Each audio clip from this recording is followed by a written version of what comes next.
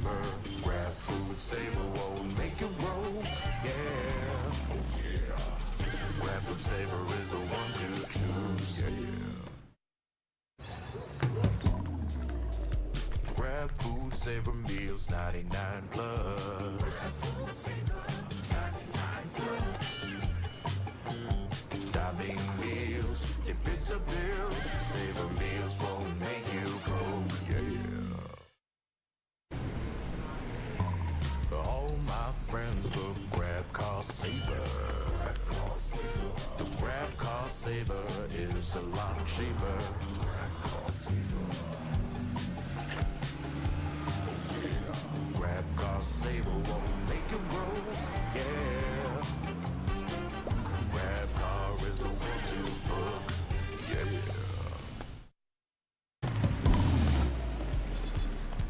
All my friends will grab food saver. Delivery fee is a lot cheaper. Grab food saver won't make it roll. Yeah, oh yeah. Grab food saver is the one to choose. Yeah. Grab food saver meals, 99 plus. Grab food saver, 99 plus. Diving meals, if it's a bill, saver meals won't make you go. Yeah. All my friends will grab car saver. The grab car saver is a lot cheaper. Grab car saver. Grab car saver won't make it roll. Yeah. Grab car is the one to book. Yeah.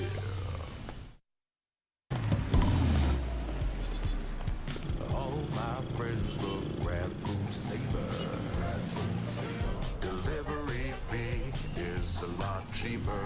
Grab food saver won't make it roll. Yeah, oh yeah. Grab food saver is the one to choose. Yeah. Grab food saver meals, 99 plus. Grab food saver, 99 plus. Diving meals, if it's a bill, saver meals won't make you go. Yeah.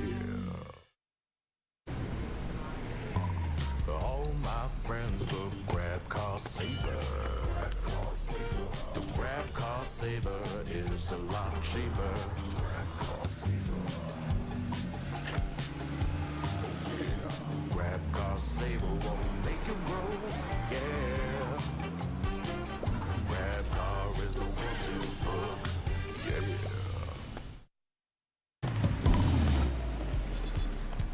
All my friends will grab food saver. Delivery fee is a lot cheaper. Grab food saver won't make it roll. Yeah, oh yeah. Grab food saver is the one to choose. Yeah. Grab food saver meals, 99 plus. Grab food saver, 99 plus. Diving meals, if it's a bill, saver meals won't make you go. Yeah. All my friends will grab car saver. The grab car saver is a lot cheaper. Grab car saver. Grab car saver won't make it roll. Yeah. Grab car is the one to book. Yeah.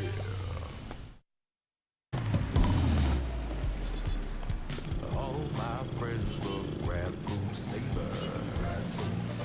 Delivery fee is a lot cheaper. Grab food saver won't make it roll. Yeah, oh yeah. Grab food saver is the one to choose. Yeah. Grab food saver meals, 99 plus. Grab food saver, 99 plus. Diving meals, if it's a bill, saver meals won't make you go. Yeah.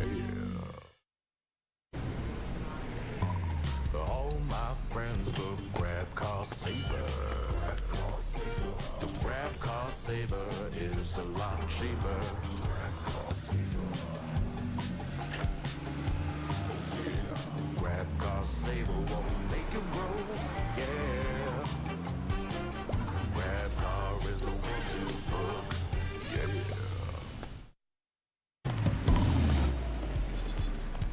All my friends will grab food saver. Delivery fee is a lot cheaper. Grab food saver won't make you roll. Yeah. Oh yeah. Grab food saver is the one to choose. Yeah. Grab food saver meals 99 plus. Grab food saver 99 plus. Dining meals, if it's a bill, saver meals won't make you go, yeah. All my friends will grab car saver.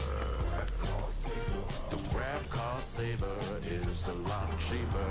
Grab car saver. Grab car saver won't make you roll, yeah. Grab car is the one to book, yeah.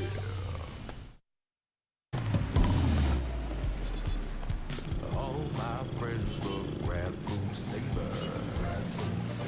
Delivery fee is a lot cheaper. Grab food saver won't make you roll, yeah. Oh yeah.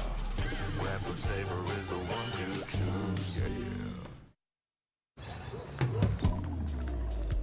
Grab food saver meals 99 plus. Grab food saver 99 plus.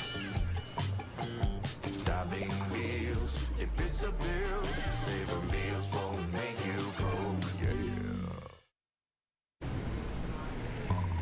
All my friends will grab car saver. The grab car saver is a lot cheaper. Grab car saver. Grab car saver won't make you roll, yeah. Grab car is the one to book, yeah.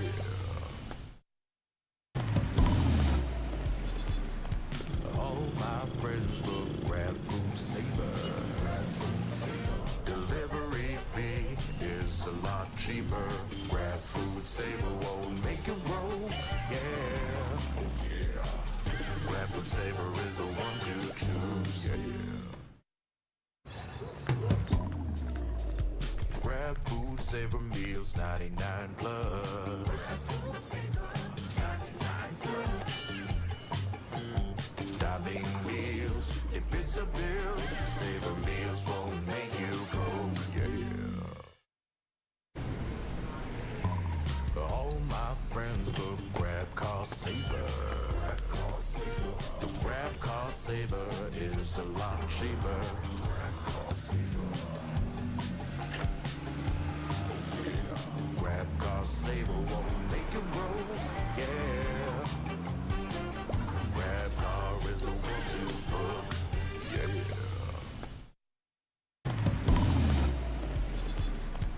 All my friends will grab food saver. Delivery fee is a lot cheaper. Grab food saver won't make you roll, yeah. Oh yeah. Grab food saver is the one to choose, yeah. Grab food saver meals 99 plus. Grab food saver 99 plus. Dining meals, if it's a bill, saver meals won't make you go, yeah. All my friends will grab car saver. The grab car saver is a lot cheaper. Grab car saver. Grab car saver won't make you roll, yeah. Grab car is the one to book, yeah.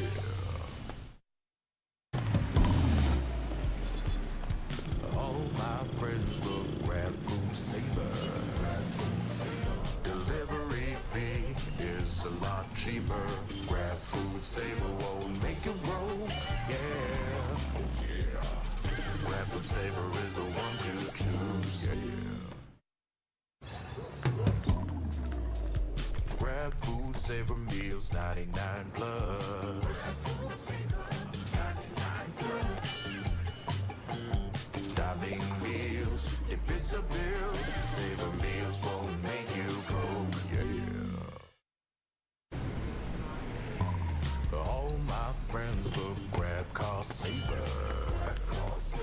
The grab cost saver is a lot cheaper. Grab cost saver. Grab cost saver won't make it roll. Yeah. Grab car is the one to book. Yeah.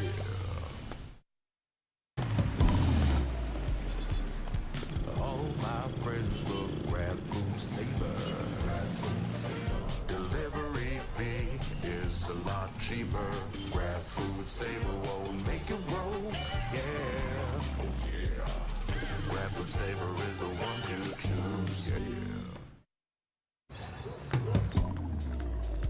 Grab food saver meals 99 plus. Grab food saver 99 plus. Diving meals, if it's a bill, saver meals won't make you broke. Yeah.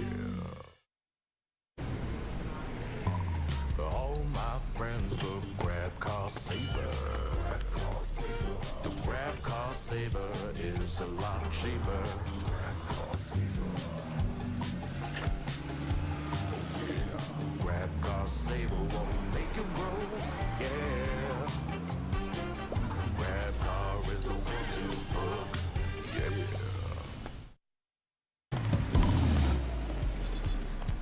All my friends will grab food saver. Delivery fee is a lot cheaper. Grab food saver won't make it roll. Yeah, oh yeah. Grab food saver is the one to choose. Yeah. Grab food saver meals 99 plus. Grab food saver 99 plus. Diving meals, if it's a bill, saver meals won't make you broke. Yeah. All my friends will grab cost saver. The grab cost saver is a lot cheaper. Grab cost saver. Grab cost saver won't make it roll. Yeah.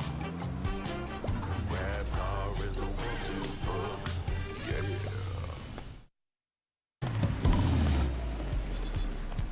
All my friends will grab food saver. Delivery fee is a lot cheaper. Grab food saver won't make it roll. Yeah, oh yeah. Grab food saver is the one to choose. Yeah. Grab food saver meals 99 plus. Grab food saver 99 plus. Diving meals, if it's a bill, saver meals won't make you broke. Yeah. All my friends will grab cost saver. The grab cost saver is a lot cheaper. Grab cost saver. Grab cost saver won't make it roll. Yeah. Grab car is the one to book. Yeah.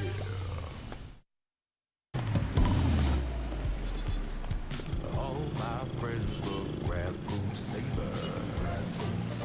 Delivery fee is a lot cheaper. Grab food saver won't make it roll. Yeah, oh yeah. Grab food saver is the one to choose. Yeah. Grab food saver meals 99 plus. Grab food saver 99 plus. Diving meals, if it's a bill, saver meals won't make you broke. Yeah.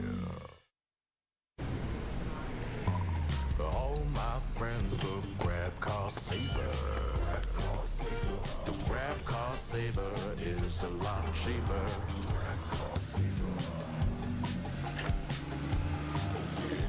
Grab car saver won't make you broke, yeah. Grab car is the one to book, yeah.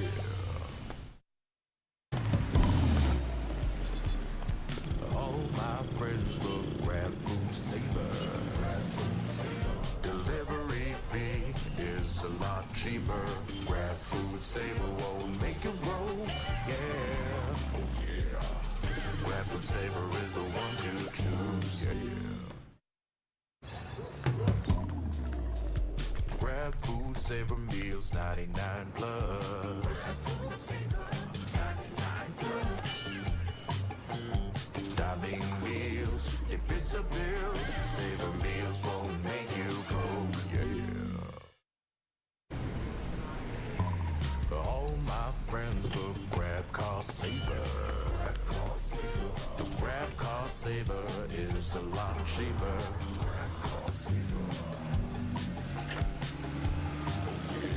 Grab car saver won't make you broke, yeah. Grab car is the one to book, yeah.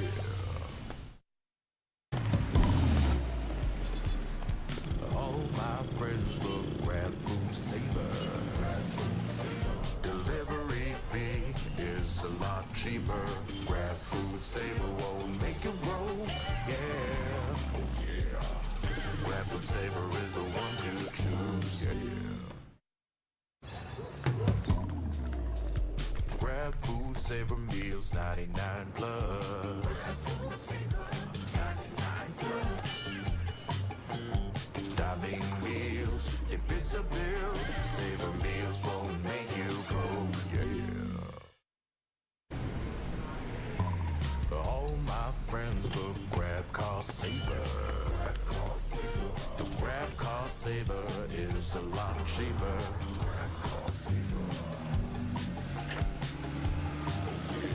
Grab car saver won't make you broke, yeah. Grab car is the one to book, yeah.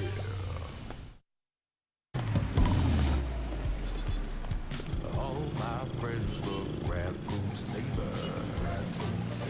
Delivery fee is a lot cheaper. Grab food saver won't make you broke, yeah. Oh yeah. Grab food saver is the one to choose, yeah. Grab food saver meals 99 plus. Dining meals, if it's a bill, saver meals won't make you broke, yeah. All my friends will grab car saver. The grab car saver is a lot cheaper.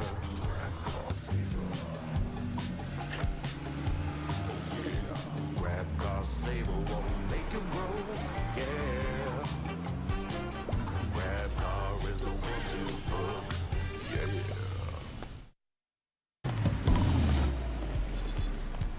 All my friends will grab food saver. Delivery fee is a lot cheaper. Grab food saver won't make you broke, yeah. Oh yeah. Grab food saver is the one to choose, yeah. Grab food saver meals 99 plus. Dining meals, if it's a bill, saver meals won't make you broke, yeah. All my friends will grab car saver. The grab car saver is a lot cheaper.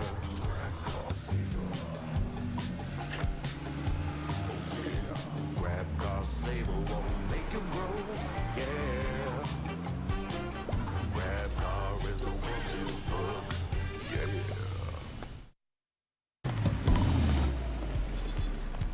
All my friends will grab food saver.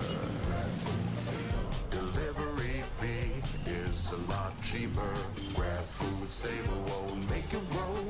Yeah, oh yeah. Grab food saver is the one to choose. Yeah.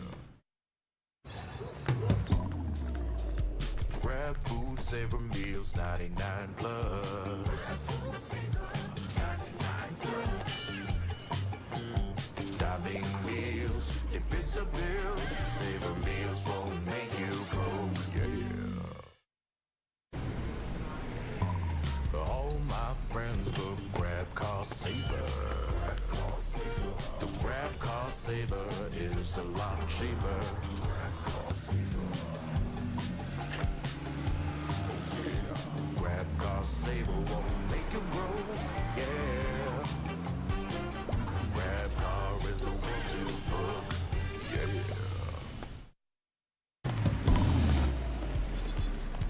All my friends look grab food saver. Delivery fee is a lot cheaper. Grab food saver won't make it roll. Yeah, oh yeah. Grab food saver is the one to choose. Yeah. Grab food saver meals 99 plus. Food saver 99 plus. Diving meals, if it's a bill, saver meals won't make you broke. Yeah. All my friends look grab cost saver. The grab cost saver is a lot cheaper. Grab cost saver. Grab cost saver won't make it roll. Yeah. Grab car is the one to book. Yeah.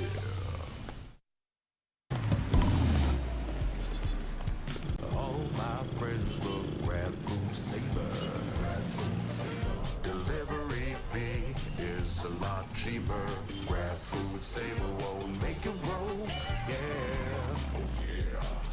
Grab food saver is the one to choose. Yeah. Grab food saver meals 99 plus. Food saver 99 plus. Diving meals, if it's a bill, saver meals won't make you broke. Yeah. All my friends look grab cost saver. The grab cost saver is a lot cheaper. Grab cost saver. Grab cost saver won't make it roll. Yeah. Grab car is the one to book. Yeah.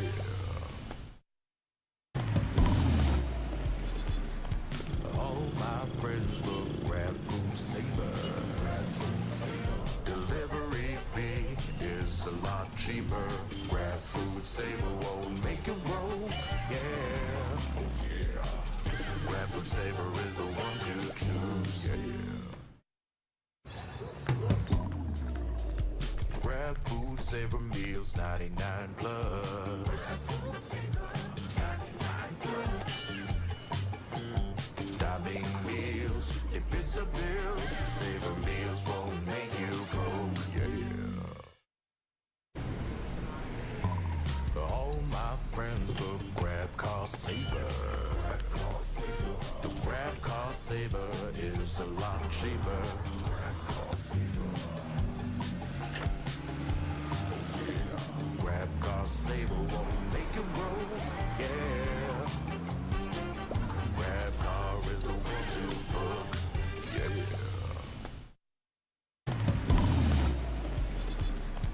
All my friends look grab food saver. Delivery fee is a lot cheaper. Grab food saver won't make it roll. Yeah, oh yeah.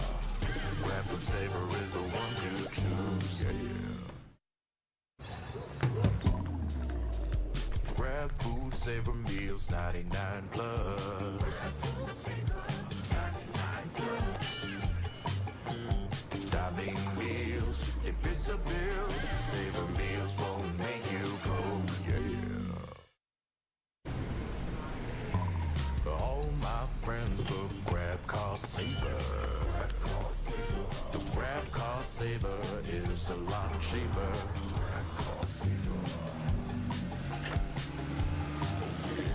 Grab car saver won't make you roll. Yeah. Grab car is the one to book. Yeah.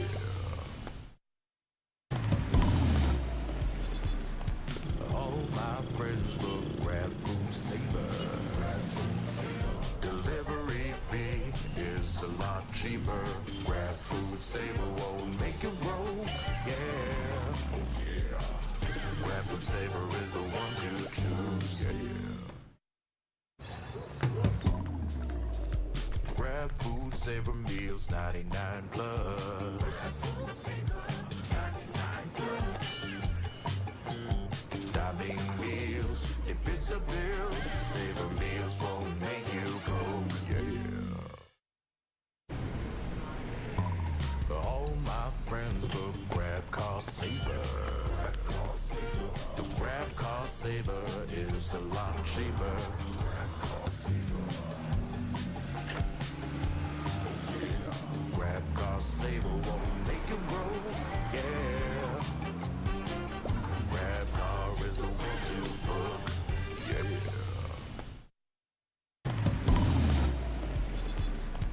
All my friends will grab food saver. Delivery fee is a lot cheaper.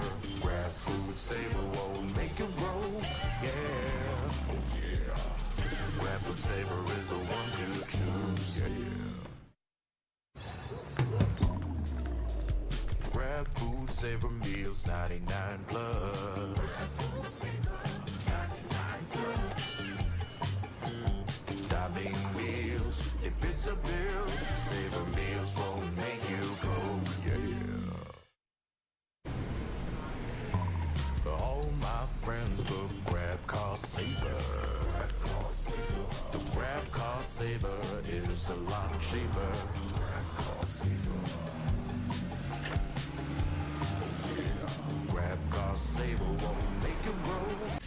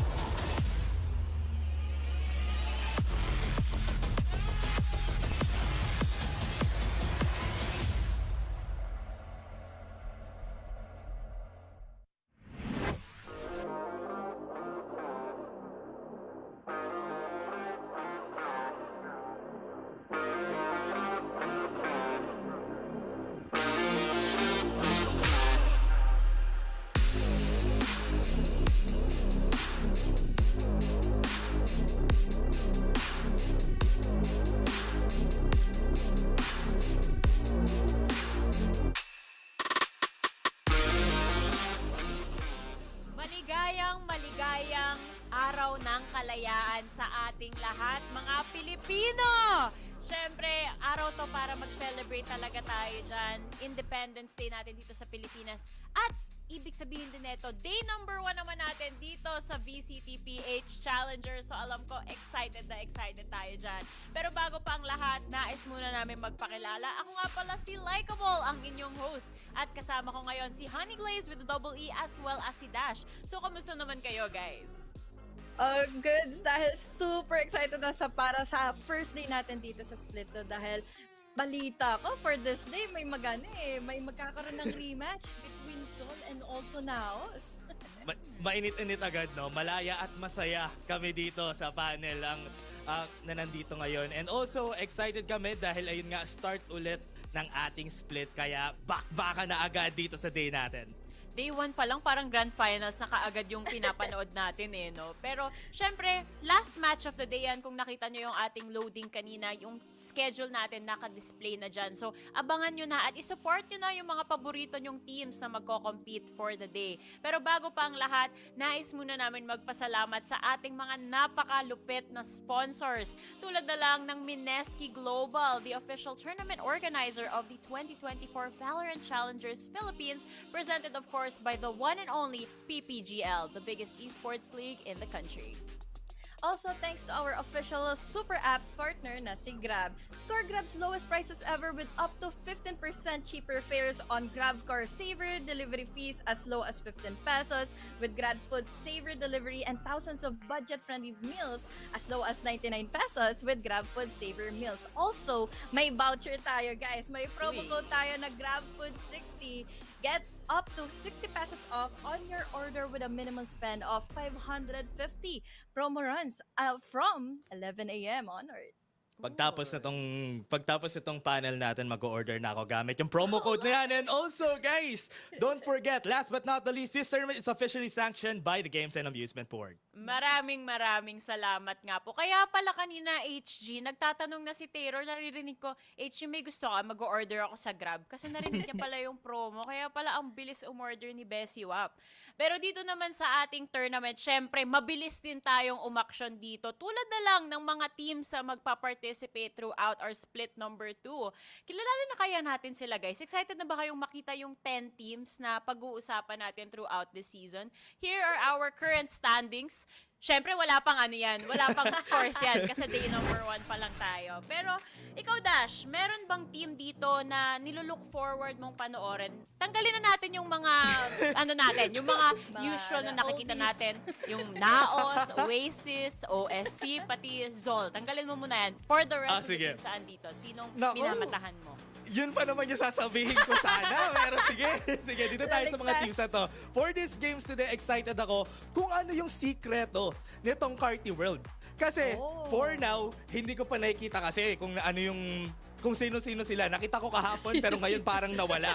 So, nawala ulit. So, sino-sino nga ba yung nasa Carti World? Gusto ko makita mamaya. Feeling ko, para sa akin naman, Laika, is we have rank L Cuties na parang, dinig-dinig ko sa community natin na grabe, mga demons sila on a rank. So, let's see, kung pati ba yung kaya nilang i-execute from rank, ay magawa nila dito here in VCT. Ang cute nga nung logo nila eh, no? Merong parang devil na naka-headset yung team logo nila. So, swak na swak sa kanila kasi demonyo sila pagdating sa rank natin. Pero cute pa rin daw sila. Yan ang pinapahiwatig ng team na to. Saktong-sakto rin yan, HG, dahil sila ang unang lalaban dito sa ating first series of the day. It's gonna be Rank L Cuties versus Tyrant Esports. Pero bago pa natin kilalanin ang mga Cuties, kilalanin muna natin ang ating Tyrants. Here they are.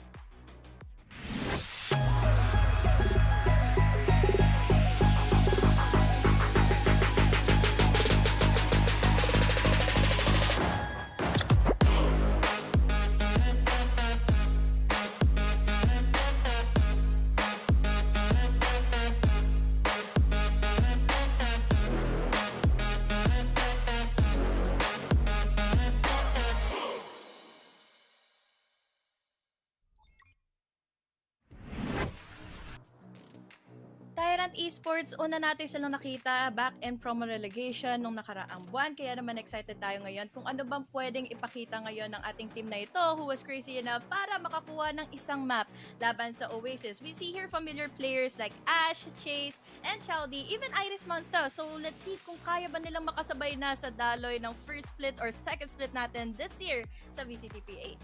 Nakita rin natin yung performance nila from relegation sa split. Very strong yung performance nila. And also, naalala ko, nakalaban nila yung Oasis. Natalo sila, yes, pero ang laki nung lamang nila nung naglaban sila sa Bind. Paboritong mapa ng Oasis yan eh. Kaya ganon. Paboritong Iban. Totoo.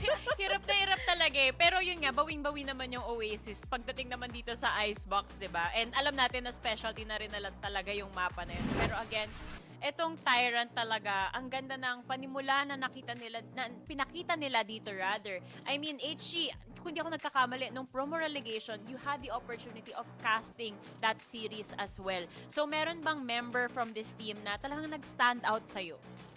I feel like Ash has been amazing, pero given the support kasi na binigay dito ni Chase, parang siya yung naging reason kung bakit nag-boom siya. So, for me, this player Chase, pwede natin ma-look forward to kung ano ba yung pwede niyang ibigay as a flashy player dito for the rest of the team. Pero grabe yung naging, grabe yung naging showing nila for that first game dahil 9-3 yung first half nila laban sa Oasis that time. Yeah, and also to add to that, ako naman, si Chowdy yung gusto kong player dito. Sobrang high impact ng mga frags niya, especially nung mga laban nila from their recent games, especially nung laban nila against Oasis. Kaya siya yung player to look forward to. Ayan. So, meron tayong ilang mga players na na-mention na dito ng ating mga analysts for the day, which is Ash at si Chowdy. Pero hindi kasi may pagkakaitin na, syempre, pag kinombohan nyo na sila with Iris Monster, kay Chase at si Nair, iba yung pagkabalanse din na ginagawa ng team na doon. Na, yun nga, kung babalikan natin yung bind game na yon, sobrang evident na lahat sila online dun sa mapang yon. And kung babalikan ulit natin yung promo relegation, nanalo din sila against Snaps, kaya nga nakapag-qualify sila dito despite losing a series against Oasis Gaming. Masasabi mo ba, Dash, na dito sa matchup natin for the first series, parang wild card yung mangyayari, hindi pa parang 50-50 kumbaga yung kalalabasan nito? Honestly, itong game na to, feel ko talaga sobrang wildcard niya. Kasi at least at this point, parang wala pa tayo masyadong information sa kanila. So gusto ko makita kung paano sila magpa-perform these games. Yun, gusto nating malaman yan. Pero ngayon naman, oras na para kilalanin naman natin ang makakalaban ng Tyrant Esports for our first match of the day. Walang iba kundi ang mga demonyo na sobrang cute. Heto na ang Rank L Cuties.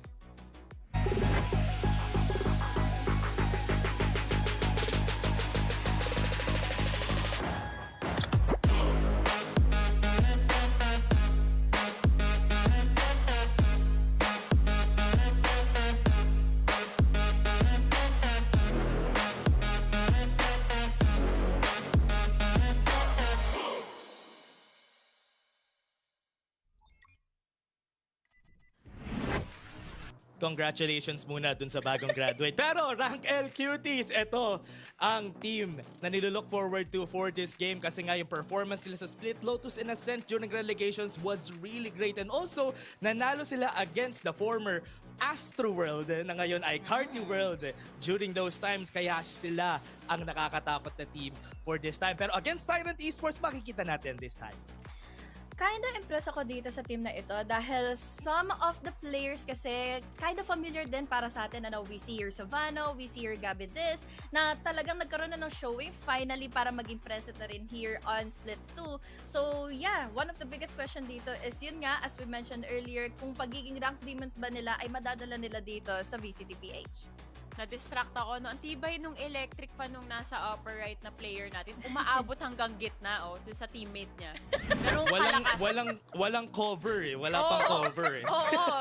Diretso yung hangin eh. Ang lamig. Ganyan yung teamwork na kahit magkalayo, di ba pinapalamig nila yung isa't isa para ready. Kasi pag mainit ka tawan mo, di ba nakakainit din ng ulo maglaro ng Valorant. So dapat cool lang tayo. Cool lang yung mga cuties natin dyan.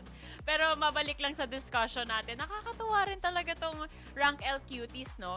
Kasi 7 players, kung hindi ako nagkakamali, ang daming pwedeng possibility pagdating sa kanila, no, HG. Kasi ang dami nilang players eh. So, every time na nagpapalit sila, may panibagong strategy for sure sa composition na ilalabas ng mga to. Kumbaga, palitan na lang sila pagdating sa mapa, palitan na lang siguro sila pagdating din sa role rotation na lang, kumbaga, para at least magulat nila yung mga makakalaban nila. Yan, exciting rin kasi kung ano makikita natin. Especially pag dumating na tayo sa map pito natin mamaya kung anong mapa yung ipe-prefer nila against Tyrant Esports. Ay, saktong-sakto yan, Dash. Dahil doon na nga tayo papunta ngayon. Alamin natin kung saan nga ba tayong mapa mapapadpad as we head on over to our map videos. First off the bat, Dash, ano sa tingin mo ang first map pick natin? Kung map pick lang at kung rank L Cuties lang, Split. Feel ko yung gugustuhin nila. Lubusin na natin yung Split kasi baka tatanggalin na siya for the next patch. Understandable din. Pero pagdating sa bans, understandable din that Sunset is taken out Ooh. dahil again, ang daming crucial plays kasi dito coming in mid, napaka-vulnerable mo kung sakali mang hindi ito mai-secure. Pero oy, binan ang bind ng Himala na sila pa yung... Ay, hindi. Yung cutie pala yung Yung cutie, nag-ban. oo. Okay, understandable. Inaral nila yung bot. Tapos sabi, masyadong malakas tong si Ash pagdating sa bind. Might as well go with Ascent first. Anong opinion mo dito, HG, na ito pa nga yung first map pick ng Tyrant? Ay, kung Ascent lang din, Cutie, I think maganda yung magiging showing nila dahil again, yun yung mapagbabasihan natin eh. Kumbaga dito na natin mabibase yung tempo. Going back in the Ascent, we have the default plates. We have here such an old map na pagbabasihan din natin kung kakayanin ba nila na ibahin na yung tema ng play natin or we're sticking on to the oldies but goodies na setups. Ang gusto ko makita dito eh, how they play both of these maps kasi based on their stats, ito yung mga maps, yung Ascent, yung Icebox, may losses na sila dito eh. Pero I feel like both of these teams are just confident or at least comfort nila itong dalawang mapa na to. I'm not gonna lie ha, looking at the map veto so far, mag-end up pa nga tayo dito sa anong last map natin? Lotus? Lotus. Oh, Lotus no. nga. Parang pumapabor sa rank L Cuties Yes. tong map veto natin. Actually. Hmm. Ang nakaka-excite pa dito is kung ano ba, kung kakayanin ba talaga ni Sovano i-take down yung ganong klaseng aggression na pinakita before ni Ash. Again, we need a support system na mangyayari na lang din from the backbone from players from Tyrant Esports. We have your players like Chase, players like Nier na pwedeng makapag-amplify ng kakayahan ni Ash pero kasi minsan nagkakapalitan sila ni Nier ng roles eh. So doon na lang siguro tayo magbe-base kung ano ba kung sino ba yung magsisimula na ng tempo or ng pacing para sa Tyrant Esports. I wanna see how they play around this, no? Especially yung composition nila sa Lotus if ever they're gonna be playing the classic, even if nerf na Viper na meron tayo dito, if ever nagagamitin nila yan sa Lotus. So, exciting makita ko anong composition yung ipo-pull out nila dito for both teams. Excited din ako kasi what if meron na ulit mag-pull out ng Clove pagdating Uy. dito sa day number 1 pa lang natin. Kasi merong ilang mga members from other teams na pinakita na actually yung Clove gameplay nila dun sa ating promo relegation, 'di ba? So, interesting talaga. Ang daming pwedeng magbago. Na-mention mo nga din, Dash. Tama ba? Applicable na dito sa patch na to na gagamitin natin yung Viper nerf? Yep. Oh, Nandito na rin yun. That's gonna be Hello, Harbor. such a game Hi, changer. Harbor. Indeed.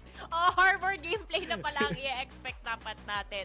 At dahil dyan, guys, na natalakay na rin natin yung ating map veto, I think it's about time na i-cast natin ang first ever predictions natin for split number 2 ng PH Challengers. Siyempre, dalawa kaming babae, so si Dash yung mauuna. So, wala tayong ngayon, no? So, wala tayong curse ngayon. So, ako, sisimulan ko na. Rank L Cuties para sa akin. Kasi, Cuties. Cuties. Yeah. Ano ba magiging laban namin kung di Tyrant lang din naman, di ba? I will be voting for Tyrant dahil ang laki ng tiwala ko dito kay Chase. Yung combo nila with Ash. Okay. So ako yung parang tiebreaker. Kasi yung pressure. Natin. Hindi naman, wala namang pressure. Again, day 1 pa lang naman, sabi natin parang 50-50 yung feels dito. Hindi kilalanin pa natin ng tuluyan tong dalawang teams na to. Pero sa ngayon, I'm gonna have to go with rank L Cuties as well.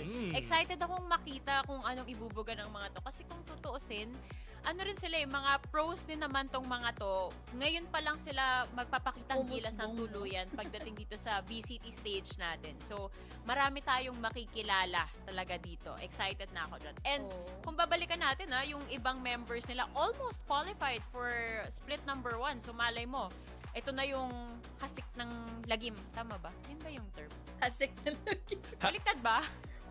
Hasik ng lagim. Tama. Yes. Sa Tagalog is working, guys. Yes. Go. Anyway, Go Tagalog. Ipapasa ko na kayo sa ating English and Tagalog casters kung saan sure ako sa English side magtatanong si Raf. Anong ibig sabihin ng hasik ng lagim? Hindi ko rin sure, but take it away, guys.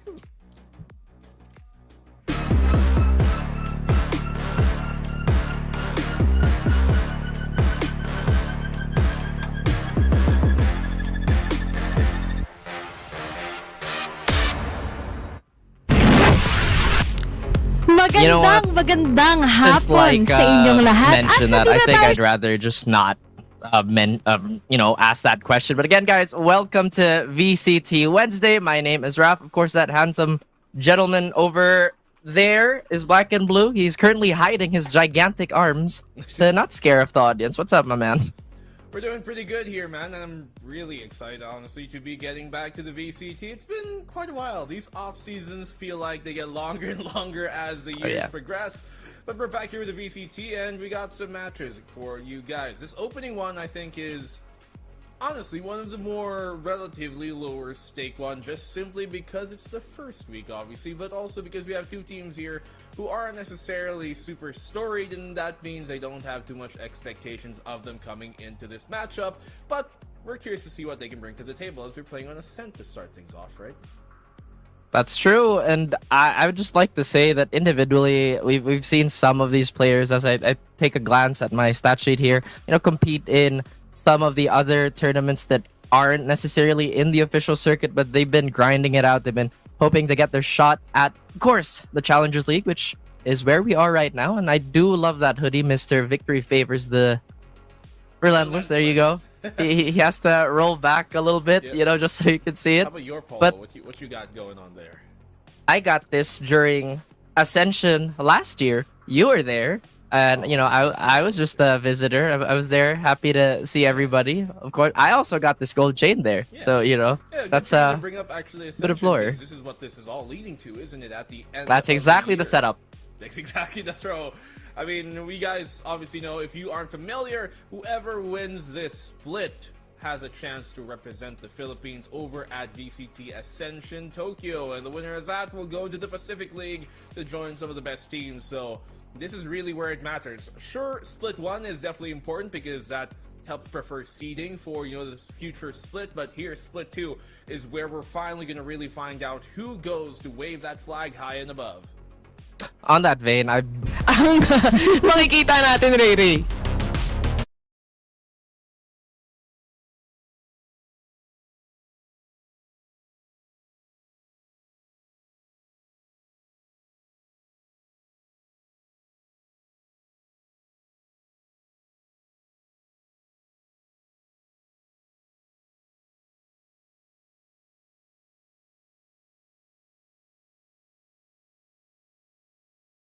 That composition that's exactly there on the side of Rank L Cuties. Well, you spoke about Rank L Cuties. Seems like we have mostly a similar composition here. Only change between Yort on that KO and Nier on that Reyna. And Yort is actually a player we have seen in the past. We've seen him on that Alpha Esports Pro squad. They played a few teams with obviously roster, but we move on over into the map. Never mind, we're going to do that in just a bit. What we do have, though, here on the opposing side versus Rank L Cuties are Tyrant Esports, a relatively more unknown squad and roster who we haven't really seen too much yet as of their individual players in the past. We have some players, we got like Chase, who played on that Game Lab Alpha squad, but there aren't too many other notable names. Ash, we did see also as well. A bunch of these guys kind of played on Tito Moto. We have Chowdy, who we actually also saw on that aforementioned mga Tito Moto roster, and even Aether in the past. But I think in terms of experience, there is just a hair more. Not that much, but a hair more here on the Rank L Cuties side as compared to Tyrant. But what Tyrant do have at least going in their favor is that they've played as a unit longer, arguably, compared to kind of the core that Rank L has, where they kind of just came in, I think, in the last few months based on looking at where some of these players were, like Gabby Dees. He was on another team in the past. He was on that Besto roster, even on Talent when they had the Filipino roster. But as a whole, it's been Tyrant who has been kind of been together for a while.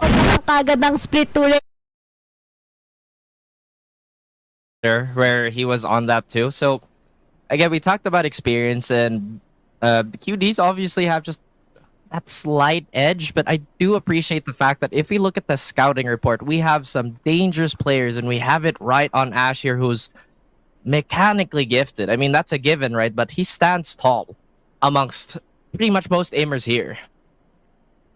Well, we go right into it, right? The first game, first round, and it's already a bloodbath happening on here. Groovy finds a double, but for the most part, this market position is what's going to be hampering them from progressing forward as QT find an angle to bring it to those 2v1. Two kills. And we have Jacob and Savano trying to go around B main here. We already have the post plant. Chase doesn't have too much utility. He does have that recon dart available, but that's all he has. All gonna pretty much hinge off the fact if he can get a clean 1v1 here, black and blue. 1v2 it comes to be, and Sylvano finds the third and the round, but I think what's important here is that Cutie on their defense knew to get proactive. They did not let the site be given up for free and contested and really trying to dip into the fight when they could.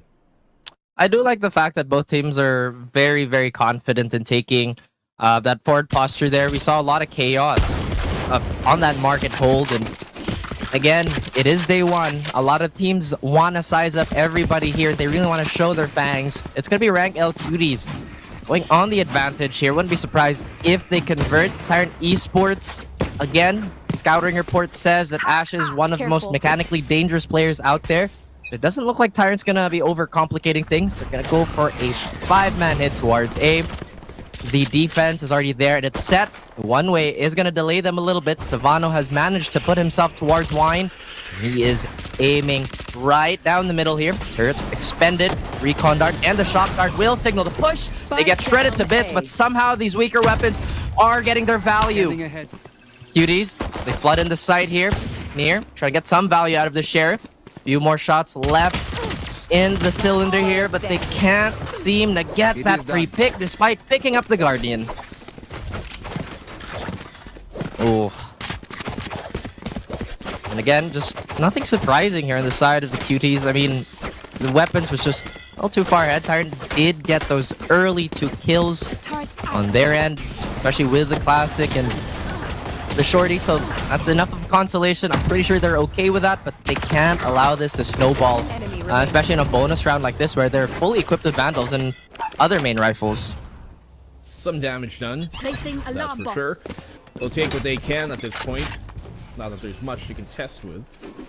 But I mean, Tyrant in this case, on the attacking side, you want to make sure that this mid control is not given up for free.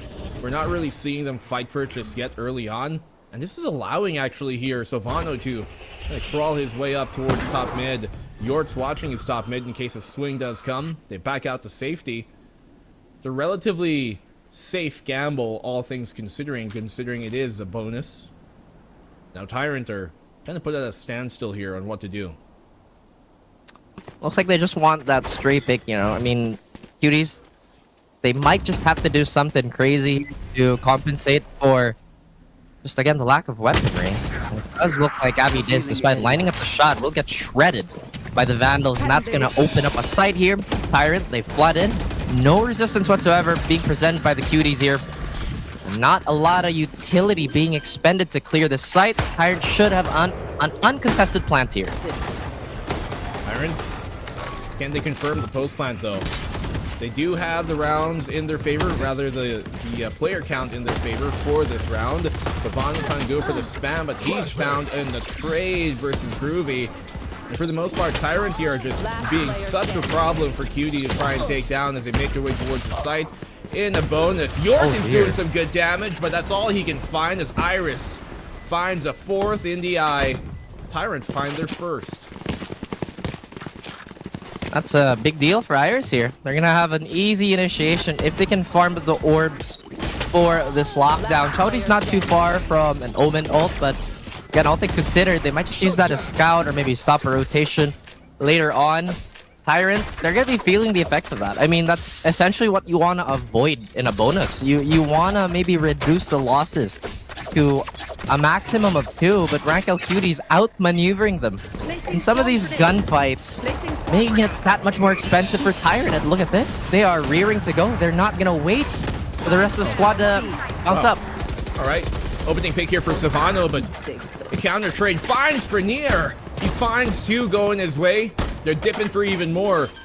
It's Cutie now who are put in a difficult spot. Do they try and fish for another pick, or do they play the retake altogether? There is a position here by Chowdy. York, he's going to clear that out. Maybe find the frag off the nade. Doesn't actually find anything. Savano good for the one another, but that's all he can find in the round. The operator doing any sort of damage. And now it's a 2-2 as Tyrant are looking pretty good on their executes. I think they have Blade Storm and they have Hunter's Fury.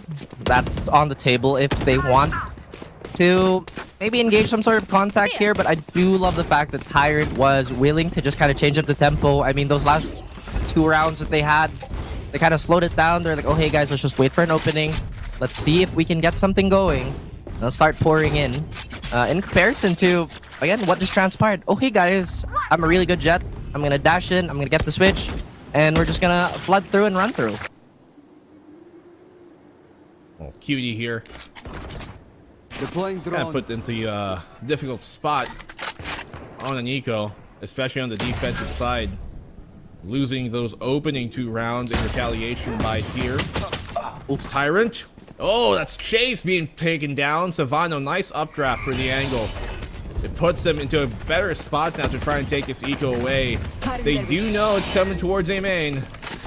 That shall be. Oh, I like the fact that they did pull the defense away. I mean, retaking with mostly pistols is not ideal. Savano does drop that Vandal to Gabby. He does have the Blade Storm available. This Hunter's Fury could do some work, but we have Yort again. Finding Ash, maybe overextending. Oh. The defense, they're collapsing. What is going on the side of Tyrant? Oh my goodness. This is looking pretty good here. As they finally get all of the frags going their way, actually can just outweight the lockdown. And how do they find that damage being done? I guess the over-aggression here by Tyrant, who wanted to fight for that heaven, playing into the hands here of Cutie. As, I guess in that case, they expected that they were coming here for the Rangular Cuties. Able to find those picks too. York has done so much with the Sheriff in this round alone. Gabby D's obviously finding some of his own. Tyrant, that was looking good until it wasn't.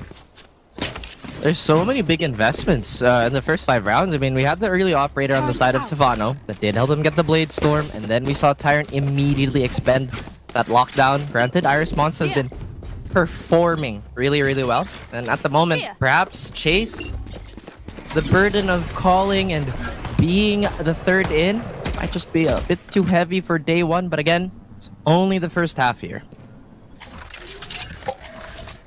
This. Oh. Immediate trying to push for Savano here. Might find timing off of this. Free kill for him. Can dash out, but he over-aggresses. Gets greedy for a second. Could have bailed with what they found, but at least they find the opposing Sova for the Ash. It's a fair trade here. I mean, let's be honest here. We're not playing duelist to just get 1. You know what I mean? But ideally... Sorry, I meant Jet, not Ash. Too much League of Legends, I guess. It's okay. I mean, they throw sharp things out and they do a lot of damage for their ult, so it makes sense. You know, Cover going out. or Platinum, to be exact. Yeah. Is it considered Platinum Blonde? Yeah. No, some people are just not picky with it. There is a defender on the site, that being Jacob. Let's see if he can find one. They're not aware of his position just yet, but Iris Monster finds one. A second goes to Jacob. Let his name be known. Ash here comes up big, and you're trying to respond, but there's a true Ash of this one, bringing them down to the crematorium. 1v1, Gabby D's all alone. Ashes to ashes, perhaps. Dust to dust. Ankle's broken, but Ash still finds his mark. Gabby just had it set up. No, the blades! That was looking perfect for him, and it still doesn't connect. Oh, I don't know if that feels really good for Ash or feels really bad for Gabby. Like, or maybe both. I mean, it's a two-way coin, right? One man's treasure is another man's trash in this case. Here. Feels bad Oh, there. well. Force QD. They looked pretty good at the opening start. Jacob got the double on the site. But Tyrant and obviously Ash being summoned right on time. And looking to find their mark yet again. Cutie do get a bit of a stop here. They're going to get a pretty decent scan. They're going to know there's at least 2 attackers lurking outside of B. But it doesn't seem to shift the defense too much. In fact, it's just going to make them a bit more passive.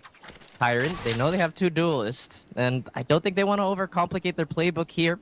They want to strong arm the site, and if you look at it, it's pretty bare. It's only Yort here with his Vandal and the rest of his toolkit. Well, it's because of the mid smoke being thrown here by Tyrant, right? That kept the defense there towards mid. They don't want to shift because they're not sure where the push is going to come, but now they do. It's towards the B site where Groovy finds a swing, playing off of the aggro pulled by Savano. They're pushing for market, but look at the whiff here. Savano keeping the movement on his feet, making sure he doesn't plant himself and present a much more vulnerable target. And now they're going to try and stop this plant from even happening. Hunter's Fury comes out. No real contest here coming from Tyrant. No counter pick being found even. Everything going towards the way here of the rank L Cuties. Few picks being found as Cuties finds a double. A triple now goes their way as Iris responds. And suddenly it becomes a 2v2. 15 seconds left. Revealing area. Still no spike down. Hesitating. Bit of an awkward spot 10 here. seconds left. Cuties, they know what they have to do. They have a decent positional advantage here. The commit has happened on Tyrant. Spike Oh my planted. goodness, they're so close to taking down Chowdy. But no. Groovy's trying to walk up here. Enemy remaining. Tyrant, they could get one, but Iris Monster gets absolutely annihilated on that swing. Chowdy with just a single breath. Maybe 3 bullets that could find its mark, but no. Yeah, that was way too difficult. 3 bullets, especially being on the Phantom at that range. Low HP, everything working against Chowdy. And while it got a bit dicey there for the ranked L Cuties, in the end they still come out with the round.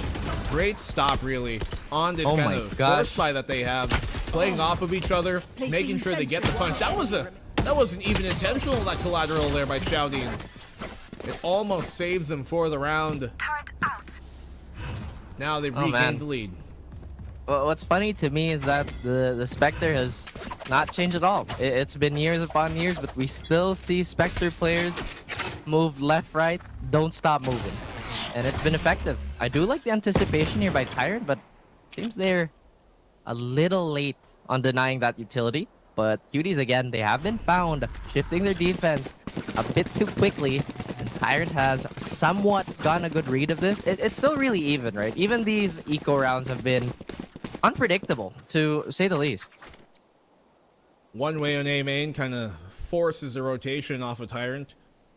Trying up for the B site. They do have this crossfire setup here on the defense. Jacob being that second point of contact off of Savano. He finds the opening kill of the round. Savano chimes in for a second. They're able to back out safely too. Paranoia does not connect. They double swing, but they both double die. Chowdy once again with another collateral. And once more, Iris Monster finds a third in such a desperate round.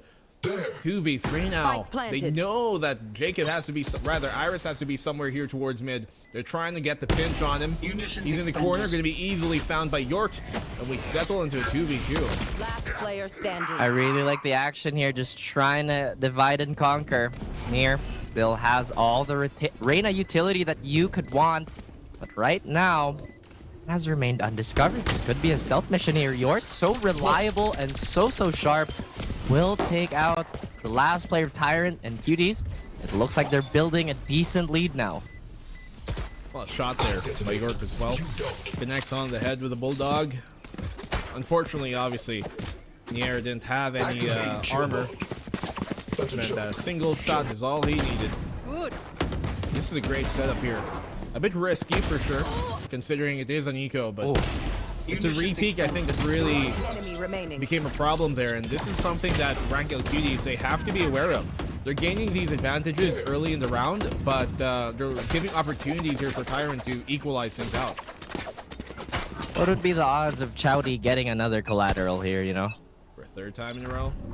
That'd be pretty crazy. I mean, we do have that early aggression towards A again. Tyrant looking to push forward. No resistance whatsoever. We do have a stray omen here, but it looks like Iris is going to find Savano trying to wrestle away some map control. Good damage being done here on both sides, really. Finally a 5 for Tyrant. Scanning ahead. Plant is down, post Out of plant charges. commences in the retake as well. You can see, look at the far lurk here coming from Iris. He's all the way towards their spawn. He has a lockdown in place as well. I'm not too sure they're aware of this, but this lockdown is going to force him away. The defenders are retaking from the rear here towards A main. Iris has a great spot to really chime in on this fight, but the timing is going to be crucial.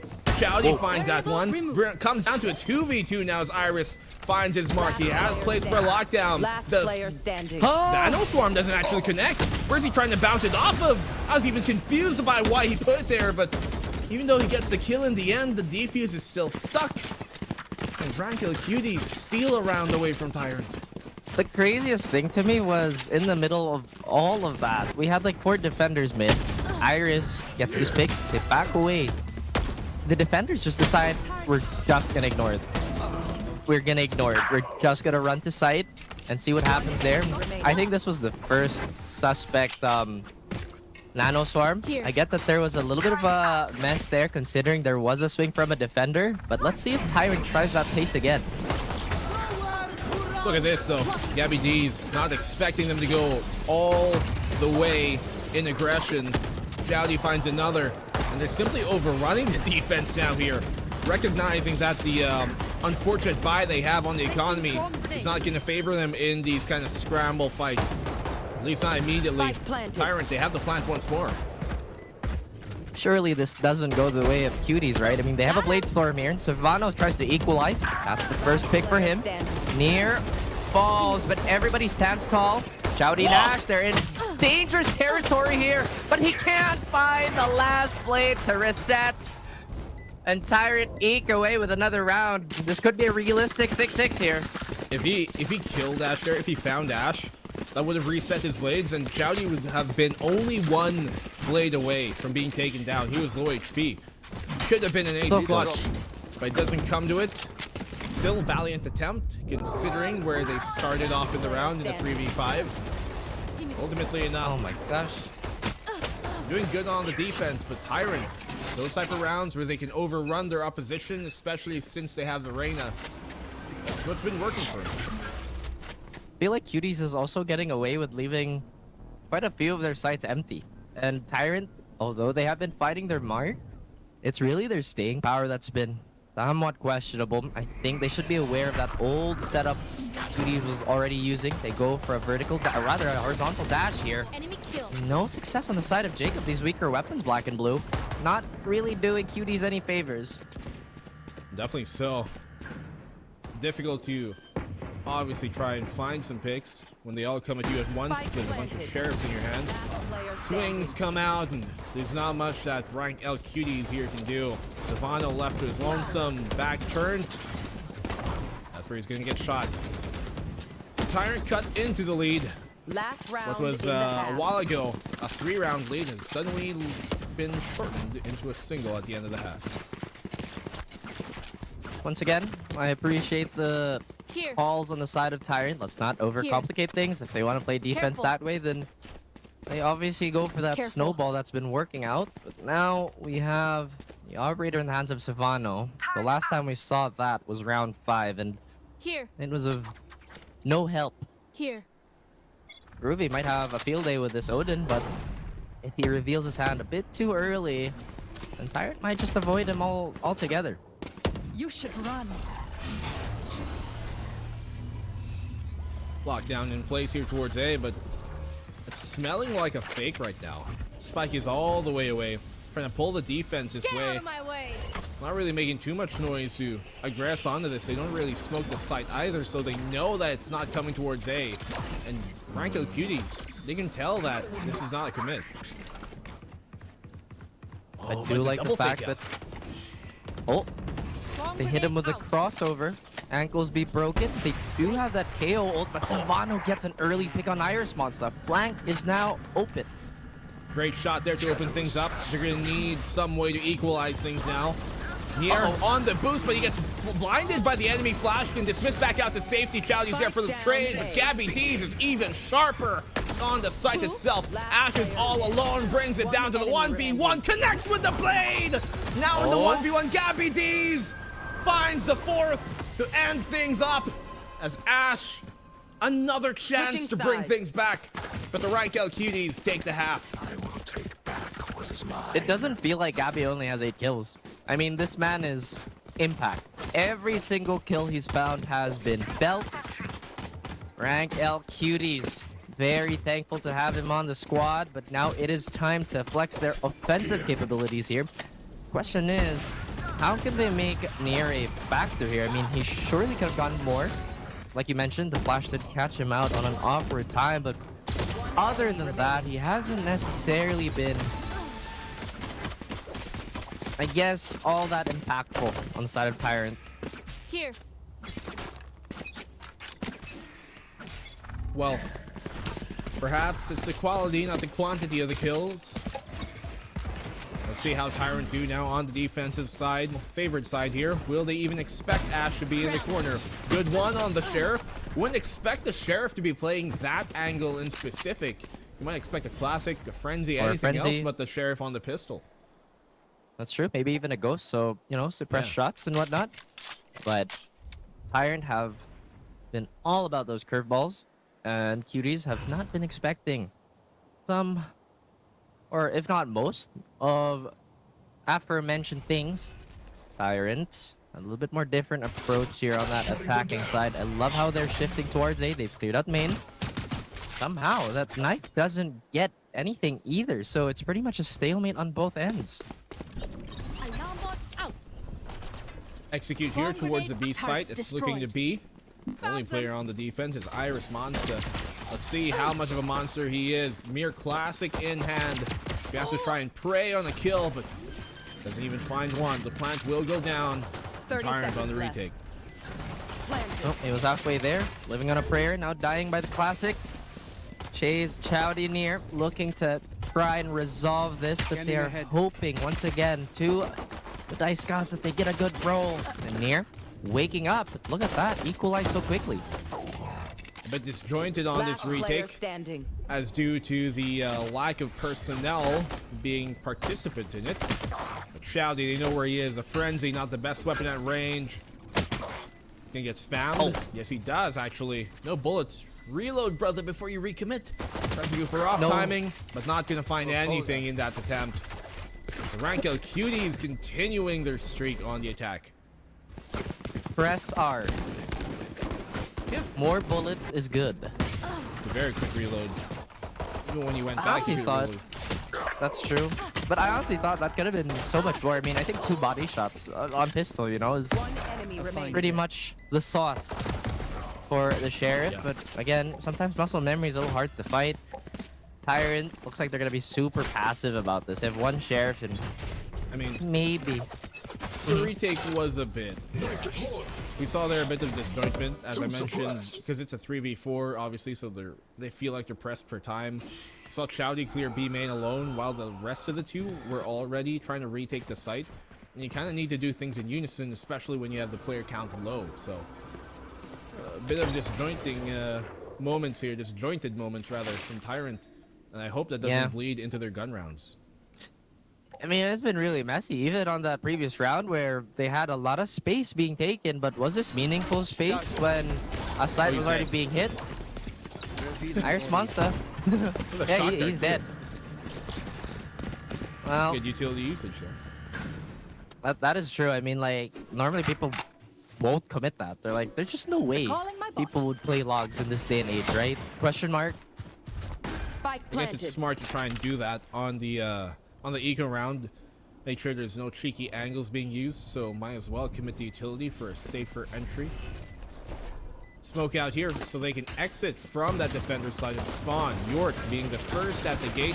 Savano getting scanned actually, but it doesn't matter because York is here for the backup. Savano finds a follow-up. Paranoia connects, enemy but Chowdy's still up close there with the shorty able to find the one.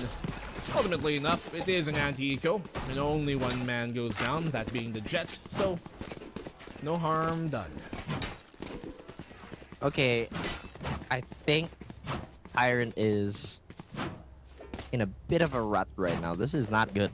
I mean, obviously, right? They're 4 rounds down in like course draft. But as I was saying, their defensive layout just doesn't seem as sure as ranked out Cuties were in that previous round. And again, there's a lot of empty space being taken, and Cuties taking advantage of that. And again, they're gonna find something with that 0 point. Although it does get denied, that's enough info for them to know Tyrant is very interested in holding down this side of the map. Oh. You can see here and here. Up towards the catwalk, has to find one, but he's been getting out of position multiple times in this game. Found once again. The trade comes in from Ash, but they have to do more than just that here coming in from Tyrant. They're down in the player count. They have the man advantage, rather the economy advantage as of the moment.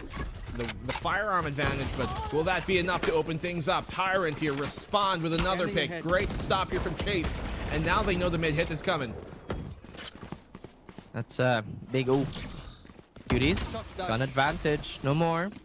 Try to play this round as smart as they can. They have a few fights they could take, but the trades, they can't go one for one in this position. And now Tyrant, they will just happily take the remaining bodies away from the round.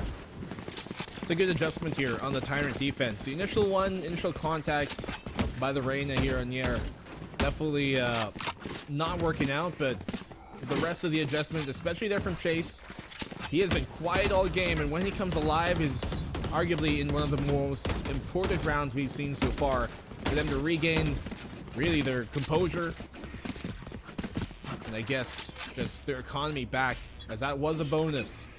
So at least they get the round they're supposed to win to start things off here in the second half. Let's see if that can continue forward. Good scan here from Chase, doing so much more damage. Oh my. And Chase has come alive. Did you see how close that other bullet was? They don't even check the corner in time. Nier does have a free dismiss here. Do they tag in and out? That's a nice dismiss. Last player standing. Huh? And they're all done. Oh, I okay. realize, folks, the barracks, the It's UI a bit advanced, really. kind of spoiling us a bit, but yeah. Tyrant, great stop on the round. I think volume-wise, Tyrant's been a bit more top-heavy here. I mean, Iris, Monster, Ash, and Shouty have been doing a lot of the legwork here. Nier, maybe having a rough debut here for, I believe this is his first VCT appearance. So, yeah, that's a lot. I mean, a lot of pressure on your shoulders. Did you say Go VCE? back. VCT, sir. Did my mic not pick it up? VALORANT Challengers Environment? You are so smart. Look what you've done. Look what you've done. I'm out. What other words? E-competition? Is that even a word? That's 2 words. Oh my god, we are on Ascent. Map number 1 of the season of the split. Here we are.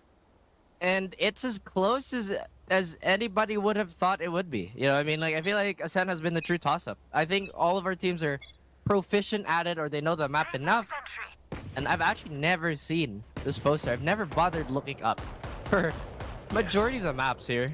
Well, hopefully this game stays close or becomes even closer. At least closer than chat is with her internet crushes. What is chat up to? What is Let me chat? go. up to? Chat is chatting. Here. For the Good moment, question. game is gaming, and rank LQDs are ecoed in this case. There is an alarm bot here towards mid, so that will not go unrecognized, but oh, the shot card doesn't actually connect. I thought it would have. We're gonna think it's safe. Spots out the alarm bot, makes noise here towards mid. That's gonna pull the defense Here. there. At this point, it would be a good idea for the rank LQDs to smoke mid and then back off, try and find another angle of attack, but leave someone here maybe, perhaps. Here. I honestly, like, this type of mid play gives me a bit of anxiety. Usually we'd see a little bit more resistance on There's that the tree smoke. side. Oh, there you go. But again, early on, there was no defender smoke here. Look to flood in, and Tyrant, they go for this really awkward spread. Who can really trade for who here? This is great here for Zavano, and that smoke just pulled the defense away. What? Gabby D's finds another one through the smoke. Shouty goes down, but here trying to hold things down. Doesn't dismiss. York with another. The eco here for rank L. Cuties looking spectacular. 4v2 now. High response to chase. They have the Vandals online, but again, the rifles have already piled up on the side of Cuties. They have the plant E2. So now they're going to be funneled here. What do they have? They have no flashes. They have nothing to work with here. They have a drone that's going to give them away. They have to win with raw gun skill. Obviously, it's not there, at least for Iris Monza. Chase tries to respond. Groovy super low. Doesn't look like he wants to peek, but this is pretty much a crossfire of death. Chase cheats it just a little bit. Thought card would kill if it was somebody else. There you go. Cuties stealing one away. Again, we go back to the point. Why were they so spread out? They kind of allowed the Eco to run him down. I mean, if there were trades here. It was because of the smoke. They thought it was going to be a B pivot. Off of that mid, they made noise towards mid a while ago. And then when they pull back, as I mentioned, it'd be a good time to smoke. And that they do. They smoke the top mid, which pulls the defensive Jet and Ash towards that mid to try and support the B market push and defense. But that's when they go short. Paranoia comes on in, and then Gabby D's. Not only does his paranoia help him entry, but he also finds a kill here on Chowdy, and everything crumbled from there on. Crumbled is a good way to put it. It did snowball into a round that Tyrant would have loved. And now they have an operator in hand for Ash here. Hopefully that they wouldn't need that much support. It's Chowdy again, finding Jacob. No more lurk presence on the side of Cuties. And it looks like they might commit towards A yet again. Push on out, 4v4 in this case. The defense, what can they do? Iris Monster, absolutely nothing so far. But Ash finds a double from the heavens. Let's get that op some value. 3v2, and they do have the advantage here in the retake now. Last player standing. Oh, well, the moment you mentioned that, Chowdy will chime in. Gabby Diz has clutched before and has found very important kills. Dart not there. Recon enough to give him the space for the rest of the team to move. He gets Chowdy, but Chase again too quick on the generator. The generator swing. My goodness, words are hard. This round difference is not getting any easier for Tyrant to deal with. Tyrant are slowly but surely keeping this game at least manageable. They're not running away with it. They're definitely not in the lead. But they are keeping it competitive. They still have yet to really catch up to the lead, aside from the one kind of tie we saw early in the game. But Ash, man, he has been splendid for this team so far. Such a lifeline for them. From the former old Stinky Cat roster, you can definitely see shades of his prowess being seen here, especially with that op here in the defense. I'm telling you, that boy is good. And Tyrant, they are once again very happy to have that type of firepower here. Savano gets away with murder, nearly gets one, but near responds, and Ash. Yet another collateral, but will get reduced to atoms for his overheat. And now Cuties, despite retaliating on the offer, has lost so many bodies on this initial hit. Difficult position now for the Cuties. Two within the site. If they find this cleanly, then they can plant, but it might be a good idea here to maybe punch out of the site. If they can find a pick towards Chase, that'd be great. Dodges the dart initially. Ruby crawling on in, but Spike down. the Ray now near just has a better angle. Is ready for it. Gabby D's. He is spotted. Back turned. And Tyrant got the lead down to a single round. Once again, Ash on the operator has been sending them to the Gravemaker. Jeez. I have the spike. I get that, you know, you get your reps in and be in sync with your team. It's a little too much. I have to say, both Omens have been doing wonders for their team. Chowdy been getting a bit more volume, but Gabby, once again, as I mentioned, has been a presence for his team here. Now, the question is this where the adjustment for Cuties end? This is such a shaky buy, too, and they can't really let this slip away. Well, Ash is able to back off, at least safely for now. Lots of contact towards mid. Groovy taking a beating here on the push. Hunter's Fury confirms a kill off of Chase. Not a bad idea. Iris Monza as well finds great timing here on Yort. And seemingly looking like Gabby D's follows the same fate. Nobody here off of Rankel Cuties able to find much, but as soon as I say that, Savano finds a back turn near an Iris Monster. And Chase is able to get another, but they tie up the game, Raph. Yort's been a little quiet this half. He was so reliable on that defensive end, but perhaps him being the brunt of Rankel Cuties' utility has dampened that fragging ability just a little bit. It does look like they're still really interested in taking B here. And again, you were right on the money here. They were taking a hell of a beating towards mid. We did see a few consolation prizes with those Guardian frags here. And As you mentioned, there's been a lot of these awkward fights. I mean, some of these players have been caught with their pants down and their back turned. Well, they still have the op here on Tyrant, especially on Ashe specifically, which has been a problem for them so far this half. Lockdown placed. They know that back boathouse is not clear. You have to make sure nobody plays there, but Tyrant are looking to give up the site. They need to find an opening pick from Ashe. It might be difficult to retake with it. Paranoia connecting Shouty off the spam there in York, who was blind off his own paranoia. And now Tyrant, they can chill here and play for a retake. And that they are doing. The drone will feel the wrath of Savano here, who's been quite alive this half. Chowdy gets another pick here. Once again, he's been monumental on that Tyrant defense, but Groovy swings with Odin and gets one. That's good timing here from Groovy. Savano as well from the stairs, doing everything he can, but Jacob! A double goes his way! Now it's a 1v1. They know Nier's within the site, but Nier finally connects! Automatically making them in the lead, gaining it when they finally desperately needed to. And Tyrant on this defensive side have overtaken the game. Did you see that? That fight between, I think it was Savano and Nier? You saw the crosshair just refuse to lead the bullets where they need to be. And Chase trying to trick there from the opposing Sova. Look at that. That was so close. Again, it is a game of inches. And Tyrant has managed to crawl their way back up to the lead here. Operator on the side of Ashe yet again. Looking to do some damage and dominate a few sidelines here. Look at this, maybe a mid-fight early on.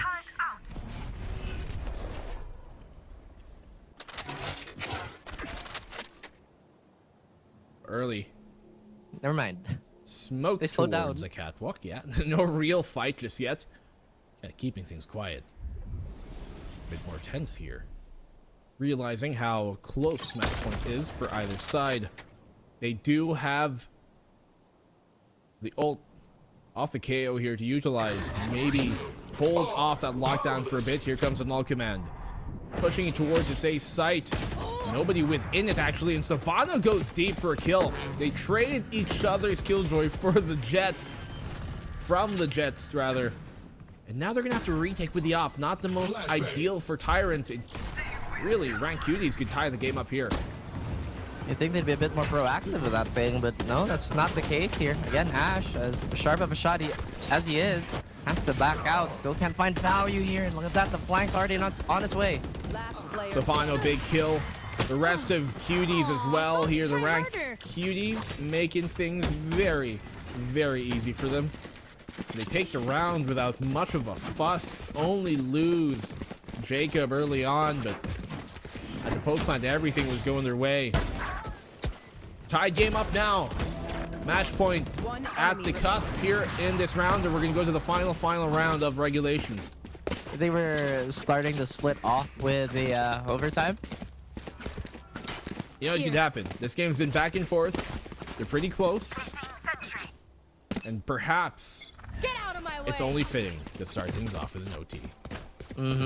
It wouldn't be our Challengers League if we don't get these long, drawn-out Ascent matches, but it's been pretty high octane. It's been burst upon burst, and it looks like B is in the sights of Rank L Cuties.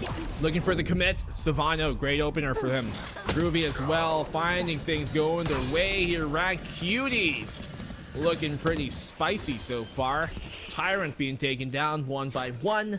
Spike planted. 5v2, you gotta save. Their economy is in shambles. They have one round to play right after. They're not in the best shape to do so either, so simply overrun their Savano, starting and really ending the round early. How many kills does this judge get, though? Is it only one? Is the question. Who is contestant number 2? Yeah. Oh! Audition. No! Oh! No! What are you doing? Last player standing. What are you doing? Unfortunate. Could have had his gun out. Maybe things could have gone differently. Maybe find a second. But I guess he was worried off the flank. Iris Monster obviously playing far from him, so he had no one to watch his 6. Iris seen and taken down. That is painful after the spike goes off too. Look at their economy, Raf. That's awful. I mean, wait. Before that, guys, and That's I don't horrible. wanna perpetuate things just a little bit. But is Ray casting? She is casting. She's casting on the Filipino side. I see. Again, if we go into overtime, it's really not that big of a surprise. Well, I think a timeout is called here by Tyrant. They do have another to use. But there's an overlay. Oh, it's a tech. Okay. You mentioned Ray. You mentioned overtime. Yep. What do we get? Tech pause. The first tech pause. Do we scratch that off the bingo card? I think I so. think we do. I mean, it's only fitting. Welcome to Southeast Asian Valorant, folks. That's true. That's You true. guys know how it is. We've been doing this for a few years now. You know how it be in Yeah. Asia in general. So I guess we just kind of go back to the technical pause podcast. So what are the odds of Tyrant tying this down? I mean, or Yeah. tying it up, not down. I think it's pretty okay, to be honest with you. They would have loved to keep that, or those pairs of guns, but it was not meant to be. You know how we could circumvent some of these internet issues? I don't even know if it's an internet issue, to be honest. I'm just assuming. But the LAN. Bro. Imagine that, guys. Imagine did. another LAN. It was Imagine fun, a you know? LAN. Yeah. It's gonna be fun. Maybe we'll have Oh. another. There you go. Magic We're words. back. Let's have a LAN. Yep. Let's have a fun time. And Tyrant looking to extend this map even further into OT. Drone out will keep the defense here towards that B site. Spam doesn't connect, but was almost close to giving Groovy a new haircut.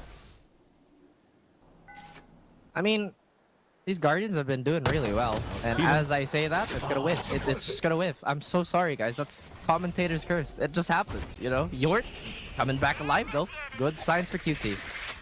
Oh, angle there being found, and he presents another opportunity here for Cutie to find kills. Lockdown being placed by Tyrant. They are desperate right now to get some sort of control on the map. And Cutie are just walking up here. Timing for Niera, and he doesn't find that. That could have been the dagger. That should be the dagger. There isn't much they can do now. Overrun. They know Iris is in the corner. 1v5. This map should be done, and there it is. Rank Cuties take the opener as Ascent goes their way. Well, I mean, Ascent was pretty much a true toss-up, to be honest with you. I don't think anybody really expects Ascent to go, you know, either way. I feel like it's been pretty warm to Black and Blue. You can tell that it's been pretty intense for all of us here behind the scenes. And I think we already scratched off a few things off the bingo card. We had the tech pause. Well, we didn't get the overtime. We got a lot of those collats from, I guess, what? We had the op collat.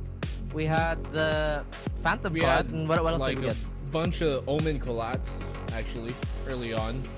That was nice. From Chowdy, specifically. He had like 2 back-to-back into rounds. One with a Spectre, one with like a Phantom or something of the sort. But, I mean, ultimately enough, I think Tyrant, they're still kind of feeling their way out in how this level of play kind of progresses typically. We saw that a lot of times it seemed a bit more one-dimensional from them, where they would, if they would win rounds, it was because they were doing super well that round. They would have kind of a stomp of round, but when things kind of slow down, they're gonna have to make mid-round adjustments. That's where you see a bit more of individual experience come in, a bit more, I think, advantageous here for the Rank Cutie side. That's true. It felt like it was just one way or the other and nothing really in between. I thought Tyrant had a good chance, especially after that adjustment, but it just kind of ran out. I mean, we talk about it a lot. Adjustment is very finite, and it just kind of also came down to the fact that those early defensive rounds were just almost non-existent, really, for Tyrant. I mean, there was a lot of, like I mentioned, there's a lot of space that they probably could have lived without, but they decide to invest in it anyway. There's a lot of kind of catching up to do here for Tyrant in the game. And obviously the Reyna pick not necessarily working out the way that they want to. I mean, we didn't see too many moments where we saw value off of that pick. And that's where you can see sometimes that even though they did okay, 11-13, it could have been better for sure. And for a team like Tyrant, I'm not sure if you want to be picking the Reyna in this case, because that means you want to kind of outgun the opposition. It's not going to be the easiest thing to do, especially at this level of play when it's arguably some of these players kind of first time really competing at a higher level. We haven't seen too much of them in the past. Some individuals, yes, but ultimately as a whole, not too much. And maybe as they come into our second map, that's where they can bounce back. That's true. I mean, I feel like at all levels of play, there's this inherent pressure or expectation from the Reyna player that, oh, this dude is gonna pop off, he's gonna carry, and you know, like just basically, I'm gonna be the Terminator of this game. But we just didn't see that out of Mir. I mean, we did see some of those solid trades and a few rounds won by Port Pickup, but that's not the high we want to see from Arena. That's not necessarily the ceiling that you kind of want to bump into. I mean, one could argue, you know, perhaps picking Arena kind of keeps things simple for the team, but sometimes you need a bit more. And if you can't deliver in firepower and utility is one way to equalize things out, and who knows, maybe a different pick could change things up.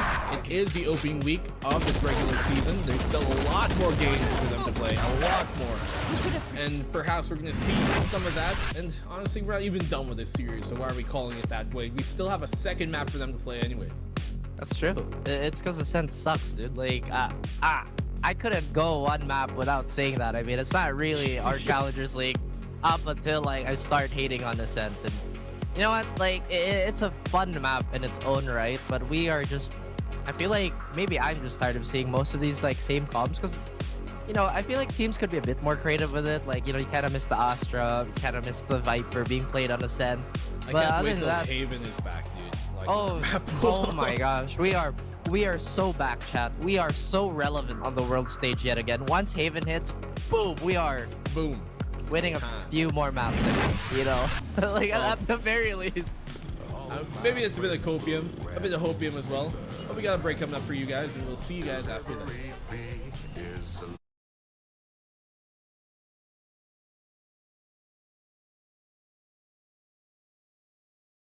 Is the one to choose, Grab food, savor meals, 99 plus.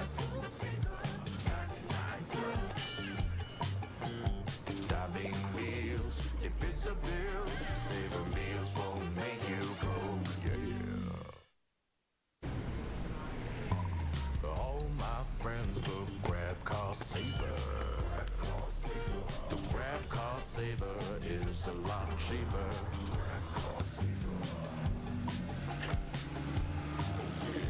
Grab cost saver won't make you broke, Grab car is the one to book,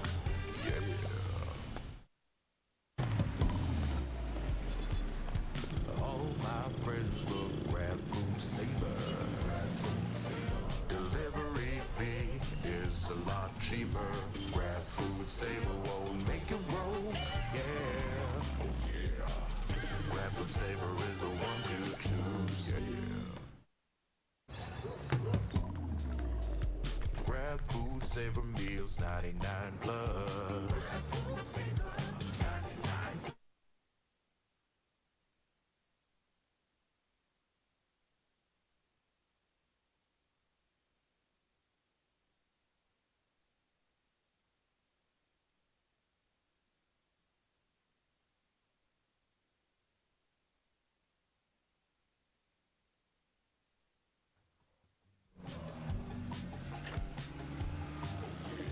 Grab cost saver won't make you broke,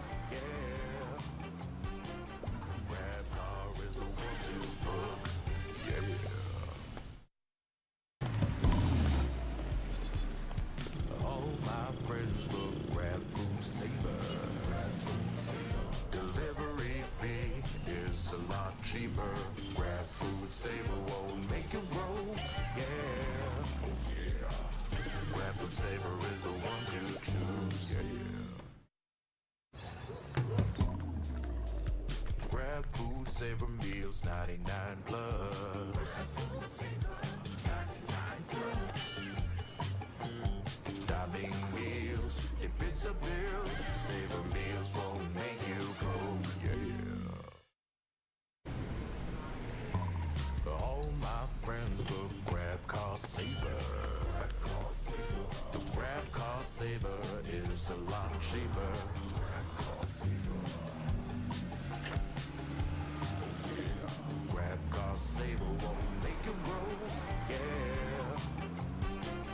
Grab car is the one to book. Yeah.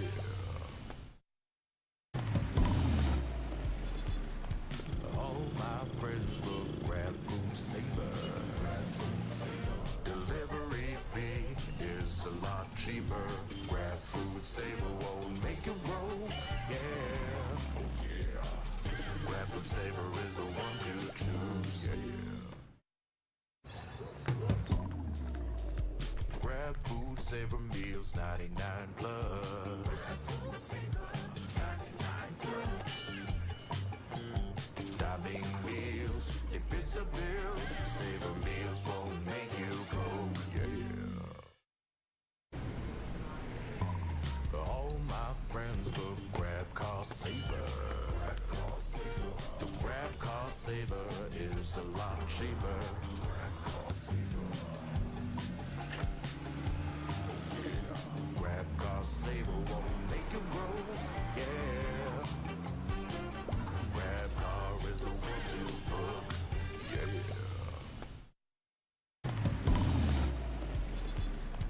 All my friends will grab food saver. Delivery fee is a lot cheaper. Grab food saver won't make it roll. Yeah, oh yeah. Grab food saver is the one to choose. Yeah. Grab food saver meals 99 plus.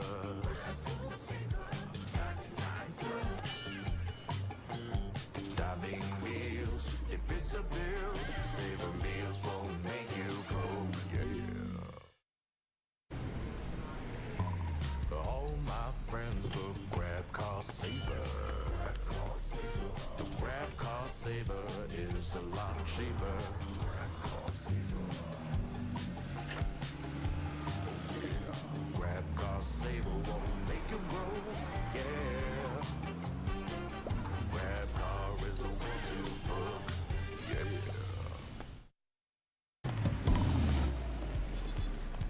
All my friends will grab food saver. Delivery fee is a lot cheaper. Grab food saver won't make it roll. Yeah, oh yeah. Grab food saver is the one to choose. Yeah. Grab food saver meals 99 plus. Grab food saver 99 plus. Diving meals, if it's a bill, saver meals won't make you go. Yeah. All my friends will grab cost saver. The grab cost saver is a lot cheaper. Grab cost saver. Grab cost saver won't make it roll. Yeah. Grab car is the one to book. Yeah.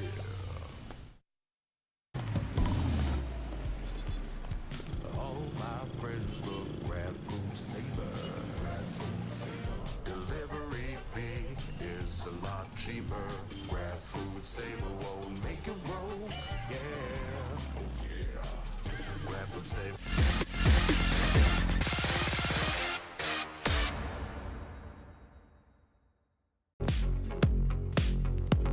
Welcome back, ladies and gents. I think the question on everybody's mind is, are we starting our Challengers League with a clean 2-0? Once again, my name is Raph. There is no fluffy O2 in sight just yet. That handsome gentleman over there is black and blue. I keep getting confused with left and right, man. Jeez. I can give you a sample of Falfio. In his Oh. variable wisdom and his current voice line. Hi guys. Anyway, enough of the hijinks here. We got more to come up in the series. We got Icebox here being picked by Tyrant, and this is another map that can really, to be honest, they can play like relatively the same comp we kind of saw from them a while ago. Maybe change up the Viper for, rather the Omen for Viper. But I hope that they don't go with kind of that low utility comp that we saw from them on Ascent a while ago, because Icebox, you're going to need some of that util to equalize things up if you're not just destroying everything with the Reyna. I feel like if you want to play Reyna, you just play Clove. Because it's essentially like, it's a really similar kit. You have a pseudo dismiss and a pseudo heal with, you know, your C. You still have the extra utility that you would want in a smoke, and you have a second chance at life when they do get all those orbs. But it does look like we're gonna be sticking with Arena. Gecko, not a bad choice. Oh no. Huh? This is very different. This is new, but this is what I like to see. We've been seeing this prevalence in teams, actually, especially in the international scene, from forgoing having a Sova or forgoing having a true scan on this map. It's very much so different compared to what we saw in the past, but it's Ranko Cuties who pull out the Reyna this time. And that's Reyna as, was that their solo duelist? I think so. I think we saw the Yoru on the opposite end. I think Yoru is one of those agents where at the start we thought it was a bit of a joke to play Yoru, but now there's actual strategical value. I just feel like he's such a high responsibility agent on a role that should be decently straightforward. Yep. So that's a big ask. I mean, we've seen some players that are wonderful on any other agent except Yoru. I don't want to drop names right now, but I'm pretty sure everybody has already think about that one bind map. You know, that one bind map. There are a few. There's a few. There are a few. It's very difficult to work out. It's one of those highly creative agents that you really have to make sure you have multiple different facets of his kit mastered to make the best out of it.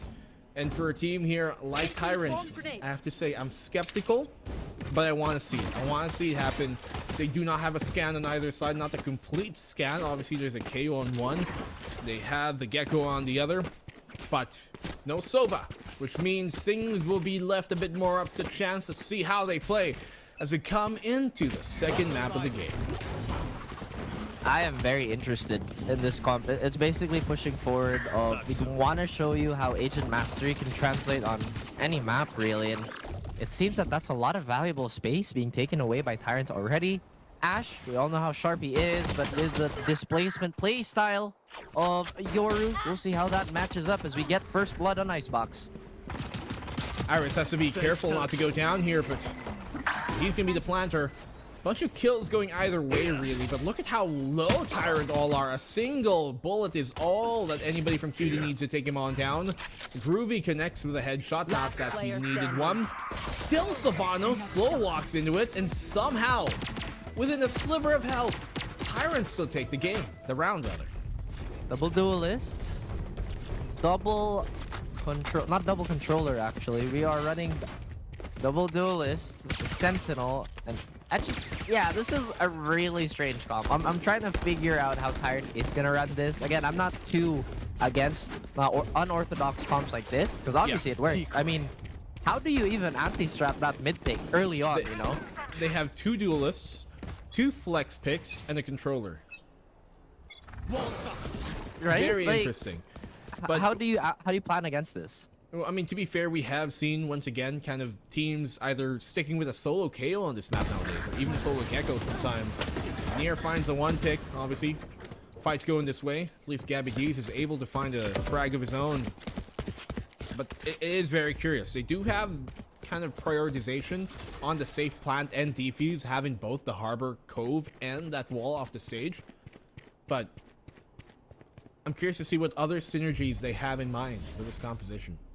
I'm just saying, if I was Cuties right now, it's one of those things, right? We're expecting to see this type of comp maybe in a pub, you know what I mean?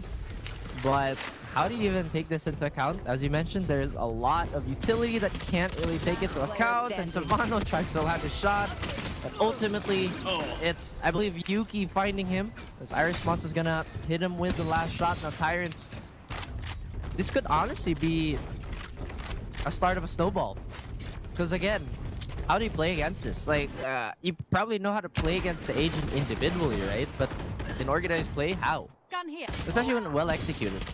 Last player. It feels like, too, I'm trying to wonder here what the decision was for Jacob to go Reina as a solo duelist over anything else. They don't have much tools to break through. They don't have mobility either. They do have the Leer. Pair it kind of with the Gecko Flash here, but will that be enough for the Dizzy to really get them the value that they need? Gabby D's finds the one here. Snakebite to try and fend off the corner, and he's going to be unstoppable for the meantime. Kills going here towards the ranked Cuties way, but there's still being good damage done by the Tyrants. Chowdy brings it down to a 2v1 ultimately. He has an opportunity here to clutch this out. Great find on New York. A triple goes his way. Savano stands opposing him. He has the opportunity here to crawl into A free. Waves and potentially the shadows crashing onto each other here. Chowdy doesn't have an impressive health bar as much as Savano has. Ultimate ready. Let's get that plant here. The question is, how is he going to play this? I mean, kind of expect him to be a bit more proactive here, considering he has such low health. Kind of want to catch Savano on an awkward rhythm here. Well, like this picture in picture. He knows where Savano is. Savano drops, but he finds him still. Chowdy looking the wrong way, even with all the information. And somehow, it's hard to say they stole the round, considering this was a gun round against the bonus. But Tyrants were looking good until it wasn't. It was hella expensive. You know what? I know a lot of people have reservations on that knife skin, but I love it. I honestly love that little hammer. It's so funny looking. Gabby doing a lot of work here despite getting sprayed down. I think was one of the linchpins. I love that early adjustment, by the way, considering, like, again, there's a lot of shock factor in this comp. So for him to make a heads-up adjustment like that, that's it's really cool aside of ranked Cuties. Cover go. Very curious name to be picking. Here comes out the Reckoning.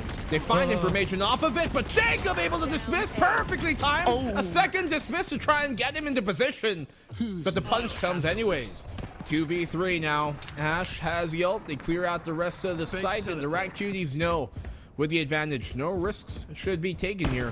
Play the retake with advantage. Groovy even has the ult. He's looking to invest it. He's waiting for his teammates to just kind of cluster up towards A here. Now it's going to be a mad dash towards wherever. And Yuki nearly got a free kill there. Still, utility coming out, bombarding the defenders on the sides. It's 1-for-1. Down to a 2v1. Don't know where Ash is. He gets his first. Burning time. Can't find the last kill. Yeah. Great retake here coming in from the ranked Cuties. Groovy using lots of utility just to flush out that one angle, but I mean, it all came to great effect as it allows York to get an angle to trade off of him. They tie up the game here, so looking quite similar to what we saw on map number 1. But Jacob, that's great stuff to kick things off early. The rest of the defense behind him did collapse, but at least he was able to find 2. Empress is up. Yuki's one away from null command here.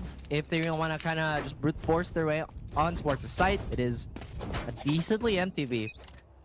Gabby been pretty consistent all throughout these two maps. Will have to be the first point of contact here. Maybe a snake bite, the soul snake bite, be invested here to slow this down. But looks like it is gonna be a man fight and a half. No, they both back out.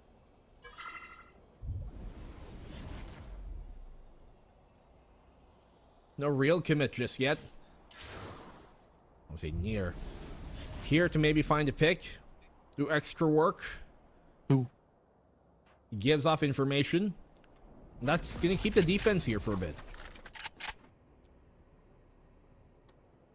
Okay, we slow things down. Keep tempo unpredictable on the side of Tyrants. They're doing it really well. They still have null command. This flash might just signal the rest of the defenders to turn towards A. But what can the lone York do against the onslaught of Tyrants? Walk on up here as Tyrant progress even further into the site. Now they know the retake is going to come on in, but Nier, that's a great find for Gabby D's. The fact that he drops the Viper means there's no mid-site smoke anymore to isolate the post-plant hold. Oh, huh? Maybe misjudged there by Jacob, but he's going to be the first to fall. Angle now for Iris. He finds another. Everything going the way here of Tyrant. Only a single pick to be found by the retaking defense. So Vano goes down to the molly that was above him, actually. He wasn't even on the spike. He was down on the back site behind it. And I guess the AoE still connects. Forces York now to try and save. They don't have much economy going their way. And Tyrant, they retain the lead. I'm now really curious what they want to do with this Reyna pick. I mean, one could make the argument on the attacking side where, oh, there's not really a lot of space we can dash onto anyway, and we'd probably crawl with utility, so on and so forth. Again, Omen and Viper, they can easily play into each other here. Aside from what transpired in that previous round, right? But again, QT, they have a good handle on the defense so far. Perhaps maybe needing a stronger cushion for what might come.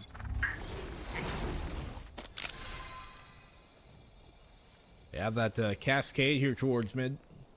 Try maybe fake out to B split in any case. But Frank Cuties, with them pushing further in A main, they know it has to be a B hit. When will the defense rotate is the question. Gabby D's has some work to do here to try and slow them down, but no utility left for him. No snake bites or cloud either to utilize. It's gonna be the site for free as Iris finds a kill off the lurk. The res is going to be up and running.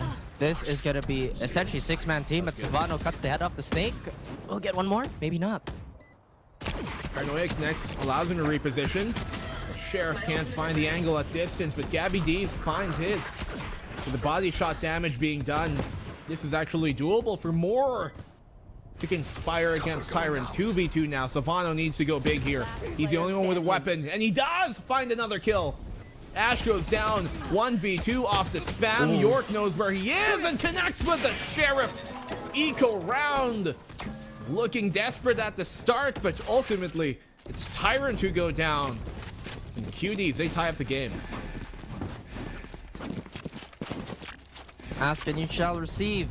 Devano not on a more aggressive role, but nonetheless making as much noise as he can. And him finding that Sage pick early might have just been the linchpin of this round. Ash getting caught off guard there for a quick little review of how that retake happened. Tyrants, still decent economy here. We do have Iris on Frenzy, interestingly enough.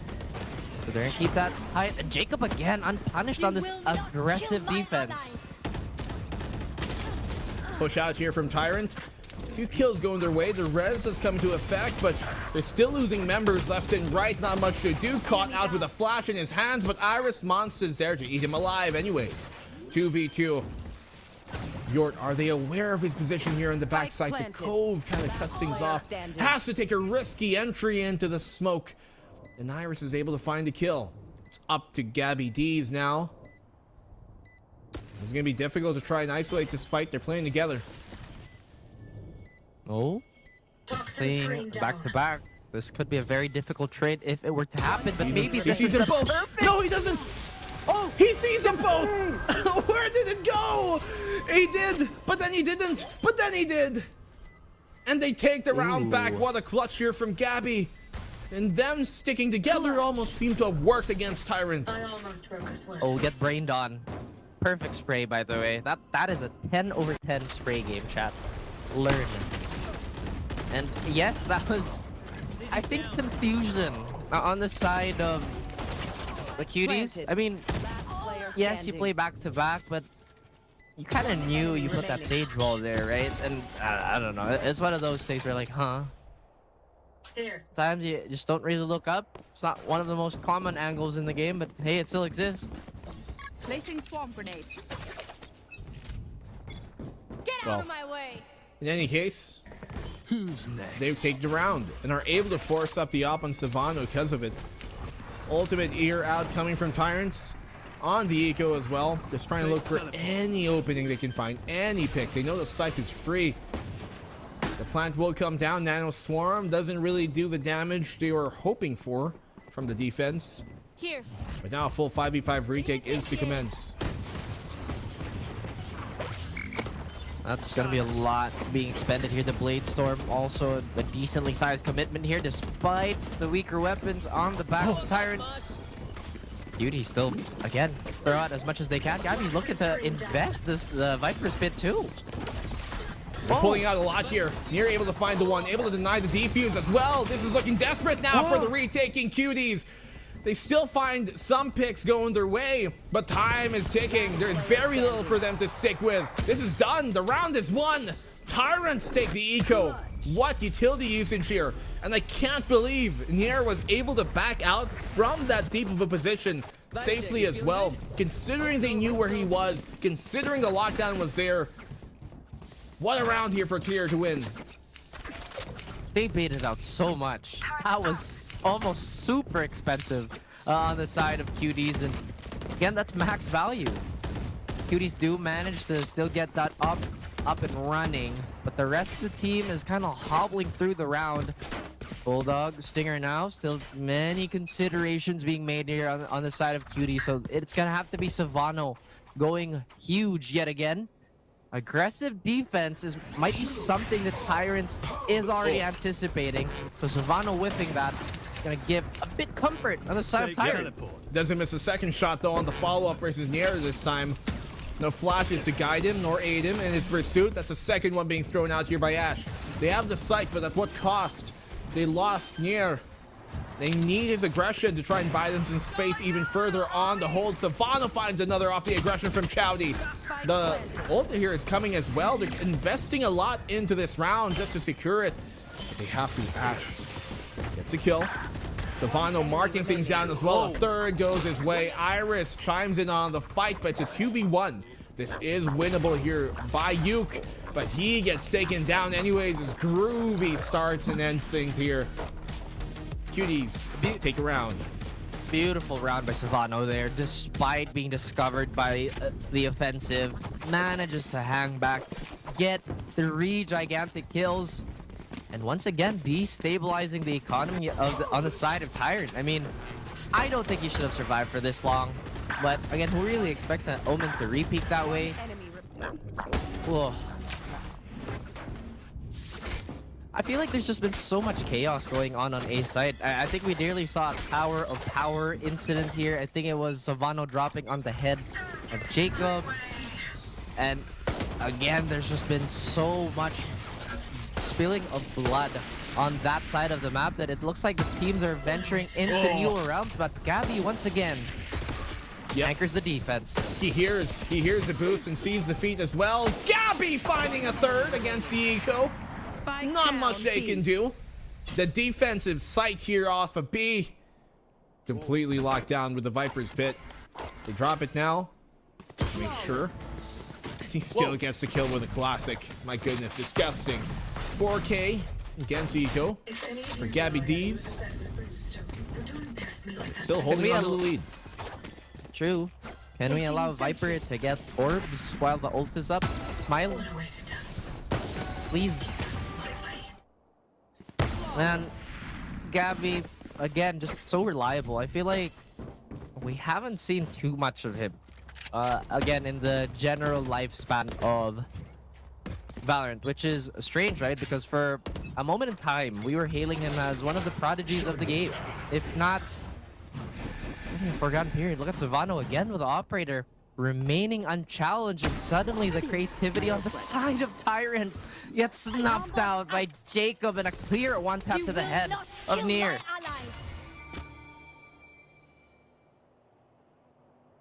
Good res at least. to try and regain some bit of control.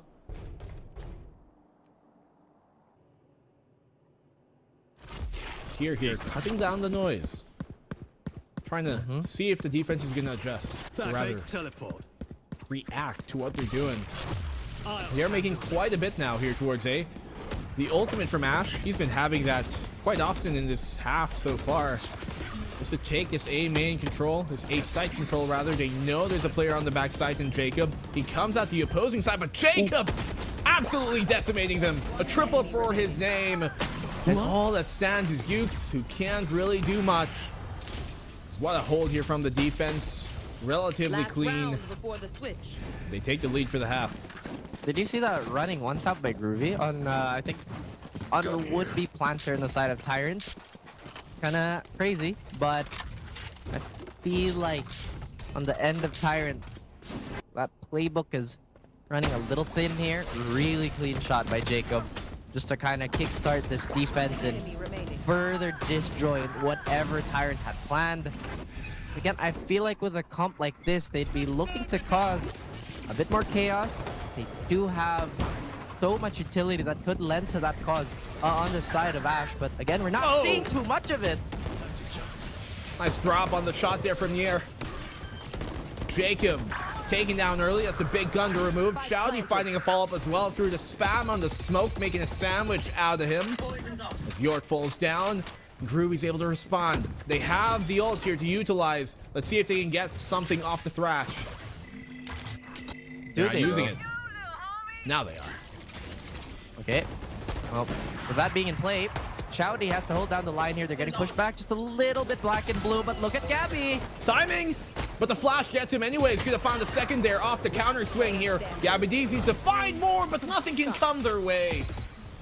As a rank Cuties not able to retake the site, it's Tyrant who hold them off. 5 to 7. Though arguably they were on the preferred attacking side here in Icebox. Okay, those questions that we talked about, how does Cuties manage to do this without an immediate space taker? And they're gonna have a lot of utility to crawl up with. Obviously, they're gonna have that Viper Wall plus Omen utility plus. Tyrant, they are once again in perfect position to just not allow that to happen, to play a really awkward rhythm. Again, Ash could be anywhere on the map at any given point, and if Iris gets the same amount of volume he did on those opening rounds, that res could potentially be a problem. Plus, Chowdy's innate ability to slow down the tempo with everything he has in his kit, something that Cuties have to look out for. Smoke out towards that mid. Still gonna pull that defense here towards the B site. Initial easy idea. But Tyrant aren't responding the way that Cuties might be expecting. They're smelling this fake, especially after that Dizzy. And look at this pick off from the air. They had no idea to expect it, but they don't expect Savano here either. But he can't win. He had a ghost in his hand. Those headshots connect here from Jacob. It should have been a free kill on Iris. Was that a ghost from Temu? This just didn't work the way he would want it to work either. But now, Cuties, despite that, have found an opening here. If they get snowball onto the site, then they could catch out the rotators in a very, very awkward spot. An awkward timing. Look how low Iris and Near is too. Oh, perfect timing, perfect execution. Well, seems like this one is brand made. Let's see if Chowdy can find one on this retake at least. Oh Not my gosh. connect. OEM branded. Those ghosts looking to be. Yo, they're selling the game. These ghosts are not working. Well, this classic is working. It's been working for Iris. He's found 2 in the round so far with it, but Jacobs looks pretty clean. 8 to 5 as the rank Cuties take another pistol in the half, rather in the map. How do you even deal with that on VOD, you know? Because those aren't even that bad, like, of whiffs. I just think it was the RNG just working against them, you know? Like, oh my god. Was it here? No, it wasn't. But you know what? Anything can happen on the pistol. You know, I love the confidence. They have 2 Vandals now. I hate the ghost sometimes. I do too. It's Like, awful. I don't even know why I buy it sometimes, but Because it's cool. it is what it is. It's cool. It is cool. ESP is always nice. They've successfully flushed out anybody here towards B long. The entirety of the defense has run towards a B site in a hasty attempt to try and stop them. The spike is there towards B, but they do have a crawl up to take passive space here on A. So if they feel like there's too much heat off of the defense, they can rotate towards A safely. It's definitely an option if they want to do that. But again, look at this. Tyrants have already planted their feet on B, but I don't think a direct fight is something that they would want to ask for, considering they... Whoa, You know what? Never mind. nice swap honestly. out there. Nice switch. Iris Monster just trying to pull attention for the rest to actually find a pick, and they do. That's a best case scenario in that situation there. And now they rotate towards A. Once again, passive space has been taken by York, so he can crawl up. Gabby D's catching off the rotation. 30 seconds left. There you go. Once again, hampered progress on the side of Tyrant. They are all over the map, but they do have a good grasp towards A. York could get a free kill here or could be killed. It is going to be the former as he gets a second, a third. He explodes. Uh-oh. Are they going to knife him? They're going to knife him. They're going I to hope knife so, him. please. I hope so. No. Well, I mean, he was about to round the corner, leave the threshold. I guess confirm the kill. He did with a classic though. If only I guess that works. you get more money off of getting a classic kill, it would have mattered more. I mean, yeah, I don't know. It's one of those things where, like, if I get a knife kill, do I get an extra orb? And if that's the case, you heard it here first. Do you? No, you don't. No, you don't. Okay. I wish you would. That would be cool, though. You could have. You straight up could have gaslighted me. I wouldn't have known. Anything. But you know I'm not like that. Wrap the green flag always. Jacob Aw. puts a red light in the round for Tier. As Nier goes down for Tyrant. They do have the bonus here. Savano is once again able to crawl up here towards his kitchen position, and I have to wager that it's because they don't have any traps on their side. Enemy remaining. Tyrant are being left open here by all their holes in the defense, and Brand Cuties are exposing them round per round. Shouldn't be the analogy of this comp be, you know, they'd be like water. They'd be flowing. They'd be really Be like freestyle. water. They kind of, yeah, you know, go around the rigid defense or offense. Just for the sake of example, right? Like, Cuties are playing like a rock. Water should be going around it, but not necessarily the way we're seeing things flow. I mean, like I said, this is a super high responsibility comp that has an unknown ceiling just yet, but I don't think we're seeing a reliable floor just now. Ew. Oh dear. Oh dear. Ew. I mean, it is against an eco, but definitely not a convincing one, or even a competitive one. I know the saying does go. What's the obviously saying? Legendary Bruce Lee. Be like water. Make its way through the cracks. Do not be assertive, but adjust to the object or the situation. But in this case, the opposite has happened. For Tyrant, they have to be assertive, but still adjust to the situation. As Tyrant here, as we said, their defense, no traps, lots of holes open. They have to get proactive, but it doesn't seem like they have the set plays necessarily to gain control early off in a round. And when they do, they just haven't been making the right reads either. So for QD, a bit more standard with the composition, yes. They do only have the Reyna, yes. But everybody here is stepping up, and they don't have to adjust too much to what Tyrant are doing just yet. I like the comp. I like the idea of it, but the execution is something that is lacking so far, because that Ascent map was just super competitive, and again, Tyrant, they just look a little lost here. Seems that they're in the same spot as before. This defense is just not as solid as you would hope, and it looks like Iris Monster is gonna dodge the brunt of that utility, but will expose to where he fell back. And look at this, the retake is gonna happen. once again, Sylvanos found his way somehow in. The defense always a step behind here from Tyrant. Not able to adjust. And that Thrash actually just confirmed a completely safe plant for them.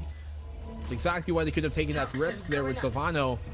Retake coming on in here at the very least is Tyrant finding some kills going their way. Yort able to find another. Gabby D's is a great spot to find the double. Could have been a third. It's a 1v1. York knows he has the up. The wall is in his face. But does it drop in time? He's sticking it. He doesn't know the stick is coming. And they steal around away here. Valiant effort from Gabby D's, but the round is done. Neither of them connect at the end. But my oh my, how close it came. It is indeed a disturbed song. It is the land of confusion. As Tyrant, despite a very, very close call there, eking away, and it's actually creating a new lifeline for them. Operator on the side of near here. Maybe they can pivot off of that. It looks like this is going to be a mid-centric play on the side of Cuties. But look at Tyrant. They're finally taking some sort of control towards B main, but no, they let go immediately. Good pick off here from Tyrant. Exactly the way they need to start off their defensive rounds here. They gotta make sure now, though, not to over-aggress, not to take too many risks. They have the player count. Do not have to get as proactive. Just make sure that they're ready for the upcoming take, no matter what side. Here. Rank Cuties put into the position to try and make a move. Well, with that being said, this could be the first Omen ult we'll be seeing the entire game. Ash, really cheeky angle here. He might get blinded by both of those flashes. He's managed to sneak out, and once again, Tyrant, they've managed to set up a clean retake. Well, shot there from Iris to get the punish on Sylvano. Wasn't looking his way. Nier able to find another here off the retake. Nier coming in big with an op. A triple for him. Gabby D's put into another impossible position. No snake bite left in his hands. Swing from him, doesn't know if the stick is coming. Gonna expend his ammo. Double swing, potentially a flash as well. And Tyrants are keeping this one away from match point. They're slowly crawling back. They're slowly adjusting. Much was said about that Ascent play as well. Icebox, shades of that. Hopefully they can continue this snowball. I mean, again, this is such a hard comp to play against on paper because they can just be anywhere and everywhere on the map and have a decent amount of sustain, a long-lasting wall. But aside from all that nerding out, Nier was landing some crazy shots there just to get this going for his team. Timeout called here by Rank L Cuties. To try and slow things down, at the very least. Stop the momentum that the Tyrants are slowly building here. Look at their ults, Raph. 4. That's a lot. Almost 5 now. Online. Once again, you would think they'd be a bit more generous in using those ults, right? I mean, they're all super high impact and hyperactive and again, everything of that nature. Rank L Cuties on the timeout. Wondering what they're discussing, but at least they're looking to close this out.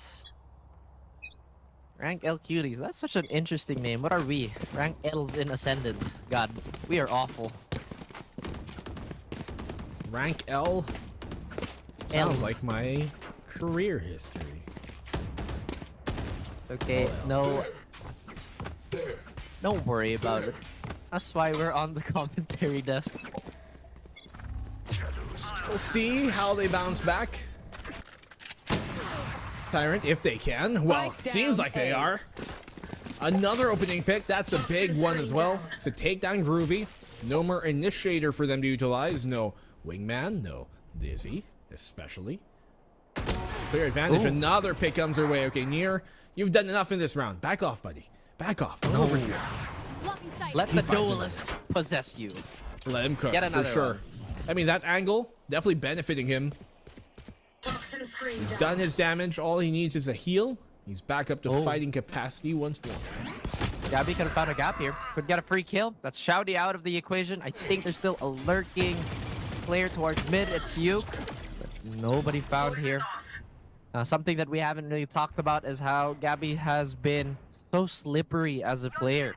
She's been finding all these awkward fights. Been winning a lot of these situations for rank L Cuties here. Jacob has walked up. He's completely avoided the op. Is there anybody checking screens? He could get found here. Does he even know? Yes, he does.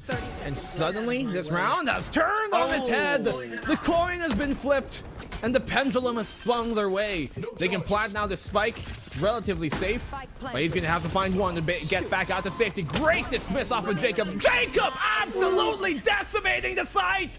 It's all on to Chowdy now. From a 5v3, 5v2 even. They brought this round back. Chowdy drops into hell. And the rank L Cuties come looking spicy and get match point. Oh my goodness, so close yet so far. Rank L Cuties, they're pulling away from this and adding so much pressure. It looked so good for Tyrants. But like you mentioned, one frag was all it took to, again, start some sort of butterfly effect here on the side of Tyrants. Jacob too, what an animal. Look at all these shots. And I'm actually quite surprised that Chowdy didn't bother using the Reckoning there. Perhaps going for the long game here, going to play for overtime. I wouldn't put the possibility out of the realm here. But Tyrants, they have to make a move on something. Man, that was dangerous. I guess perhaps the fact that Nier was popping off gave them the confidence to go a bit more aggressive early on, but the holes, the openings in their defense just being absolutely exposed and exploited, really. It really ultimately signed their demise here. You can see them being aware of a possible op on the other side, if it could come, smoking out any aggressive angles that might come, namely that pipes position. Are they backing off towards B? They definitely were knocking on Death's door and getting the receipts from Death's door here. Cuties looking to serve out that killing blow towards Tyrant. But Tyrant, they are keeping this hyper compact. Their lone controller on B, undiscovered. We do have some quick reinforcements here. 30 seconds left. Wall is gonna fall. Chowdy can't get that free kill. Still has that Reckoning and he's looking to spend it. Push on in here, coming towards Tyrant's way. Chowdy able to find a pick, but Nier's able to respond as well. Chowdy doing the double here off the back site.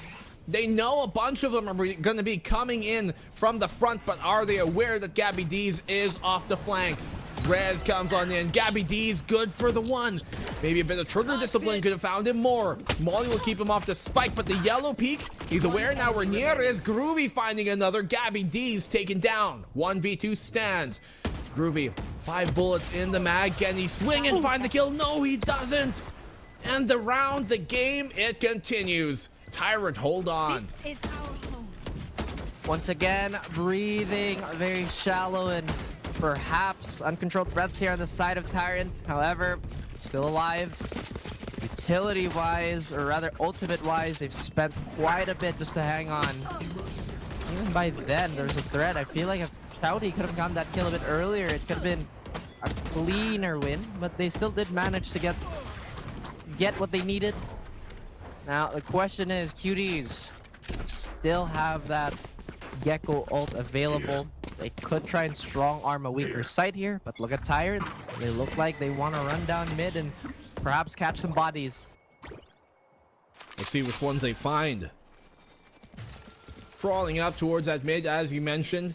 Some noise being made, especially with a wall being placed there. That's so much mid pressure being done. Good to make the mid lurk, which will come in late off the B site hit. A little more delicate, a bit more delicate. Will they commit to the B plant? They should now as Chowdy goes down. Oh my goodness. Not a lot of room to work here for Tyrant. Once again, we have Gabby on that signature lurk.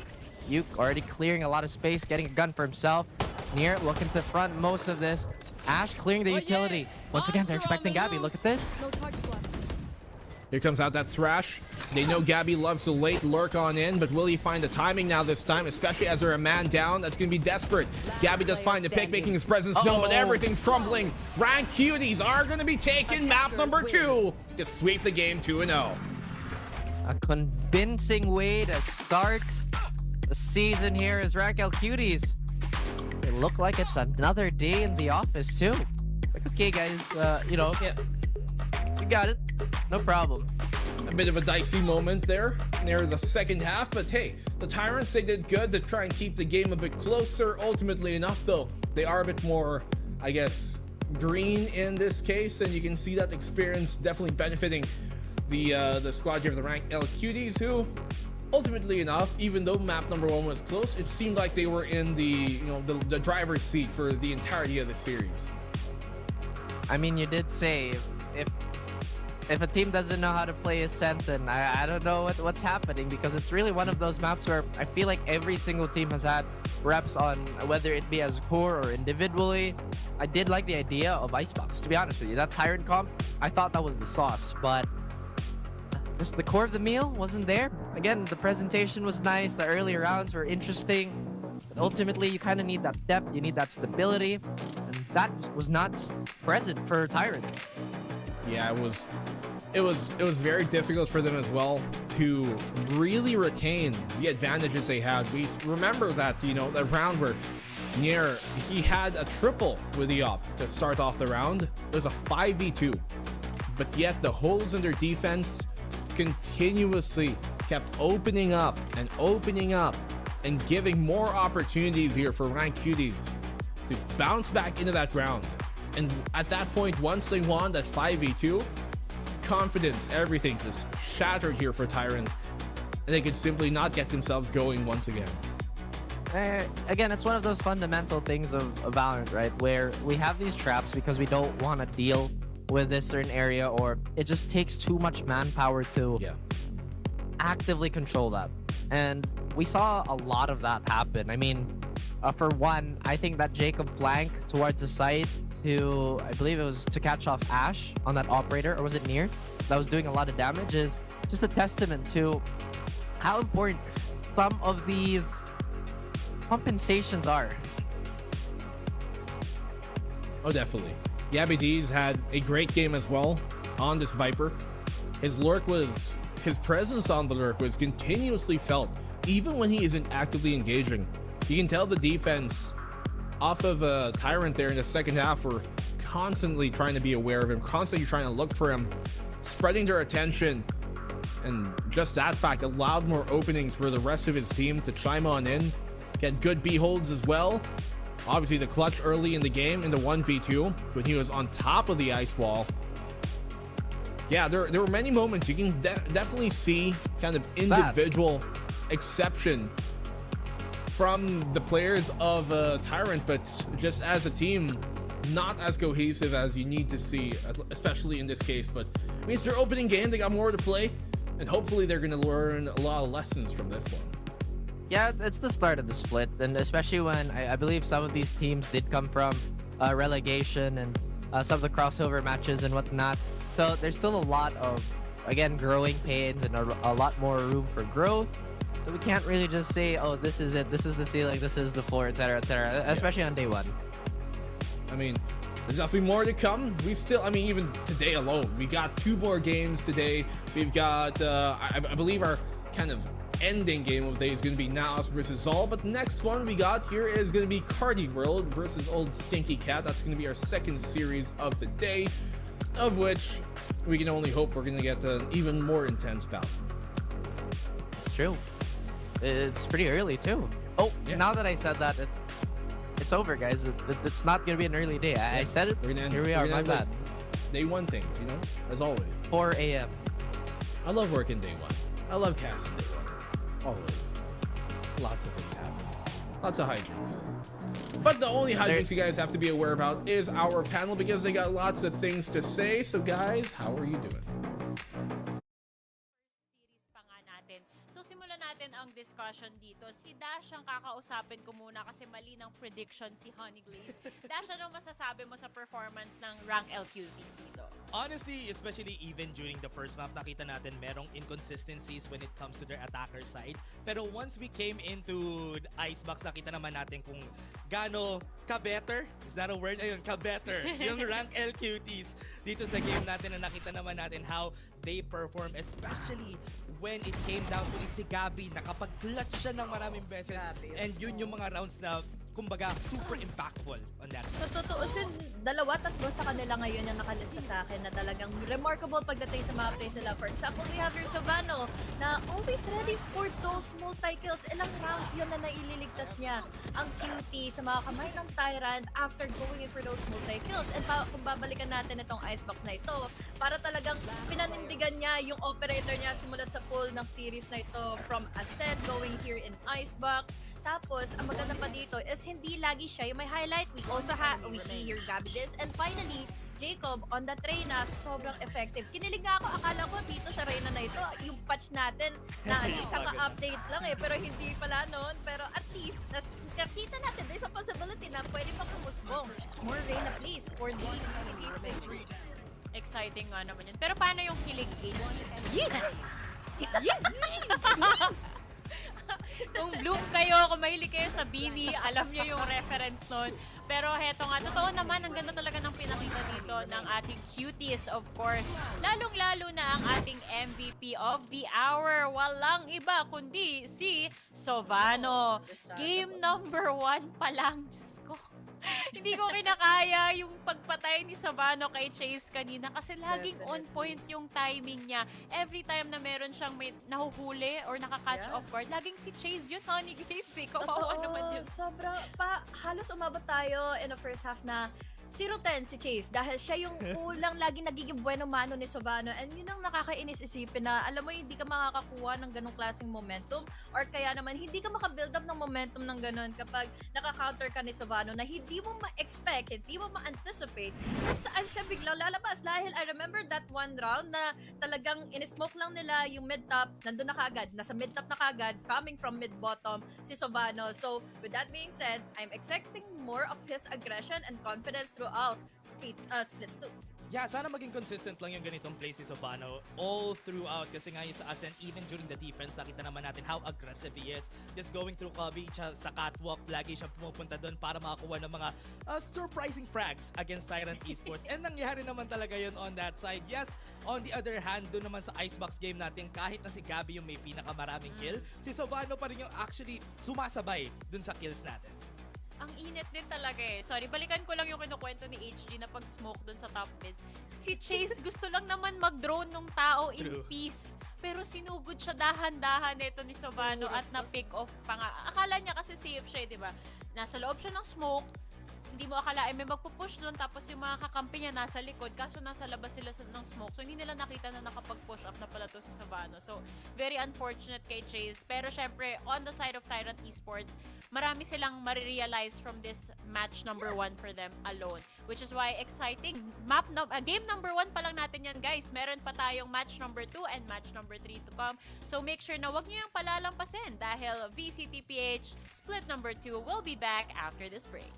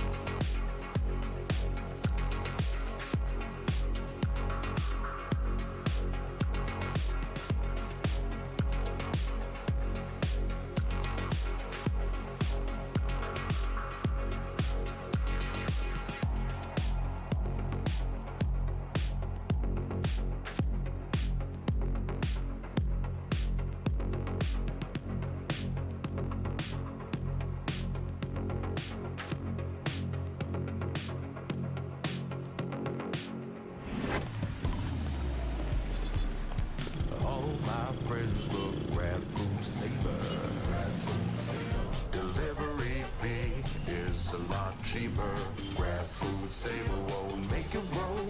Yeah, oh yeah. Grab food saver is the one to choose. Yeah.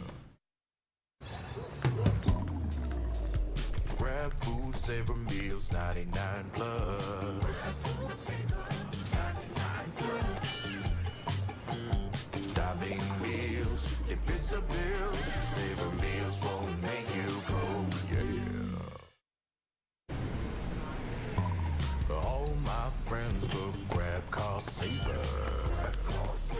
The grab car saver is a lot cheaper. Grab car saver.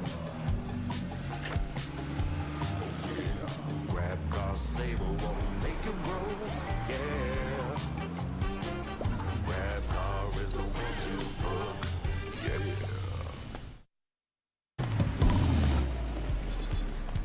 All my friends will grab food saver. Delivery fee is a lot cheaper. Grab food saver won't make it roll. Yeah, oh yeah. Grab food saver is the one to choose. Yeah. Grab food saver meals 99 plus. Grab food saver 99 plus. Diving meals, if it's a bill, saver meals won't make you go. Yeah. All my friends will grab car saver. The grab car saver is a lot cheaper. Grab car saver. Grab car saver won't make it roll. Yeah. Grab car is the one to book. Yeah.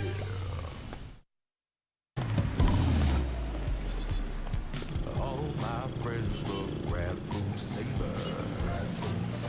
Delivery fee is a lot cheaper. Grab food saver won't make it roll. Yeah, oh yeah.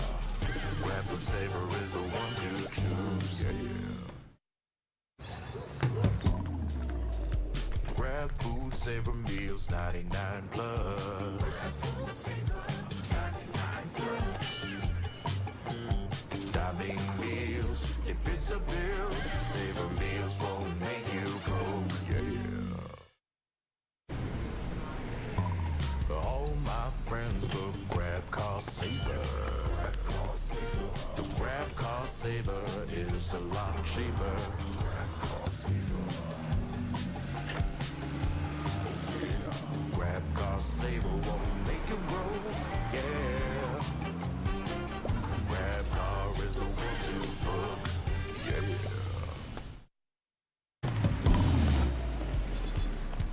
All my friends will grab food saver.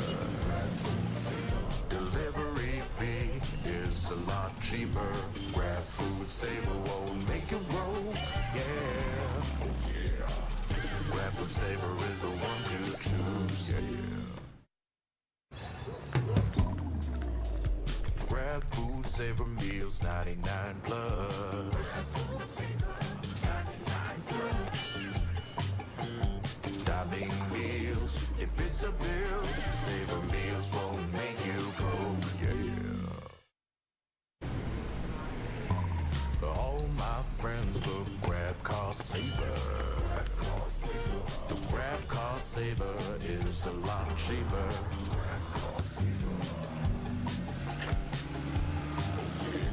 Grab car saver won't make it roll. Yeah.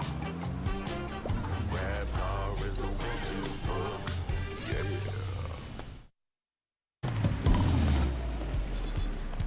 All my friends will grab food saver. Delivery fee is a lot cheaper. Grab food saver won't make it roll. Yeah, oh yeah. Grab food saver is the one to choose. Yeah. Grab food saver meals 99 plus. Grab food saver 99 plus.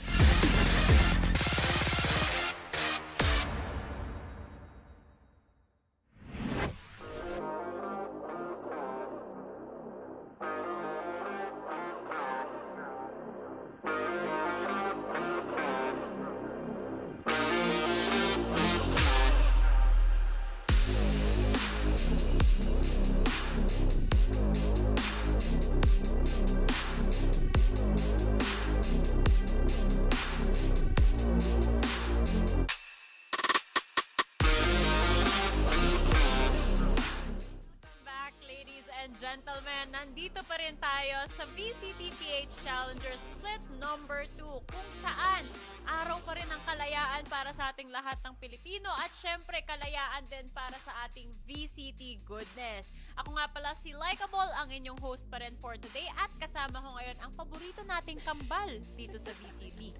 Walang iba kundi si Tayror at si Ra. Tay, kamusta ka naman, Tay? Okay lang, Raf. Ikaw, kumusta ka naman? How's Okay lang Cebu? naman. Mainit dito sa Cebu pero ayos Sobra. lang. Unsa man? Nagulat ako dun sa Bisaya. So, Raf, kailangan mo Kasabot ka, mag-Tagalog. Bisaya, Ra? Sabot kayo. Kasabot Ikaw, kasabot ka, kayo. Laika. Alright. Ikaw, Laika, kasabot ka, Alkansi. Bisaya? Murag alkansi gamay si Laika. Ay, hindi. Oh, hindi at least kamaw siya gamay. Okay lang. Gamay, Ra. Okay. Laika, Ang daya, bakit si Taylor di Bisaya, di ba dapat Tagalog yung reply niya? Lugi? Ah, Lugi. hindi. Multilingual daw eh. Yun yung bagong update daw kasama sa 8.11. Ewan ko sa'yo, Yung Ra. patch notes. Pag-usapan na lang natin Akala yung to ko be ako si determined Tay. na team. Tama. Pero bago ang lahat, syempre, lugi man ako sa dalawa kong kasama dito. Hindi tayo malulugi sa ating mga sponsors. So maraming salamat ulit sa Mineski Global, the official tournament organizer of the 2024 VCT PH Challengers, presented of course by PPGL, the biggest esports league in the country. Maraming salamat din syempre sa ating official super app na partner natin, ang Grab, by the way. Score Grab's lowest prices ever pagdating sa mga 15% cheaper fares pagdating sa Grab Saver kung papunta ka ng work. Delivery fees as low as naman as 15 pesos pagdating sa kung gutom ka, Grab Food Saver delivery naman. At napakadaming budget-friendly meals as low as 99 pesos kasama ang Grab Food Saver meals. Gamitin nyo lang yung promo code. Ginawa ko to para sa inyo guys. Grab Food 60 and get up to 60 pesos off your order with the minimum spend of 550. Promo runs from 11 a.m. onwards. So walang problema, pwedeng-pwede nyong gamitin ngayon yan. Yeah, because it's, past 11. But of course, last but not least, this tournament is officially sanctioned by the Games and Amusement Board. So, big thank you to everybody making our Challengers League possible. Yes, maraming salamat po talaga. Kasi kung wala kayo, wala tong kambal na kasama ko ngayon dito sa ating broadcast. Pero heto na nga, match number 1 rather. Anong thoughts nyo sa first series of the day natin bago natin pag-usapan tong second series? Raf, Magulo. you go first. Ako si Raf, ako si Tay. Sino ba yung... Sino ba si Rap sa sino ba gitna si or Tay? ako Yung sa totoo right? ba? Oo. Or, Hindi rin ako sure. Decide na lang kayo. Pero para Wait, sa akin, Rap, bato, syempre. bato, pick. Sige, bato, pick. Bato, pick. Oy! Ikaw na. I win. Sige na, It's ikaw na. scissors. Ikaw na. Ay, wait. Akala ko ikaw kasi ikaw yung natalo. Ang dami mo namang... Ako Ay. na nga, sige na. Nagbato-bato pick pa tayo. Ewan ko ba. Pero napakagulo nung first series natin dito. Dahil Napakagulo literal nyo din. Na, bardagulan yung nangyari doon sa first series. Though na 2-0 yon. Pero I think, Raf, sobrang close fight pa rin kung tutuusin eh. That is so true. I mean, again, Ascent can go either way. I think yung Icebox, parang wow, ang ganda ng comp ng Tyrant. Like, parang, okay, wow, they take mid, they cascade here, they wall that. Pero, parang nagkulang lang yung adjustment nila. Walang depth yung comp. So, I guess it's like, that's nice to experiment, pero sana mas may, again, foundation naman yung comp nila. As you mentioned, it did get kind of messy. Dami nating highlights and so many nice moments, especially for day one. And at least, maikli din yung tech pause natin sa Ascent. It only lasted like less than a minute, so yay. Yay! Yun naman pala yung nangyari doon. Pero when it comes to the first series, parang 50-50 talaga, di ba? Bago pa natin sila makitang maglaban. Ganon yung feels. Question mark naman ngayon, etong first team na makikilala natin for our second series. As in, literal na question mark kasi ngayon natin madidiscover kung sino nga ba ang tunay na lineup ng walang iba, kundi ang Carti World.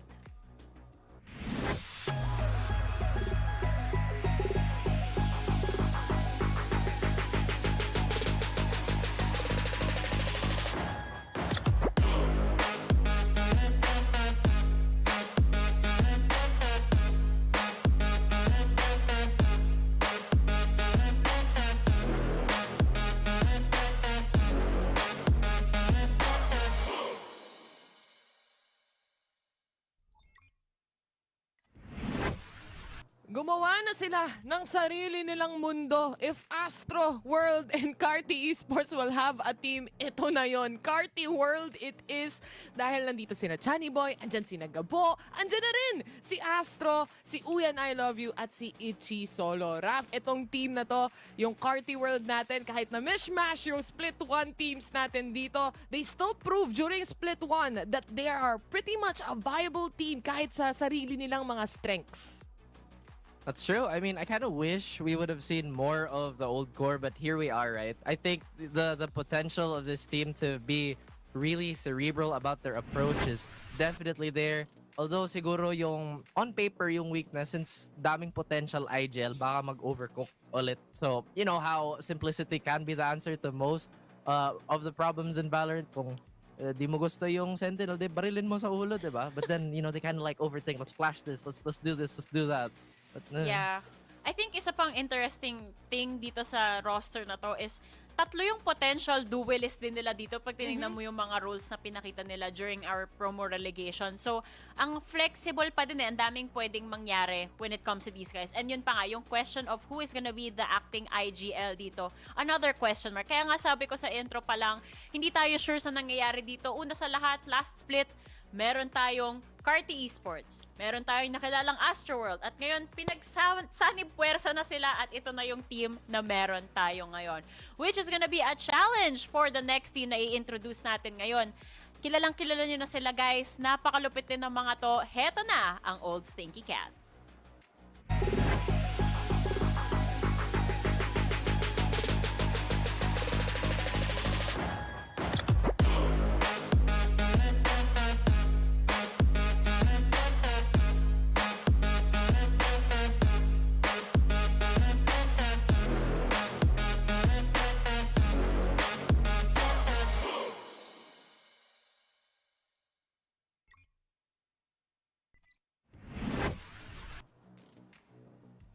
The Cuties don't stop as we have O and QT leading the charge on Old Stinky Cat. I think this is one of those teams where it really surprised us how they grew from, again, that old Glab core to what they are now, to how compact and concrete their game plans are.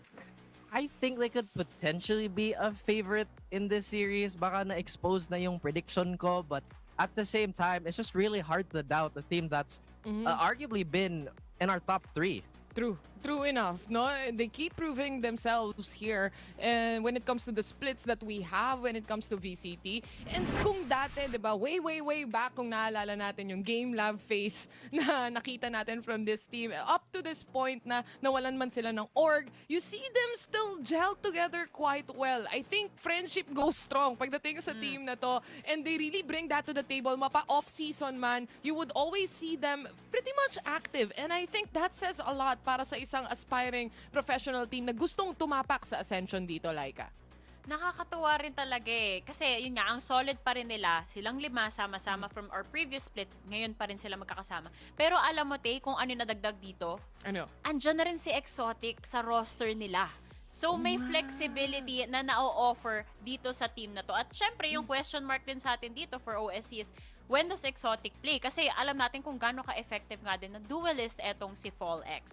Pero malalaman din natin ang mga sagot ng katanungan na yan habang ongoing yung ating split 2. Sa ngayon, alamin muna natin saang mapa nga ba tayo mapupunta? Dahil kung kanina, Raf, ang pinuntahan natin ay Ascent at Icebox at may potential for a Lotus map, baka ngayon iba na makita natin. Baka. I mean, ikaw naman nagsabi. Kung gusto. Nonchalant si OA! Sa ambal na to, alam mo na kung sino yung nonchalant sa aming dalawa. Ay nako, aling billboard ba ang pupuntahan natin dito, Raf? Aray ko. Okay. Wait, that was a serious question. It Okay, was. What do you mean? Okay, so I think the smart thing to do is to honestly ban Lotus. I just said the smart thing to do is come on, guys. It's okay. Wow. I guess they don't like Breeze more than they like, you know. Okay, ayan. They're smart. Okay. Are you happy? Are you happy, Not Raf? really. Parang mas na-surprise Ang hirap mo ako. Kasi pasayahin, Raf. Oo nga. Nakalimutan ng pang-aasar to si Rafael, Diyos ko. Pero first Oy, map pick full natin name. dito is Sunset. And I'm actually excited kasi puro default maps na lang din yung nakikita natin, di ba? And finally, Sunset and then next to Icebox pa. So, mga long-range duel mula sa Meow and then for Carti World naman, parang Sunset mid-control sort of kind of scenario na posible nating makita dito, Rafael. Okay, salamat Eliza Roby. Grabe, ginamit talaga yung full name ko. Salamat sa docs. I mean, my whole name's there anyway. But again, we go back to this, right? I honestly thought it would be OSC to kind of leverage that Lotus map. After all, they've been really successful in that. I feel like that's become their signature map. Maybe they're hiding it for future reference. But that Sunset, I think, is slowly becoming one of the favorite maps here. I think our teams are getting really, really good at that. I think Split could go either way if mag 3 maps tayo. But again, these 2 picks, I think mas nag-lean talaga on the way of OSC. I would say so as well. Like, kahit yung Split na decider map natin dito, as far as I know, as far as I've checked as well from the stats, actually, tinapatan na nila yung Carti Esports pa way back then, and they lost against this map actually. So, I'm quite interested to see if there's also any changes, knowing na, syempre, to consider the fact na OSC, dati parang sa mata natin, baguhang team pa sila. But honestly, this is probably the tightest team that we have right now. May changes pagdating sa Oasis. Dinagdag sa Exotic dito, yes, but you still have the pretty much the core team that we've been seeing all throughout.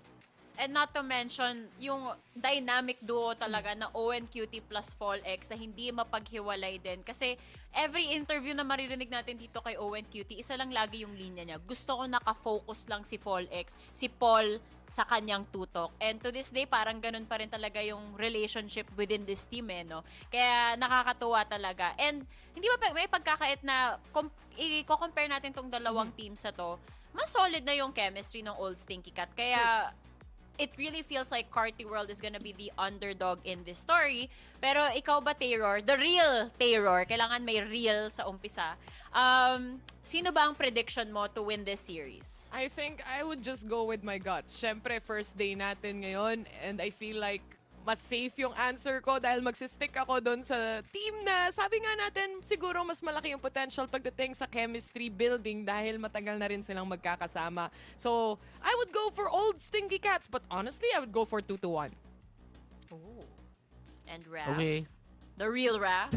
Okay. Okay, 2-1. I think it might be an Old Sticky Cat 2-0 because yun nga, the chemistry is just there, and I feel like yung mga smaller plays baka hindi pa present on the side of Carti World. It's just those inherent timings that you have playing with different people, or again the same teammates na on this timing I'll have to swing when he throws this type of flash, I'll have to fight a certain way. And I think we've seen that type of mastery from the G-Lab days to all the way potentially here. So I'm gonna go with Old Stinky Cat.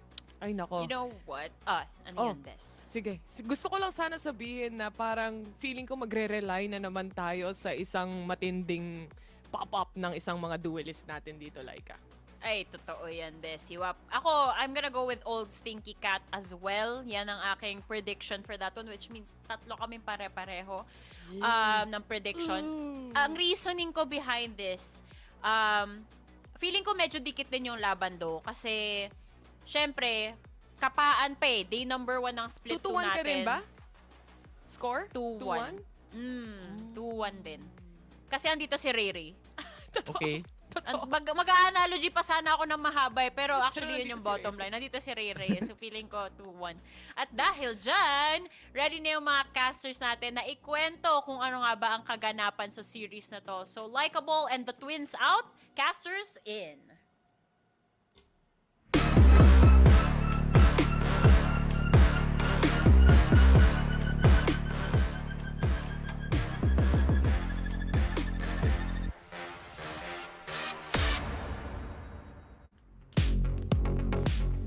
Thank you so much, our wonderful panel. And this is going to be the battle between Old Stinky Cat versus Carti World. And we've seen they talked about the advantages and disadvantages of this team. And we already have our maps. And we're still going to be your shoutcasters. My name is Dash and I'm here with Black and Blue.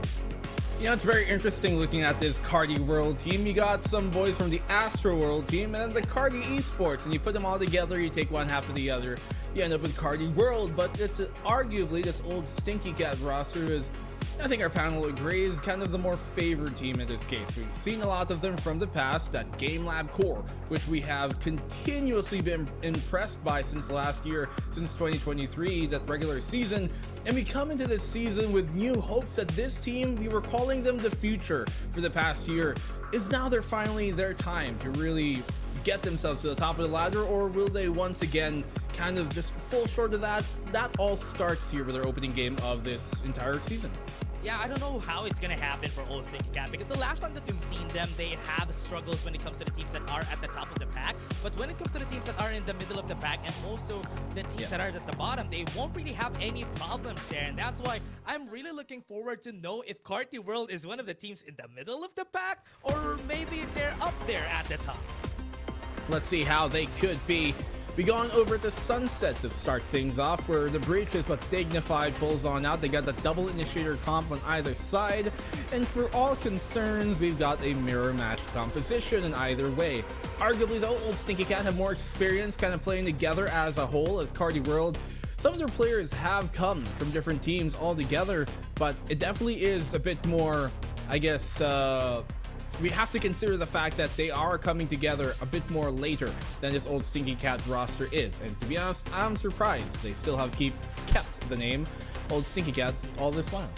Yeah, and I'm really surprised about Carti World as a team too, because this is also comprised of members coming in from First Mega Saver from the last time. So this is gonna be exciting. We're seeing some doubles of the agents here, but this is still gonna be the composition that they're gonna be rocking here when it comes to Sunset. So I'm kind of excited to how Carti World would be able to clincher this in their favor, because I want to see how they play this game. Yeah, I mean, Sunset as a map, this was the opening pick here by Old Stinky Cat. We've only really seen it once during stage 1. They played it once during Just Us. Otherwise, it was a map that they were banning. So for them to pull it out here early on, their opening game, their opening pick of the entire regular season for Split 2, I wonder what exactly they bring to the table. We see them change into that breach, perhaps with that swap into that breach as mentioned, where previously they would sometimes even run the Phoenix on this map, rather the KO on this map. Perhaps it gives them, or it rather tells a sign that they've got a bit more kind of set plays planned with it. Yeah, and also coming in from 2 to 3 months out of Split 1, I think this is also one of the adjustments that we're going to be seeing from Old Stinky Cat, because the last time that we've seen them, it's most of the time Sunset is always banned. Sunset is not a preferred map for them. Most of the time they just drop on Lotus every time, and it was really surprising for me, even in the map veto, how they banned Lotus during the map veto, which is why I'm kind of looking forward to how they play here. Maybe this is their new home. Perhaps this is exactly what they want to do. I mean, we've seen teams kind of turn around what used to be their problematic maps into their more favored ones. But if you want to talk about favored maps, let's look at that second and third map of this series. You look at Split to be one of the maps to be played potentially here. And for Old Stinky Cat, that was a map that they did lose to NAOS against. Then again, it was NAOS. And perhaps maybe they're seeing here, at least for a third map if it ever comes to it, that Carti World are seeing this could be a potential map that they can kind of overthrow this team against. But it's their Icebox pick for the second map here for Carti World that I think holds truer to that storyline, or at least to that theory, considering they did struggle heavily against NAOS. Then again, it was NAOS, the grand finalists of last Split. But perhaps here on map number 1, as the underdog, can Carti World take a map away? I would love to see how Carti World would be able to play this, especially on a map that Old Stinky Cat has picked themselves. They started off by having some presence in mid, maybe even able to add some pressure. But what I like about this is how Carti World is playing around this. They are really just playing around the site and just taking as much space, as much information as they can. That's why right now, might be starting at B. You can see how they smoke off market though to start things off. Kind of feigning that there could be a market push, or at least a split towards it, or maybe even towards mid, which pulls Astro back on the defense as well. No immediate tripwires for them to necessarily have to worry about. Fall X, a bit of an overcommit. And the punish here comes from Carti World on the Meow, who have nothing to do. Old Stinky Cat absolutely destroyed within the site. Yeah, Mr. Rough on the execution there. Nobody followed through, nobody went on the backside. Now that's They what just got massacred basically here on their side, and Meow is having a bit of a problems in that execution department. Maybe it's just the first game that we're seeing here today. I hope it actually works out for them.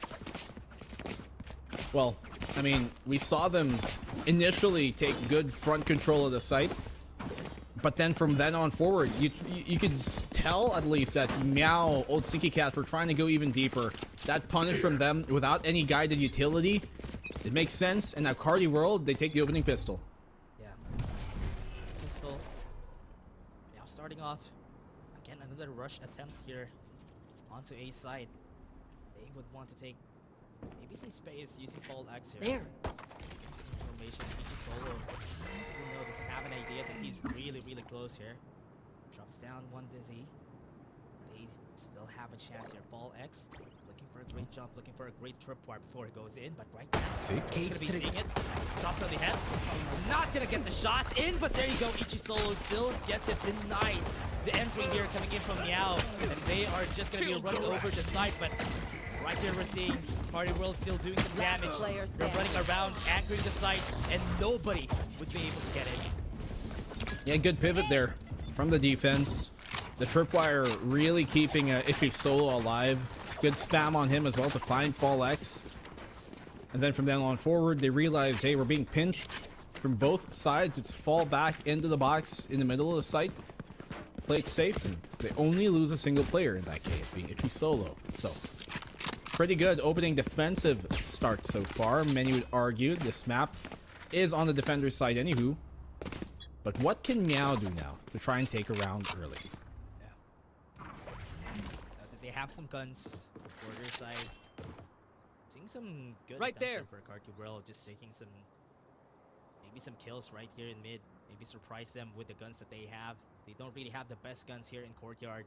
They're still gonna be pushing right down tiles. Gonna be seeing nothing. All Stinky Cat's still waiting. Any movement. There's Now they contact might be able to upcoming. see Dizzy. They're gonna be seeing okay, they get it first contact. Didn't get the kill, but they move forward. But at least they get Spike two. down, B. That's gonna be good enough for Carti World. Will they fall back? Nope. They have the spike on their hands, and they're gonna move in. Full X gets two. They're gonna get more. But right now he's enemy trapped. remaining. He doesn't have anywhere to go. Watts is gonna fall down, and Ichi Solo, the last one standing, is just gonna back away. See if he can bring it back though. 1v3. They're coming towards his site, but his utility is set much farther than he would otherwise like for this situation. Can find timing, gets the one. Cage out for pressure, could reposition off of it. Now Old Stinky Cat put in the predicament. Do they continue and commit to the site with 30 seconds left remaining, or does a rotate happen on end? 30 seconds left. Seems like Ichi Solo is expecting an A rotate, but they're just gonna re-hit. Yeah. One Cage to work with. A bit too preemptive in that rotation here from Ichi Solo. Definitely good, but right now they're gonna be a lot of time here to work around it. 10 seconds No left. information, dropping the spike. planted. Nobody is here. Now he knows he messed up, and he would be Yeah. running back to site. Unfortunately, not the right read for Ichi Solo. But in this case, with their plant especially, backside control is their priority in this case. They do have it planted for that pillar. That's a great smoke as well to try and wait in there. Make sure Ichi Solo does not get an angle from Market.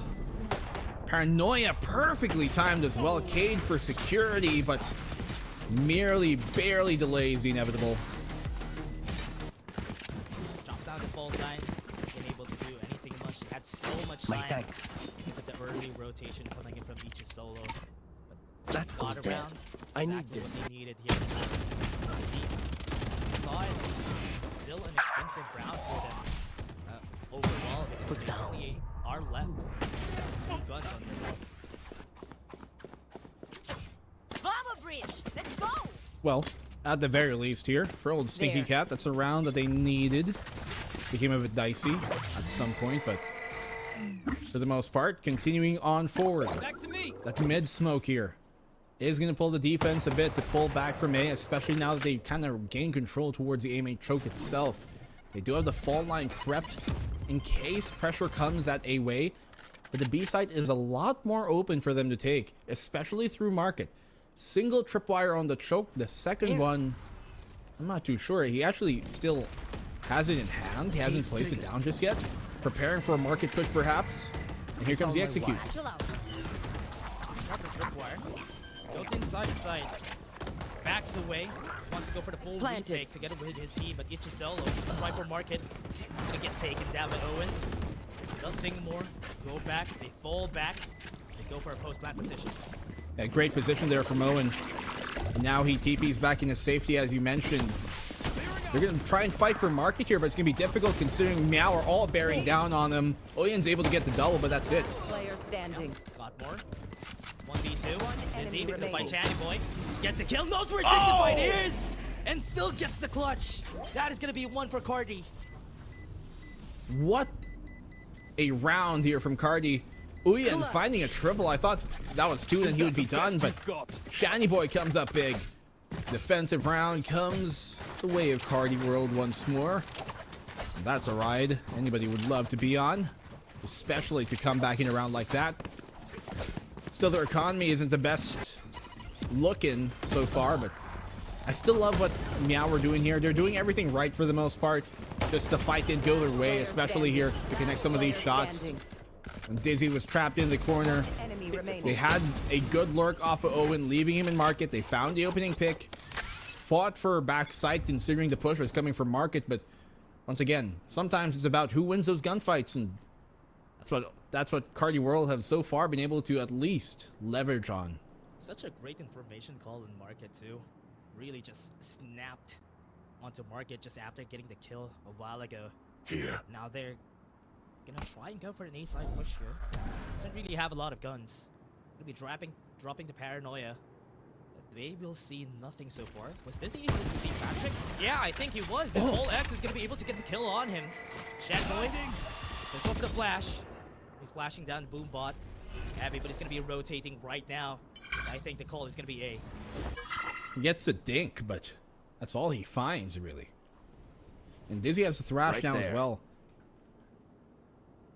Be difficult. You can see Carti here trying to fish for a pick, sending Shiny Boy into the site, see what he can find, maybe get a pick off and then trying to equalize the player count, but nothing coming their way just yet. Uyen here in the corner. It's gonna be difficult for him to commit to this without going down, and there he goes.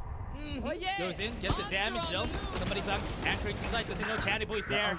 Doesn't know where to look. But Ichi Solo still at the back, and Yonix is gonna be discovered here. Gonna go with the neural tough. They're gonna be rotating at B side. Yes, they would.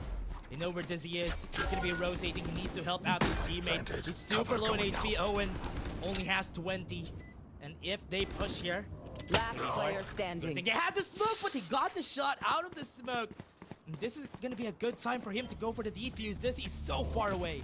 Yeah, there's no way he's gonna be able to stop this. He's way too far removed from the situation. Shiny Boy is a HP low. Does take him down, but ultimately Itchy Solo still takes it.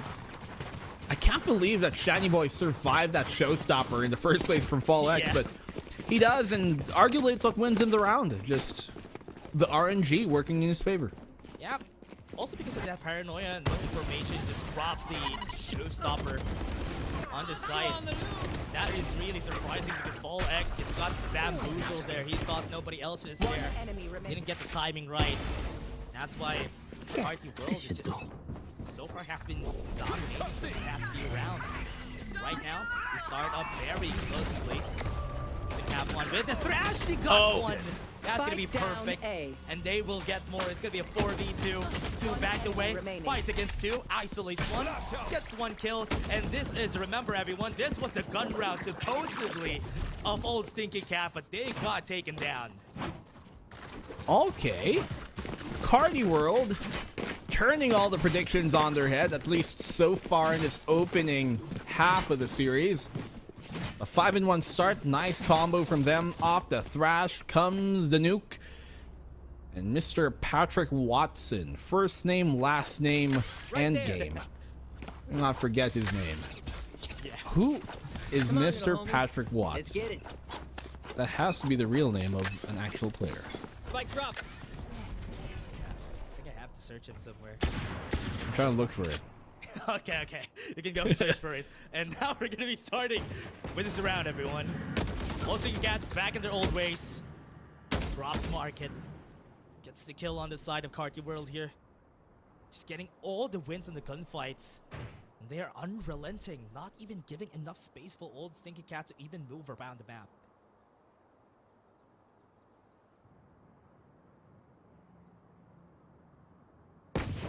Well, closing on in.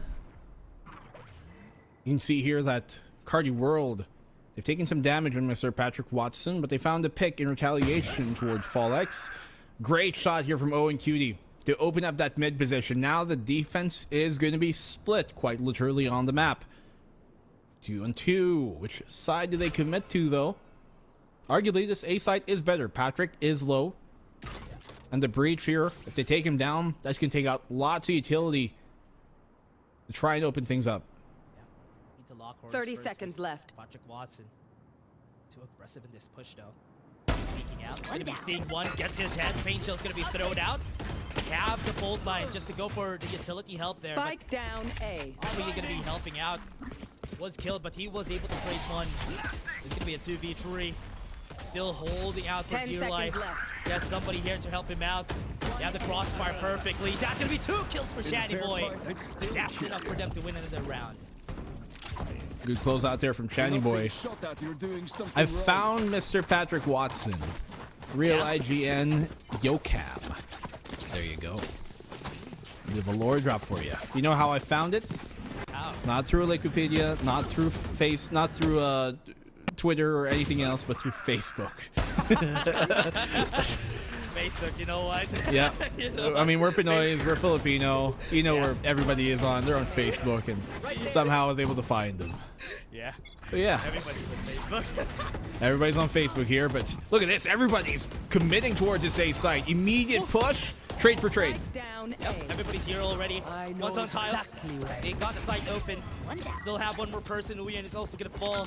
It's gonna be an open site for their side. That's gonna be time for old Stinky Cat to get the plant in. Spike planted. Patrick One Watts enemy still at the remaining. plant. Gets 2! And that's perfect. And that's the last one. Made it a 2v1. That's value right there.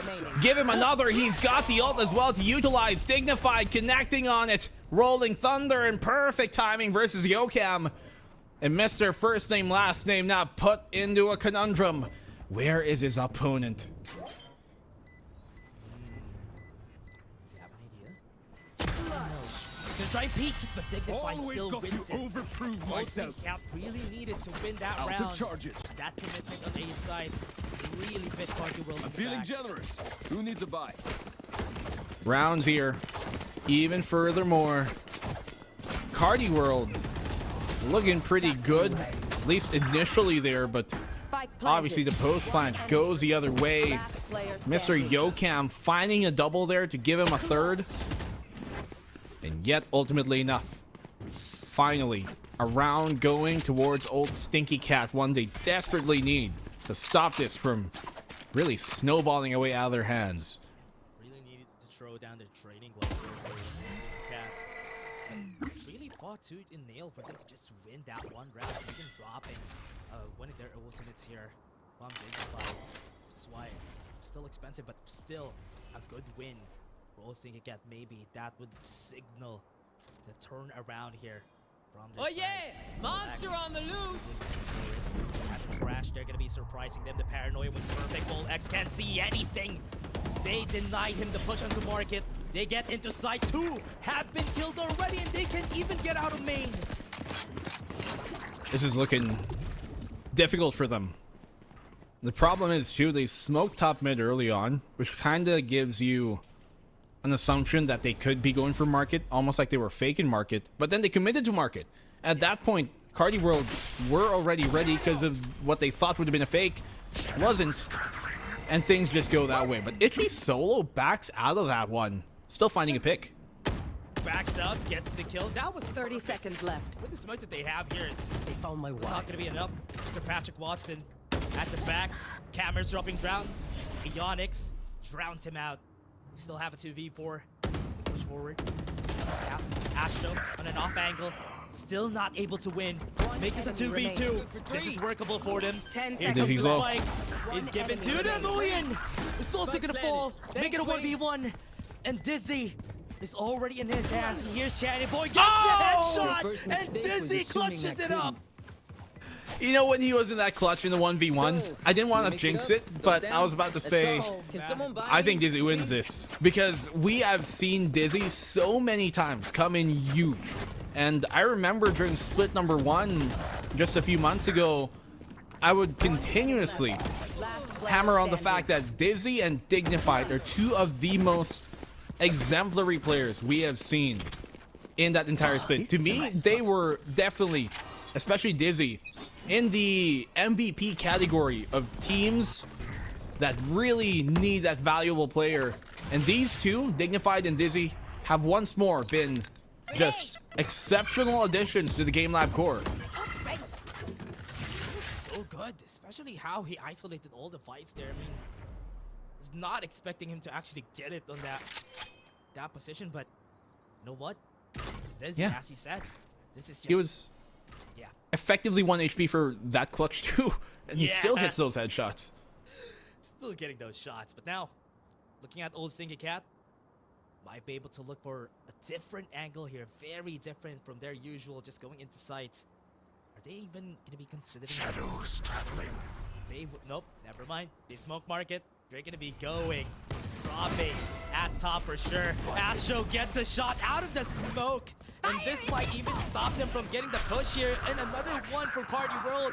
This is just all working in their favor, and nobody's even in the distance for Full X to get that showstopper win. Ionix just got completely body shotted there. Dignified off the one. 30 seconds He left. knows Astro is somewhere here towards the elbow, but Astro connects right on time, perfectly so. Former team named after him. Give him all the jukes. Channy Boy connecting as well. Will he find a follow-up? It's all on the Owen Cutie, who is simply outmanned and outgunned. Does Carti World take a round back? Carti World didn't have any guns that round. They all hit the shots they needed to in order for them to win, stopping them from getting any more space once they went into mid-top. Going out. Dropping down an A side. What a shot here. Perfect timing out of that smoke. They just 30 seconds couldn't left. get out until they got the side by themselves and they won the round. Carti World. These guys are beasts today. Absolutely. In Carti World, this is why you can't really underestimate them. Maybe as a team, they aren't as long together put as old Stinky Cat, but you've got some veterans on this team. And you've got some players who have been playing with each other on different other rosters. Even if together this might be one of their first times in the VCT as a whole, these boys have seen lots of action in the past, and putting them together has a lot of upset potential, which we kind of are seeing, at least to start off this opening half. Yeah. Was such a great half here for Carti World, but now still no information given here for Carti World as of now. Oh yeah! Waiting for any Monster on the movement. loose! Trash is going to be thrown out just to get that information first. Baiting the fault line out. Now they have a chance to go here. Ichi Solo has been hit. And they are still going to be moving forward. Going to be pushing in. Ichi Solo will be able to see this. Spams out. Wasn't Flash. No, never mind. He was Flash. He's going to be backing away. Right now, the site hasn't been taken just yet. They know that somebody's there at the back. And they're still anchoring the site here. 2-man. Owen Cutie has the chance to go out. Wasn't able to get it, but they're gonna get the kill for more. There's two anchoring the site. They are enough for them to clutch it. And Ionix left alone. Paranoia's on his head, and they weren't even able to get any kill. They've been having great trap setups here on the defense for Carti World. You can see the stun being prepped off the tripwire. You can see the reactions coming on in. They know when to pincer the counter punch. And Carti World are just giving Meow a world of hurt here. There's no real openings for Meow to necessarily find as of the moment. And what's great about what Carti World are doing is that on this defensive side, they're making sure that Meow aren't exactly going to be able to assume where their positions are. Even if they're playing some of the same spots sometimes, they're not telegraphing that initially. Yeah, that's the hard part about this, though, because most of the time, always see most of their plays have been very, very telegraphed here by Carti World. They know where they're going, they know where they're gonna push. They push in. They had no chance of winning that fight, and now with that, with Fall X down, how are they gonna get inside? It's gonna be difficult. Your question of how is a sure concern to raise. Look, they isolate the one side, so that the guy trapped here, Aeonix, is gonna have a difficult time to exit. They pull out the aftershock just to try and get him out of position, but still find Aeonix. A trade happens though on either side, and they're trapped here in B main. Oh, never mind. Ooh, make it a 2v3. They're locked in there with them, not the other way around. Yeah, they just got killed though, so they have a chance here. Still waiting for them to get inside the site. They got the smokes out. There is wait. I think this is a chance for Itchy Solo. Gets the peek, but no, he's not gonna get the kill. Now they have the full 9, slows him down. Gonna be peeking against 2, isolates 1. And this is Shiny Boy. Gonna clutch it up, gets 1 more. Last one standing. They go for the flash, but he doesn't know if he actually rotated already. But Owen still gets it in the end. I thought that would have been Shiny Boys, but another clutch goes against him. Owen Cutie absolutely elated for the old Stinky Cat squad. And that single round might have just bought old Stinky Cat the lifeline. Now, this suddenly isn't a 9-3. Now the odds are definitely a lot more manageable, palatable for this experience.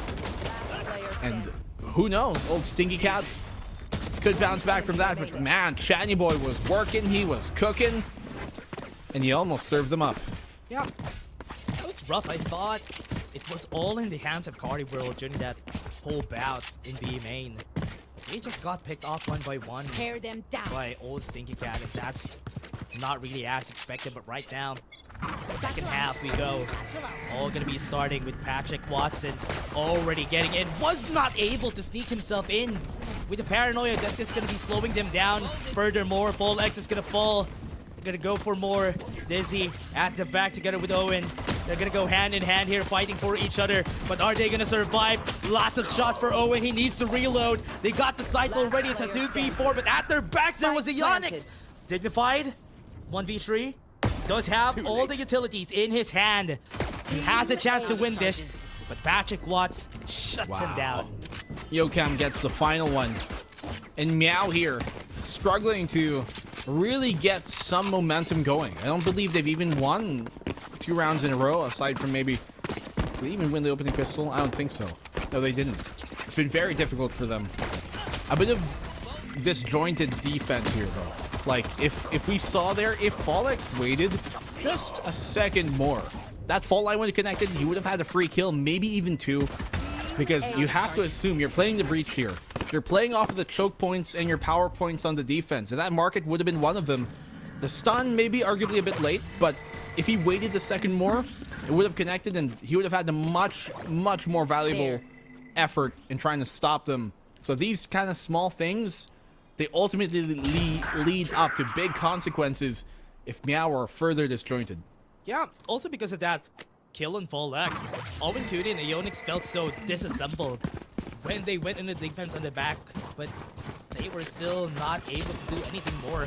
Rotations are going to be called here by old Stinky Cat. They already are going onto the side. Patrick Watts trying to clear some space for the team. Goes back to Ali. Does he know that somebody's there waiting for him? Aeonix was pushed back, but are they going to be pulling through? They're going to be going for that one. Bolt line's going to be ready here by Dignified on the post plant situation. No one's here towards the stairs, at least 2 now. Confirmation of the information. Ooh. And Astro, he's going to try and chime on in close. It wasn't Collat. Looked like one.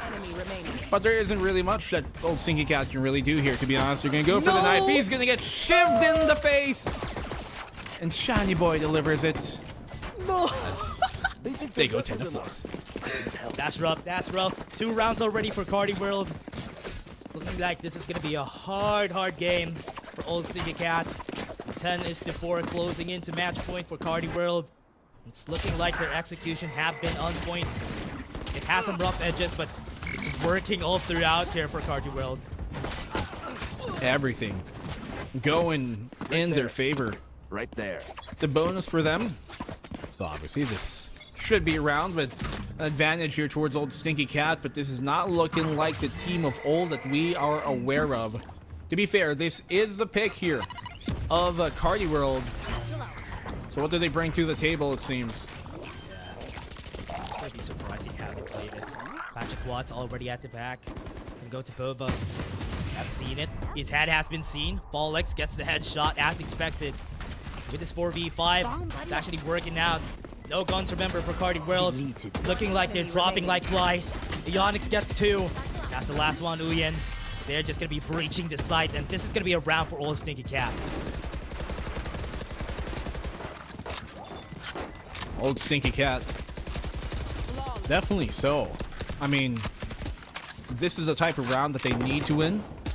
They take it flawlessly, obviously. Hold on to build further economy there. And now this allows them at least a platform to springboard into a comeback. Oh man. Time. You're taking the training gloves off. This is the time for everybody to have some guns. They have it. Actually, there are a lot of things to look at here for Carti World. Just gonna be setting up defaults all around the map just for them to get some information traps around. They're really ultimately looking for that main side push. This is such a fast call because after that, getting that dizzy, look at how Patrick was just backs away, or rather, Fallex just backs away onto defense after.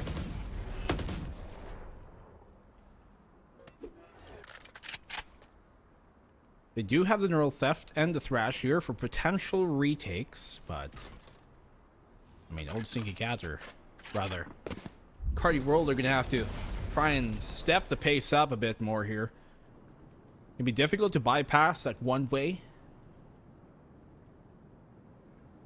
Now they're gonna cut the noise. They can smoke mid. But what they do choose is to smoke the top banana vent instead. Dizzy, good punish on that. That's the only way to try and get past it, but this is why it's so difficult to try and push that choke like that. Shani Boy, though, a double for him, and now the ace site, they're trying to overrun. Yeah, you get the paranoia. Knowing Cuties just gonna be backing away. Goes for the smoke. Just to put up some defense here on their side, not letting them go through elbow.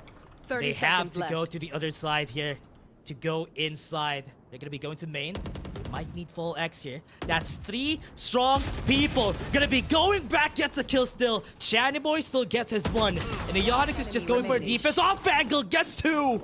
Last HP for this man, but it's still 1v2, 1 super low in 10 HP. seconds left. Uyen is gonna be fighting this, but was not able to get the plant in, and still around for Old Stinky Cat.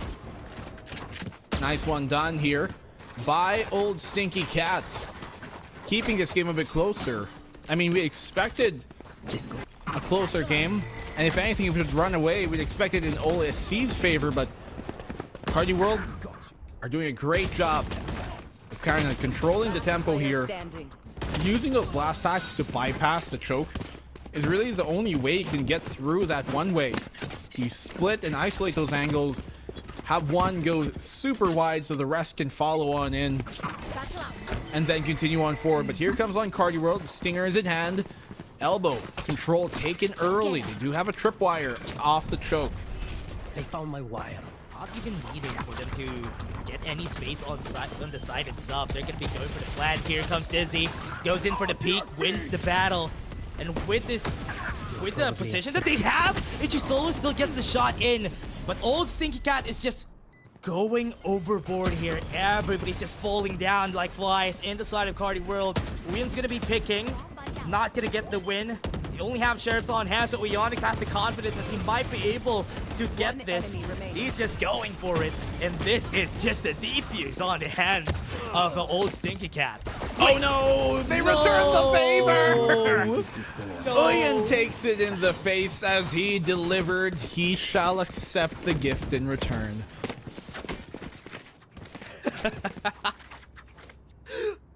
Great gift. Now we have pause here, everyone. We're gonna go for the pause. An eye for an eye, a knife for a knife, and a tactical timeout. Yeah, we need to time out after that. Oh yeah. Well, it was a nice stick on the defuse. Obviously difficult to spam with some sheriffs, but Carti World want to stop the momentum here. This is what, 3 rounds now.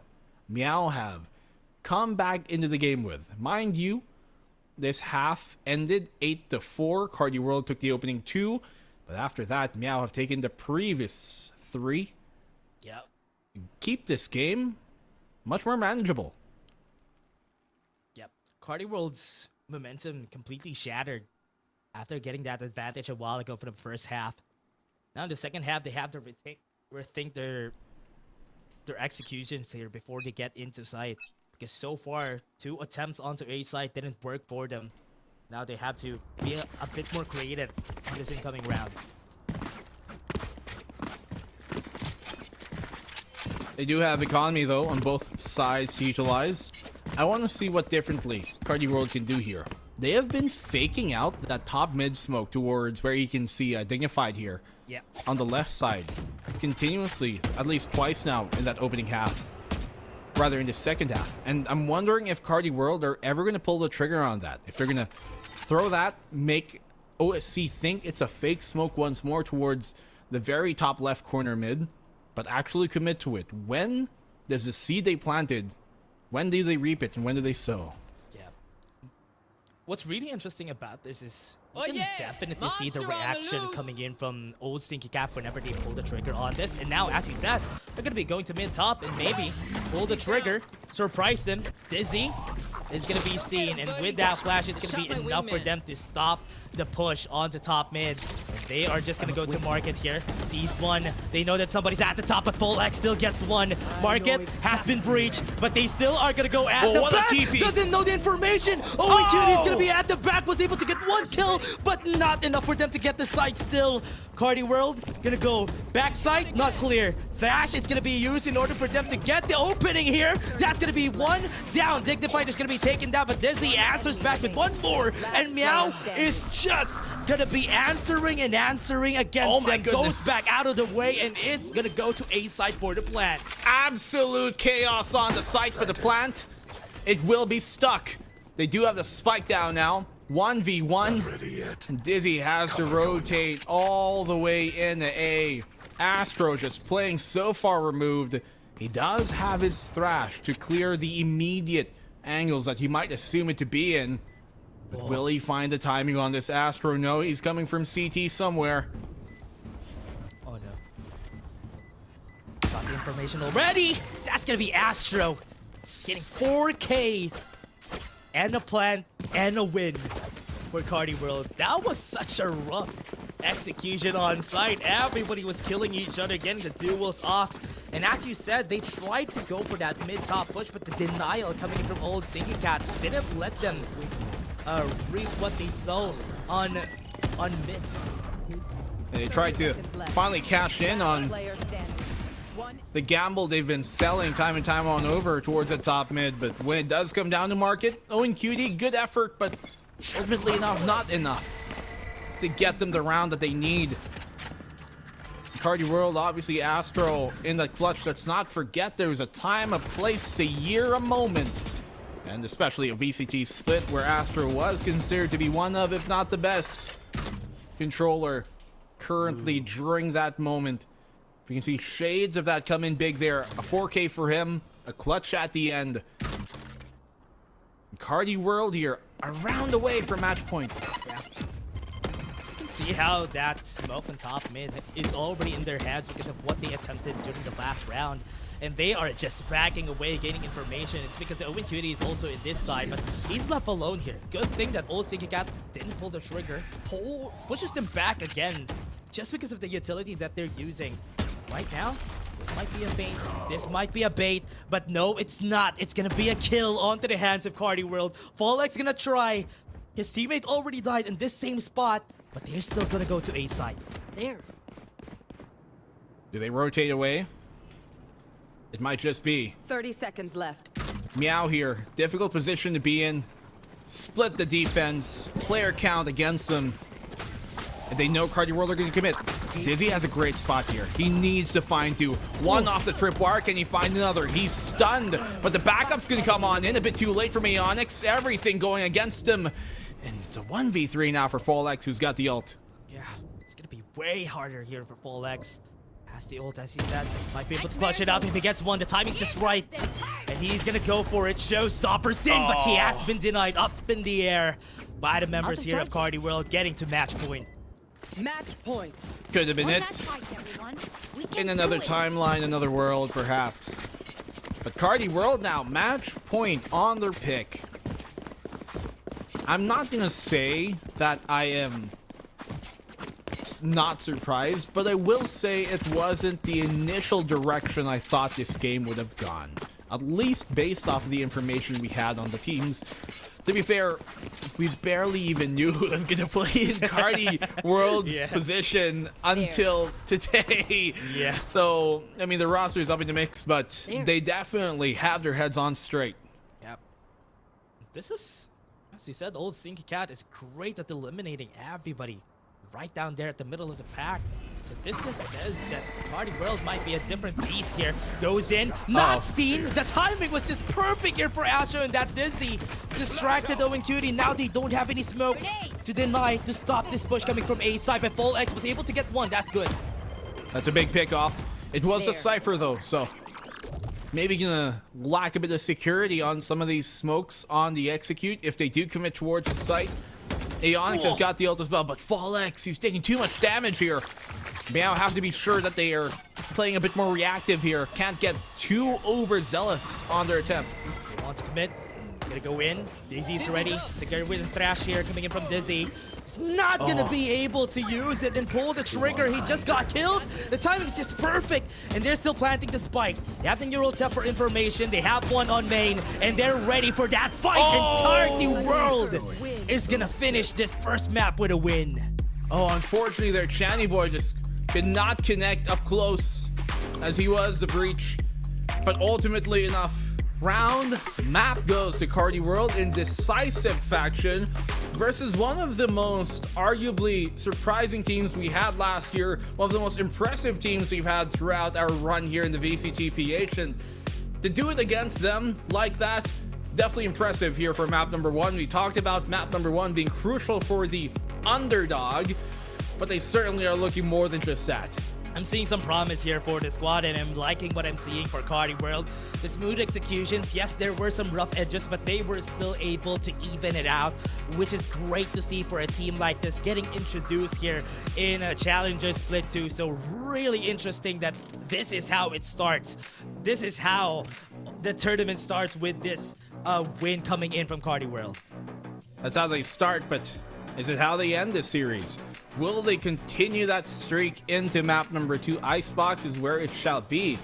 And I have to wonder here, are Meow just not feeling it today? Is it an off day for them? It seems to be the case, yes, but there also is lots of props to be thrown here towards Carti World, who we see on both of their sides. Attack and defend, they do have great synergy so far on Sunset, but obviously we're gonna have to see a full series to really tell if that can be as consistent as we want to see from some of our teams here. Yeah, still waiting for more of the clutches coming in from the key players here of old Stinky Cat. We've seen a glimpse of it during the game a while ago coming in from them, but here in the end, Carti World still able to top them up. And as we were talking, they were really having or putting out some trap informations around the map here, and it has been working, especially on the attacker side. Looking pretty swell so far for sure. This Carti World team is. And what we've really observed from them as well, at least what I have observed from them, is they know how to play one of the most important factors of professional Valorant, and that is conditioning. They know how to condition the opposition into what to do. Yes, what they sowed early on in the second half of feigning that mid push, it didn't necessarily pan out the way that they thought, but it almost did. If not for a clutch, it almost would have worked for it. Yeah, and this is something that tells a tale that there is high level expertise on this team. Yeah, and you can also see how old Stinky Cat always adjusted their place, their position in the defense because of that one smoke in top mid. And they always have adjusted. They back away from market, go to Boba. They're always trying to look at mid, but nobody pulled the trigger on the side of Carti. Well, they just work their magic here, just getting into the site, going to main, and they're still just winning the gunfight here against old Stinky Cat. Yeah, continuously just tampering the expectations of the opposition is a great way to start off the opening map, and I'm gonna wonder if it can get into their heads going into the second. What I do want to see though here coming from OSC, obviously, is them kind of bring things back, but a bit more of the cohesion that we gotten used to this team. They are arguably in this stage one of the most experienced teams as a core. We saw them all throughout last year. We saw them as well during the Game Lab days of there when they were very impressive. They even went top 3 in one of their opening splits as Game Lab Alpha back in the day. And what really was a defining factor was not just firepower, but what they brought to the table in terms of teamwork. But the best teamwork we've got is our, I don't know, are we panel? Are we break? We'll find out. I'm gonna throw it anyways.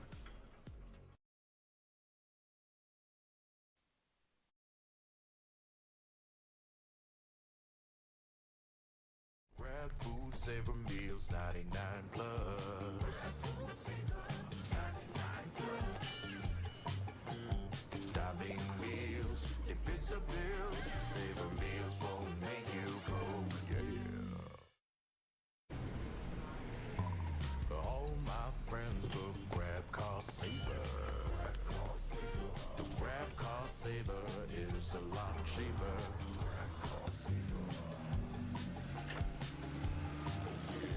Grab cost saver won't make you grow, yeah. Grab car is the one to book, yeah.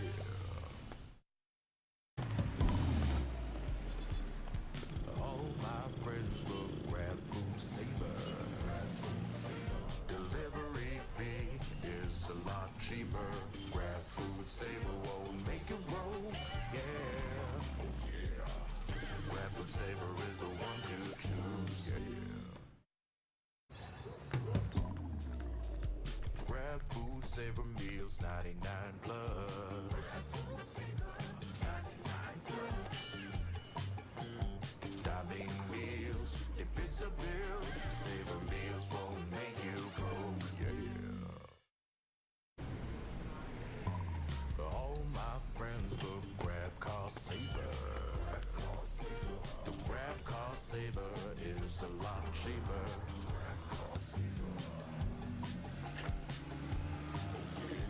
Grab cost saver won't make you grow, yeah. Grab car is the one to book, yeah.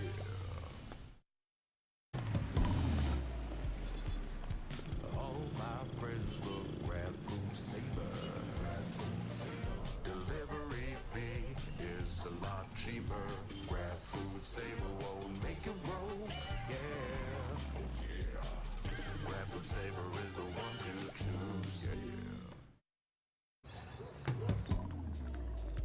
Grab food saver meals, 99 plus.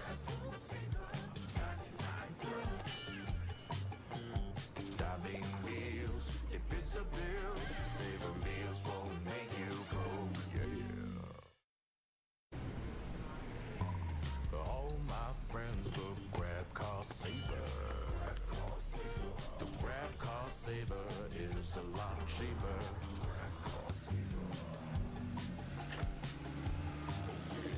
Grab cost saver won't make you grow, yeah. Grab car is the one to book, yeah.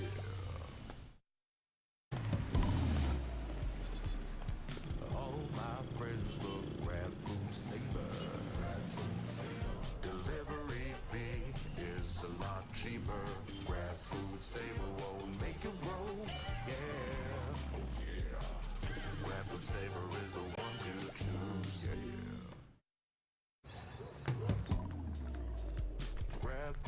Saver meals 99 plus. Dining meals, if it's a bill, Saver meals won't make you go, yeah. All my friends look grab car saver. The grab car saver is a lot cheaper. Grab car saver. Grab car saver won't make you broke, yeah. Grab car is the one to book, yeah.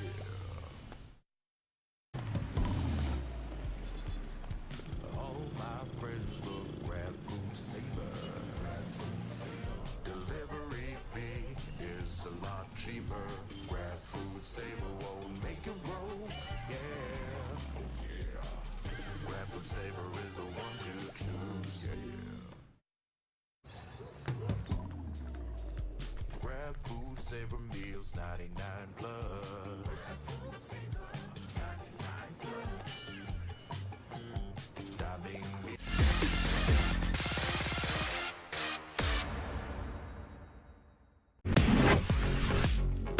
And we're back with more VCT PH. It's day number 1, but the second game of the second series of the day. I'm B&B, with me is Dash again, and we got more games coming on up. This one especially being, I think, one that nobody really expected to go this way.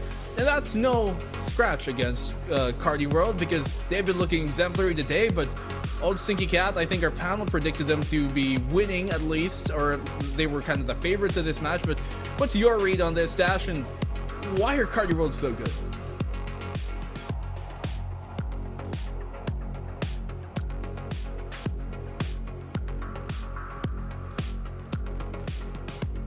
Sorry about that. Now we're gonna go back to my point, starting from the start. So I was really surprised about Carti World being really great, especially during the start of the match, and even during the attacker side, they were able to pull out some great executions. And now even in a map like this, in where Icebox, you really need to have a lot of communication because of the verticality of this map, this might still be a hard bet for old Stinky Cat if they're not gonna be activated like before, like Split 1 old Stinky Cat.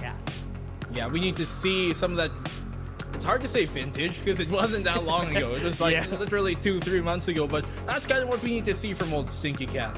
And from a team like them who have continuously impressed us from their inception, from the core of Game Lab into OSC, when they add in Dizzy and Dignified, if they can continue the exemplary play we've come accustomed to when it comes to this team, it will be really a darn shame. And so I want to see a bounce back opportunity here from old Stinky Cat. But I have to say, the last time they did play this map, it wasn't too favorable for them. They did pick Icebox. They did lose Icebox also the last time, 1-13. Arguably a stomp, no questions there.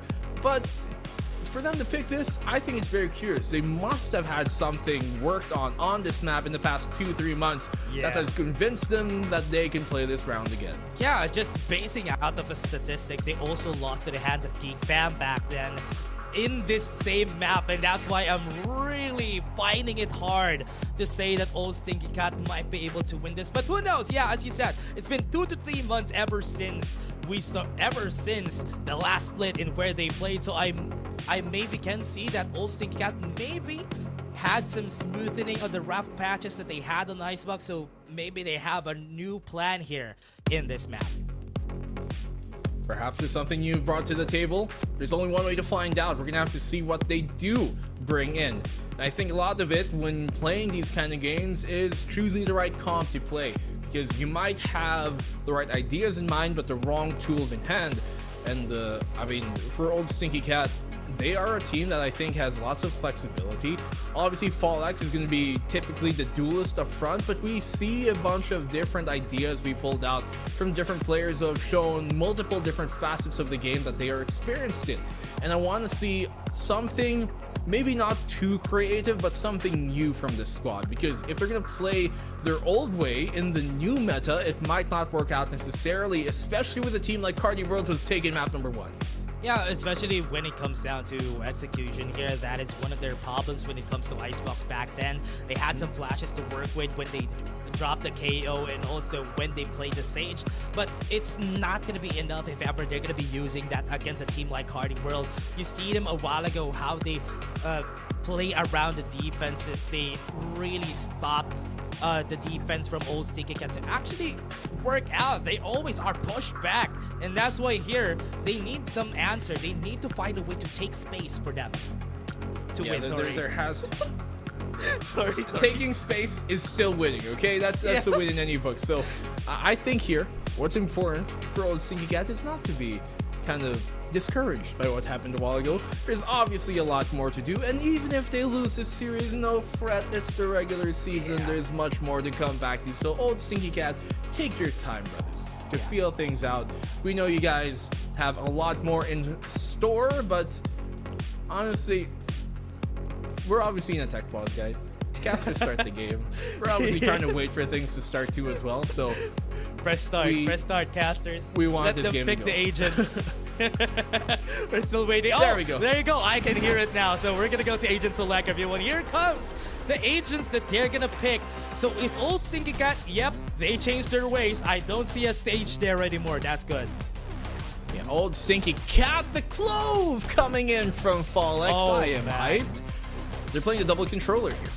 And this is more akin to what we've been seeing in the current meta, where, at least in the pro side, where teams are forgoing having that Sova on Icebox. They love to play maybe a Gecko, even sometimes a solo KO to be their only initiator, but they play that Clove instead.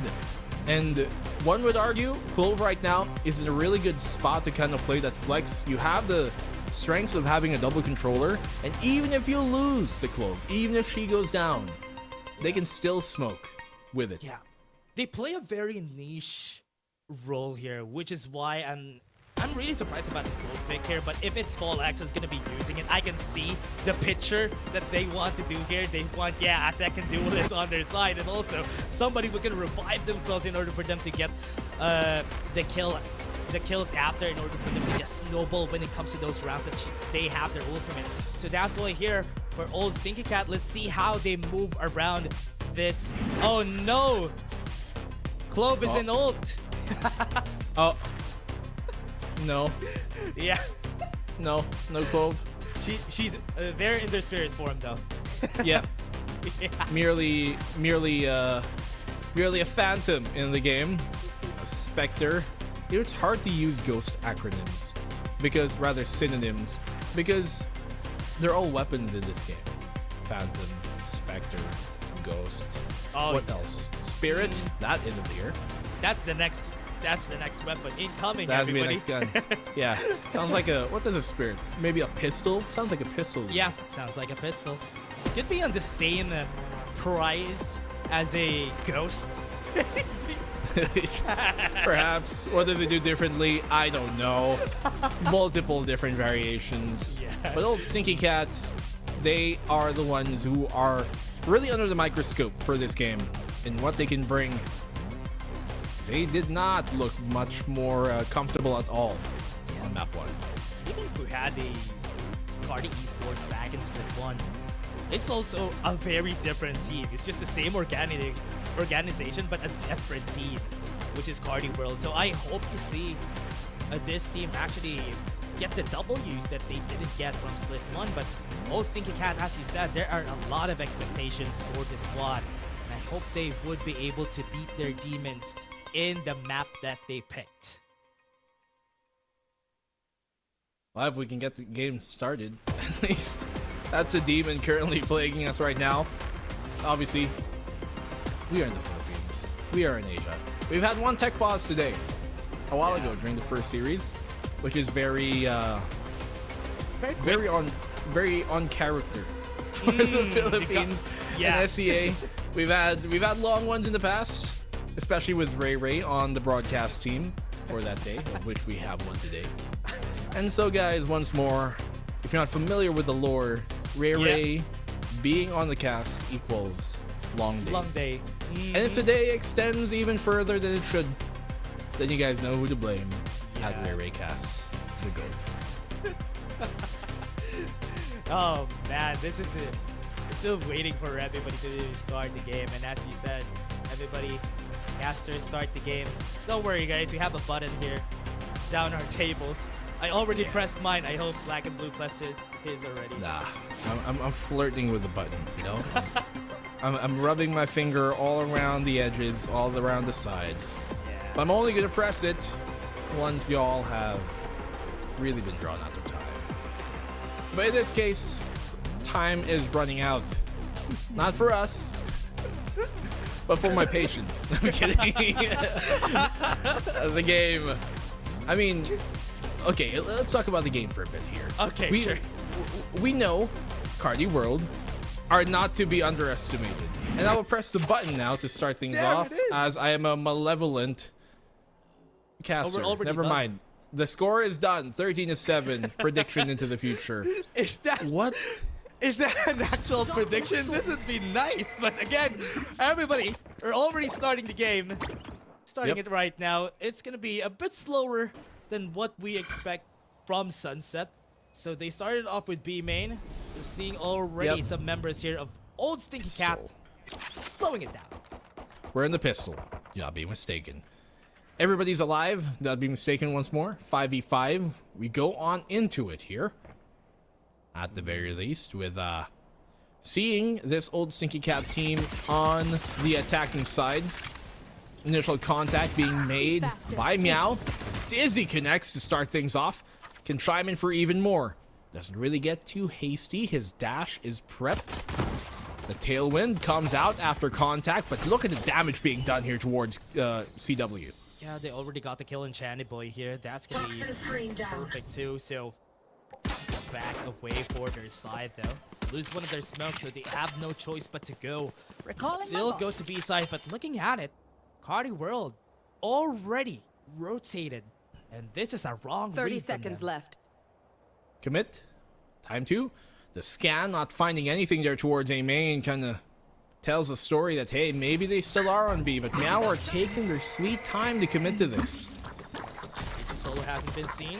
Okay, is that actually hitting the wingman? No, it isn't. That's going to be a plant for their side, and they're still going to be hanging out at yellow.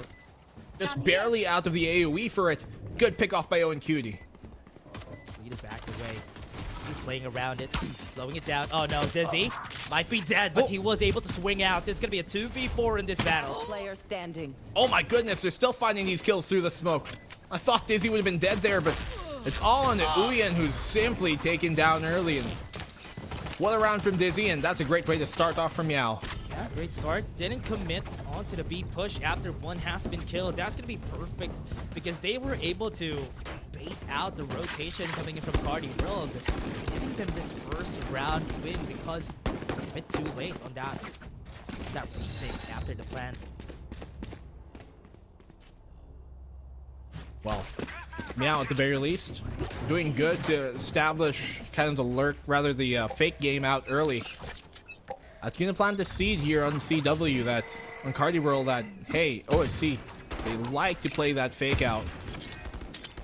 We're gonna witness if really CW are gonna take their time to rotate now on the defense, if that's gonna slow the defensive rotation down. Milk out onto yellow.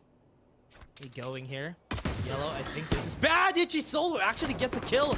There's a smoke there. He can actually cross. And he's gonna be there on safety. Nobody's gonna be killed, right? Nope, never mind. Oh, no. You still get anything here. It's still a 3v4. Still no plans. Here comes the wingman. And they have the numbers. Actually, they have equal numbers. Oh, okay. Astro somehow with a classic wins that. And these ecos have been so consistently amazing. Really for CW time and time again. But yet Dignified keeps it in check at the very least. It's Dizzy once this time on the Jet, which we did see him on the Gecko last time around. Yep, great shot in the head. Patrick Watts. Move forward. Waiting. Going for the kill. Are they gonna win though? That's gonna be a 1v1. Astro goes in for the bait. Peeks out, but still a win coming in from Old Stinky Cat. Great here from Dignified. And Dizzy, we've seen him on the Duelist in the past, and he has always been such an exemplary player. Quick side note, every player in that 2v2 had a bulldog in their hands, but the more important thing is this is what I was talking about here, coming in from old Stinky Cat. They have lots of flexibility on their team because of who they have on the roster. You have somebody like Dizzy be on the Gecko, swap to a Jet the very next game, and Dignify take up that slot. So, and you can see that Fall X, for example, he's on a Clove of all things. It's also a great thing to have this very flexible team. Patrick Watson gets the first kill, first touch, Full X. They lose one of their controllers.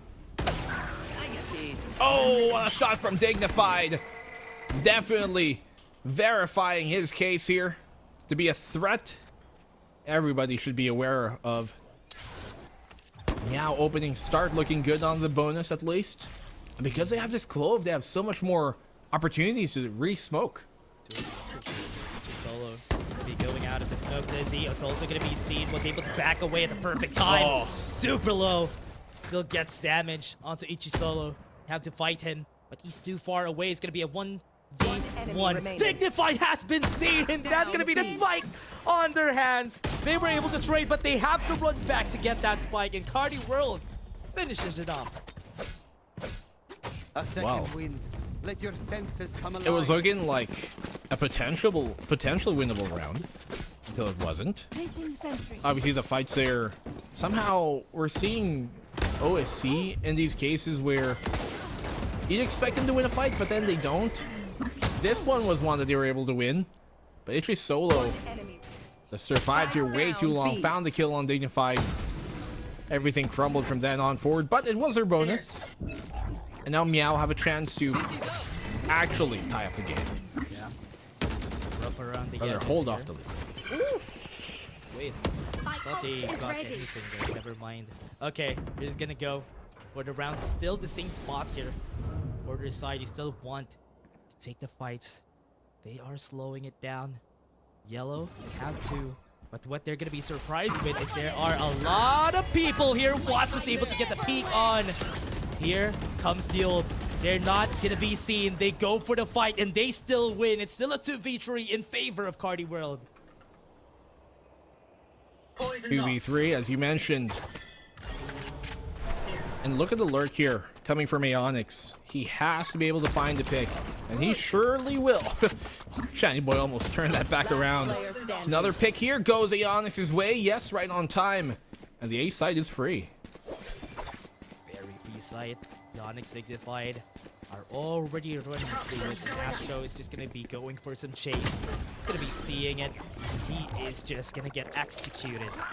Old Stinky Cat. With what they did here for the whole round, I was really surprised that it has been working the whole time. That push and B. Map 3, anyone? Perhaps? Am I calling it too early? Maybe. Meow here. Even though they've won the past few rounds, look at their economy. Not the best. But since it is an eco, Meow will be able to hopefully build up some economy here. I'm wondering though what Carti World are gonna do. Seems like mid-aggression is their initial idea for this eco. They're just gonna be going at it. Oh no, Aeonix just got 2 kills, but Astro was able to answer back. Still a win for the side here of old Stinky Cat. They're just gonna be peeking over to check if there are still some stragglers on the hands of Carti World. I think there's just gonna be a commit onto A. They have the Thrash, but I wouldn't wager to commit that to a round like this. Not this early. They're taking their time, obviously, but A site is actually completely open. Nobody there. It's really fanned them off. What I do want to see, though, from Carti World here is if they're going to get a bit more proactive early on. We're seeing them do that on kind of their eco rounds, but we have yet to really see them attempt these aggressive pushes on an actual gun round to maybe shake off the pace. They've been playing the retake pretty well, too. I mean, this is an eco round, so it's expected that they're going to be losing this, but they haven't even dealt enough damage onto old Stinky Cat after this. So the next round is going to be their redemption after this. Old Stinky Cat is just going to get it, and they get the round in their favor. This is like what Carti World were doing to old Stinky Cat on the opening map. simply returning the favor. Kind of a, I guess, concise start from them. Aeonix with a double for sure. Definitely benefiting him in that case. But what do Carti World do now? As I mentioned, will they get active? They do have some utility though, to try and anchor down, try to attempt an anchor once more. They have the op as well to do that. And even with the lockdown for retake, it wouldn't be ideal considering they have an op. Yeah. Not really the right spot for that operator. Really unfortunate that they're not going to be able to make use of that early on. But yeah, it's just unfortunate that with the timing and where they rotated, but Patrick Watson can still get here.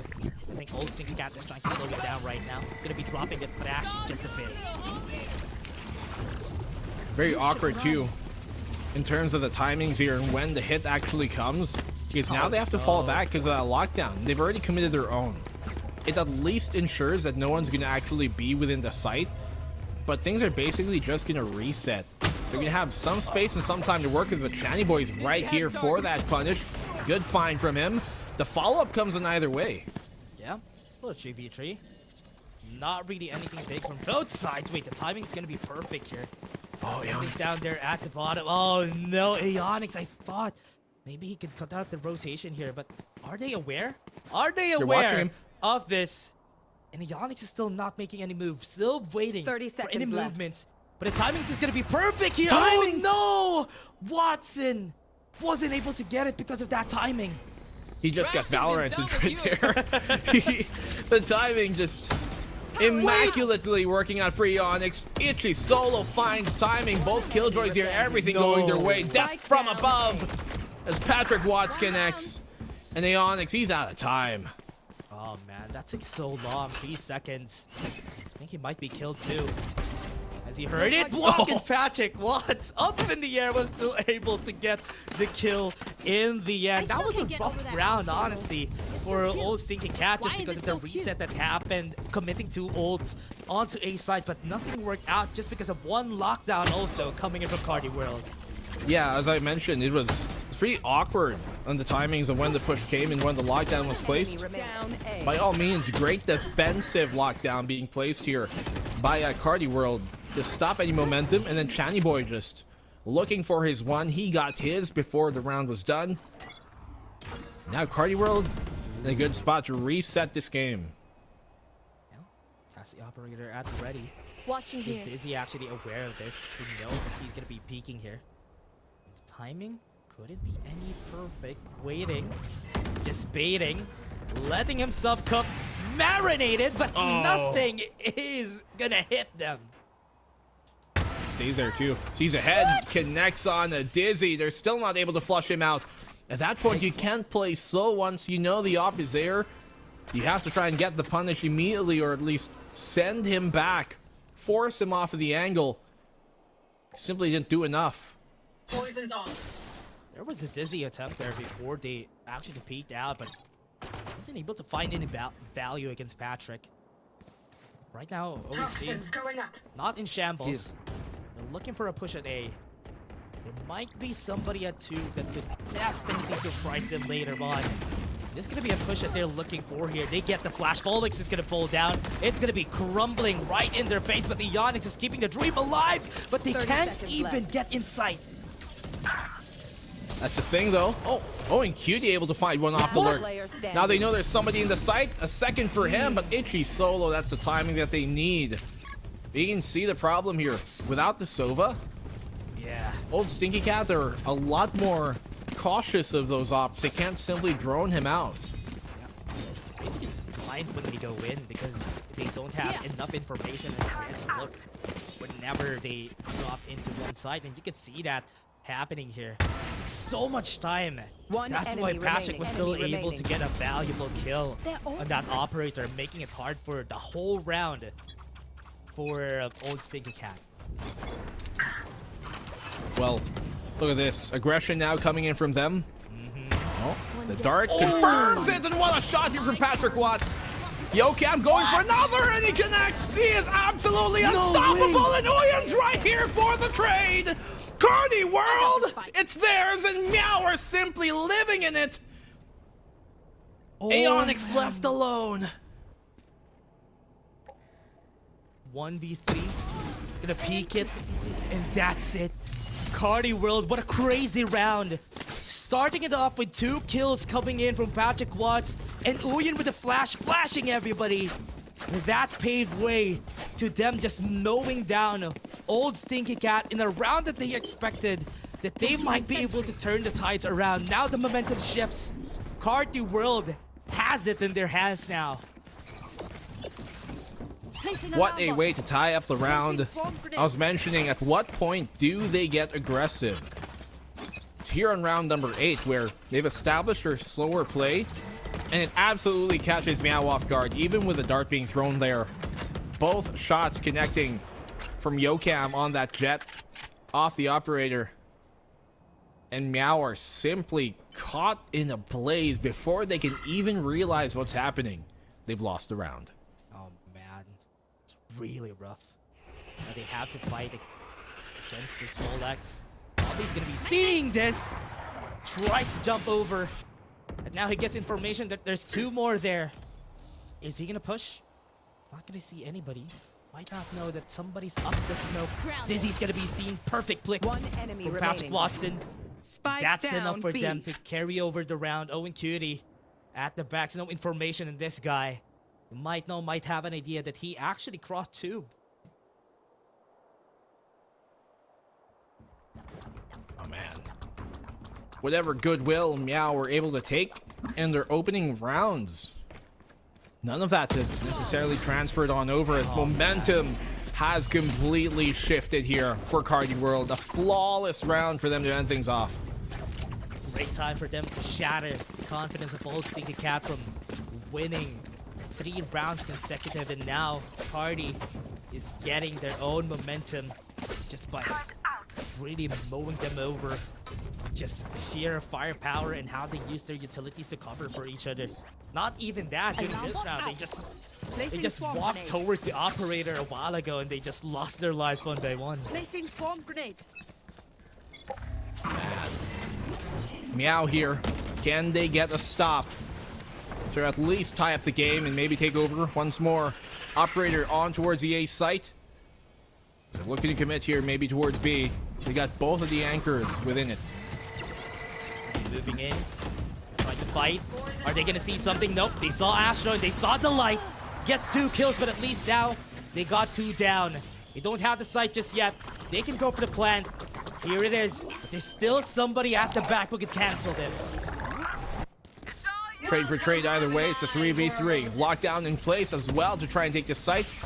Viper Spit's gonna buy them some space, but they have no idea he's right here in the corner. Aeon accepts the op drop. Goes down, mosh pit. Denies the plant from happening. No Stinky Cat. Owen Cutie. Can clutch just sees it. Sandy Boy has been discovered, but he still doesn't have the spike on his hands. The timing! Oh no, the smoke dissipating. Uyen gets the win. Precarious at the end. Could have gone either way, but a clutch at least here for their favor goes to Uyen. That's a timeout here for old Stinky Cat, who have really been struggling to regain their footing here. Right now, I don't want to say that their confidence is shattered, but it's definitely taking a brunt hit. Got shut down. Getting that 3-round momentum, then gets shut down by like 4 rounds. It was so hard for them to do anything much this round except for Owen Cutie. Even he invested the Viper Spit, but still, nothing worked out.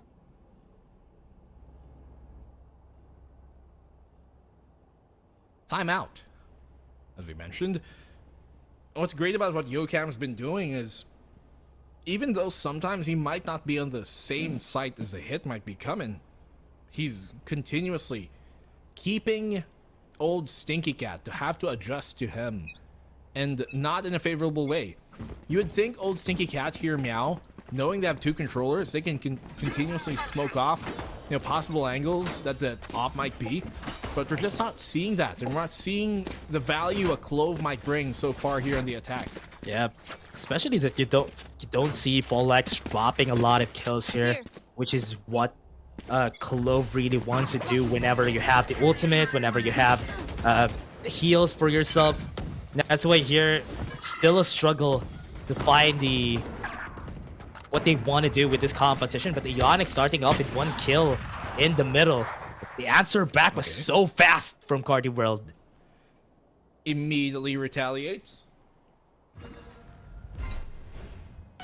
Smoke out here to try and pull some information away. Actually, Solo's found that. Caught lacking. 4v3 now. You can see Uyan trying to wait in the smoke, go for a risky attempt here, maybe find a pick or two at the very least. Cut down the numbers, but gets caught off instead. Dizzy, great job to open up the site. And now OSC have a great chance as well of bringing this one back. Yeah, great chance for them. Gonna be staying at yellow. Just gonna be staying right there at the back of green. But Astro and even Patrick Watson still trying to fight, but with 1 more down, it's a 1v4. Not really a round that he wants. Actually, what was that? That was crazy. He's gonna die, but what a great shot. Last round before the switch. Meow, meow, meow. How do they do it? Good retaliation from them, but still, it's Carti World here who have been in the driver's seat this latter stage of the opening half. Man. Great utility usage there. Good job to back up the op. But they still have it in their hands. Coming into the final round of this half. Able to save it on up. Looking to go aggressive here, perhaps, all alone. Uyan, what's he trying to do? Right on top of the smoke. Not gonna find any information, but he knows that everybody's here.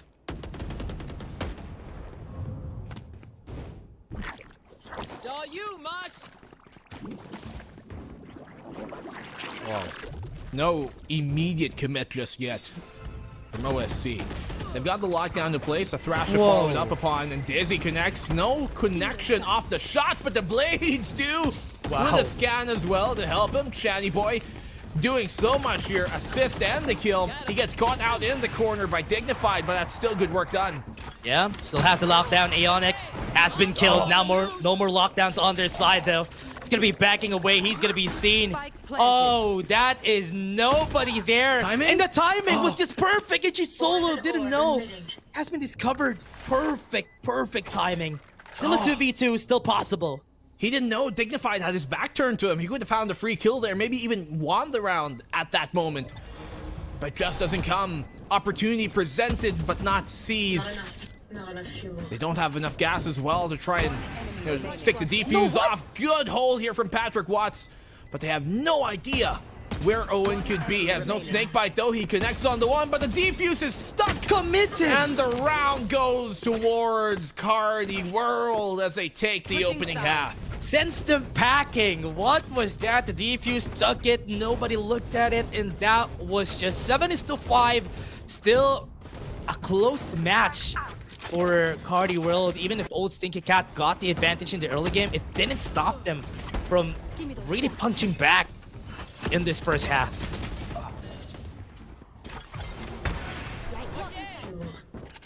My goodness. One round, one kill could have separated that round from going their way if they maybe found the back turn. But hey, 5-7, not too bad, but definitely not ideal, especially on their own map pick, especially now on the defensive side here. Carti World on the attack, looking to crawl up mid. Yep.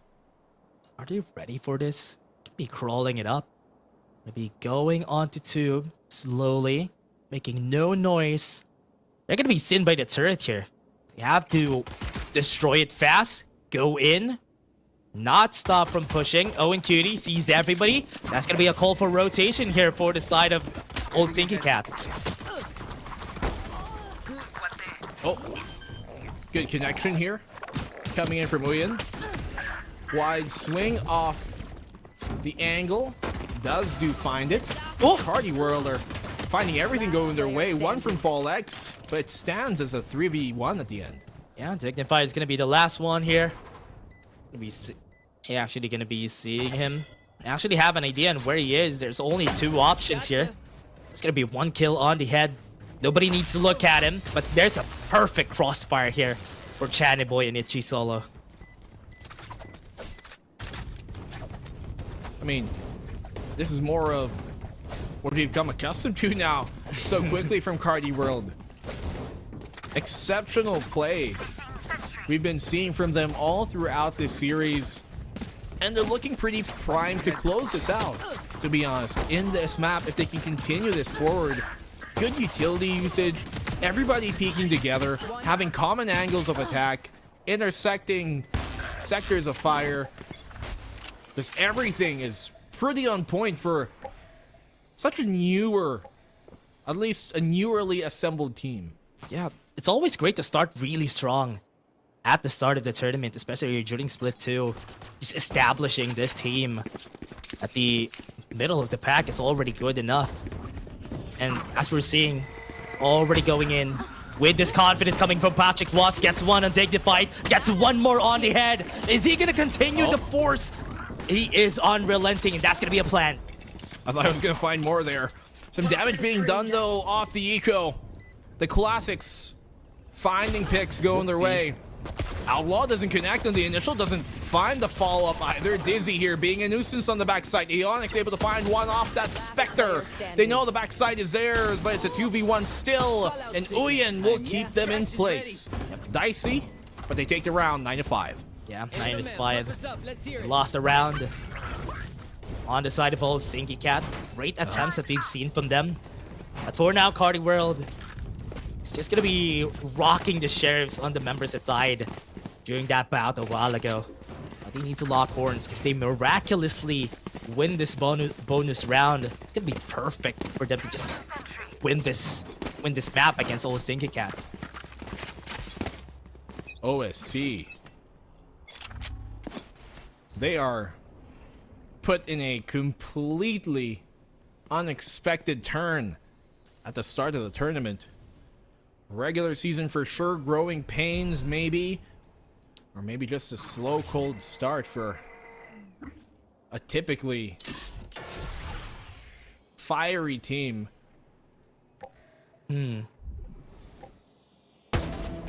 Oh man, what a shot coming from Owen.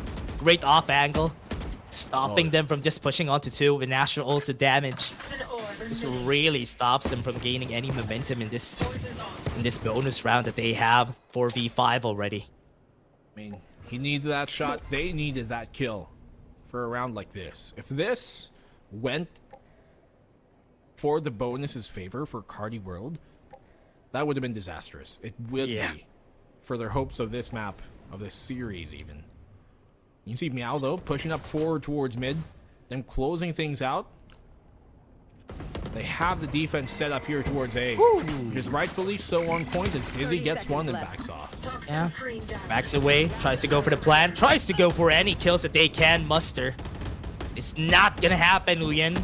It is a 1v3 on this side. He's gonna try and attempt to get as much kills as he can. Was able to get one, be super low. That's gonna be a round for OSC.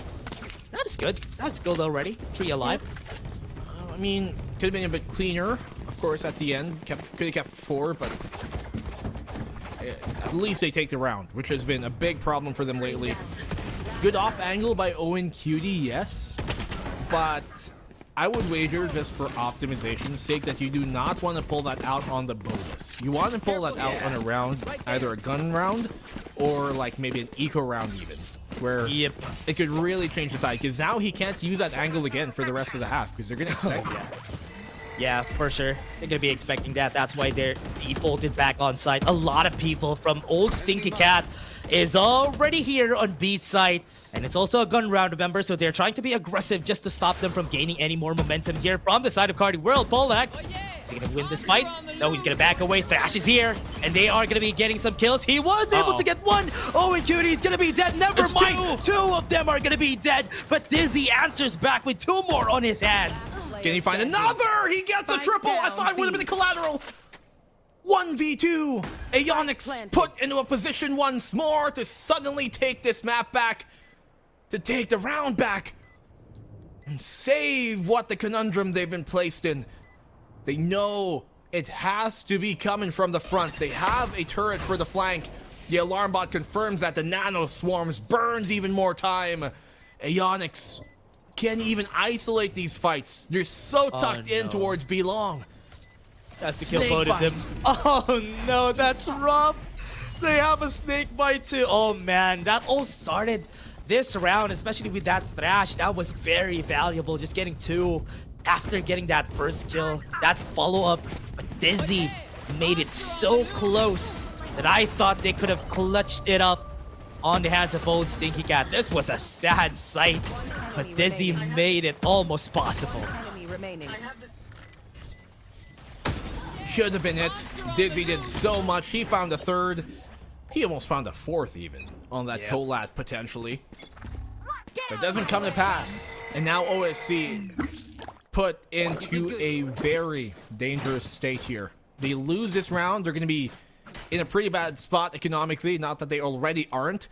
And then on forward, it's going to be match point very soon. So, absolute must-win round here for OSC.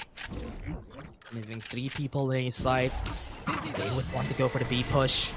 Recon Bolt has been pulled out. Nothing is happening just yet. The plan is going to be there. But Uyen is not going to be able to pull it through. Wingman's going to fall down. Good denial off the initial plant attempt though. Leaves the spike in the open. The ball is in Meow's court now. They're going to have to cross to try and make it, but they do have utility to do so. You can see them giving up that control initially. Aeonix, good find on there.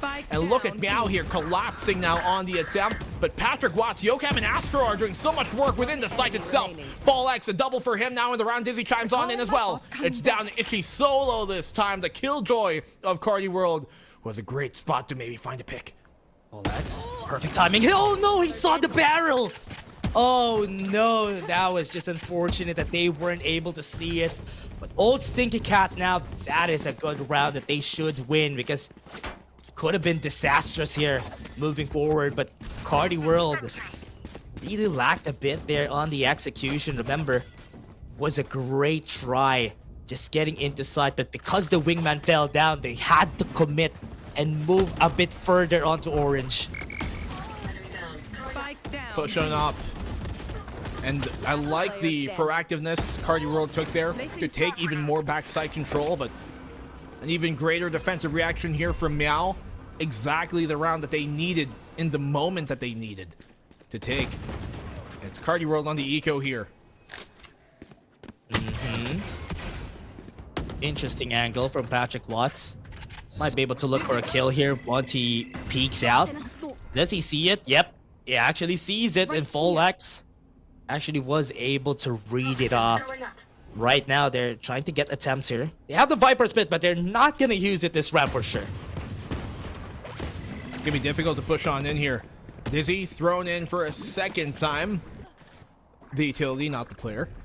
Aeonix gets a kill on Itchy solo on the opposing side, trying to lurk his way on towards mid. Could have been dangerous, actually, because their mid is open for a moment there. Astro, no HP. Looking for a Colat. Head has been hit. What a flawless round for old Stinky Cat. Especially in this eco rounds, what they're doing. Yeah. So I think pretty much overkill with the flawless here, but exactly what they need for them to just push through and not let Carti World get away with this map 2 win. Timeout by Carti World. That was good spray control as well from Dizzy, but they need those flawless rounds to build up economy. They've been on the back foot for the majority of not just this half, not just this game, but this series. And they need that momentum to get back into things. They do have the ult now off of Fall X. I honest to God don't even remember what it's called. Is it One More Chance or something It's like that? called Not Dead Yet. Not Dead Yet. Yeah. The most literal ult name of all time. It's like if Jet's knives were called Knives? Jet blades. Oh yeah. or the Thrash, the ult of Gecko was called Floor Shark, you know? It's so literal. Yeah. Not Dead Yet. Oh man. Who would have thunk? I mean, you wouldn't forget it, which is why it's great. It's great. That's why, for me, from what I'm seeing back into the game, from what I'm seeing, this is already good for old Stinky Cat. They already have bank for at least 2 rounds, maybe half buy on the second round if they lose this one. So this is already a good spot for them, a good chance for them to actually win a map that they picked. They just have to win this one, and they can ride the momentum to finish it. They're gonna have to catch the wave in the first place to ride that momentum all the way forward. Operator catches a leg and finds a soul. Dizzy taken down.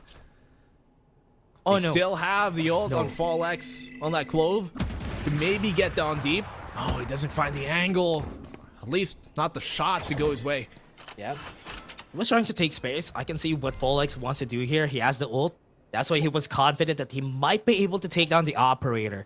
But because there was no movement except for Patrick Watts, they were forced to rotate already, and now they are gonna go to the wrong site because Carti World is looking for a push in A. Let's see now. Continuing here into the site with that opening pick. Meow, they gotta make sure that they let Fall X in, especially aided by a Thrash to try and overtake this Viper's pit, because Fall X can res back up to safety. But will they be able to take the site? Asho needs to hide up. They have the mosh pit a while ago. They have the not dead yet coming in from Fall X. Still moving forward, taking some space for the team. They need to see Astro, but Carti World destroys everybody. Makes it so much more difficult for them to push in the site in the first place with that Viper's pit, and really forcing off that ult early from Fall X without Fall X able to find much information or even, I guess, value out of it. Big factor there for that round for Carti World. And Meow, just because they've been able to win some rounds a while ago, that's what allows them to buy up into this and even force up a counter up. Yeah, this is really scary. They used 2 ultimates on that round and ultimately lost. And with this operator buy, yeah, might find some value if ever Carti World is going to be forced to rotate here. But for now, it's not in the right site. So it is going to be used for retake.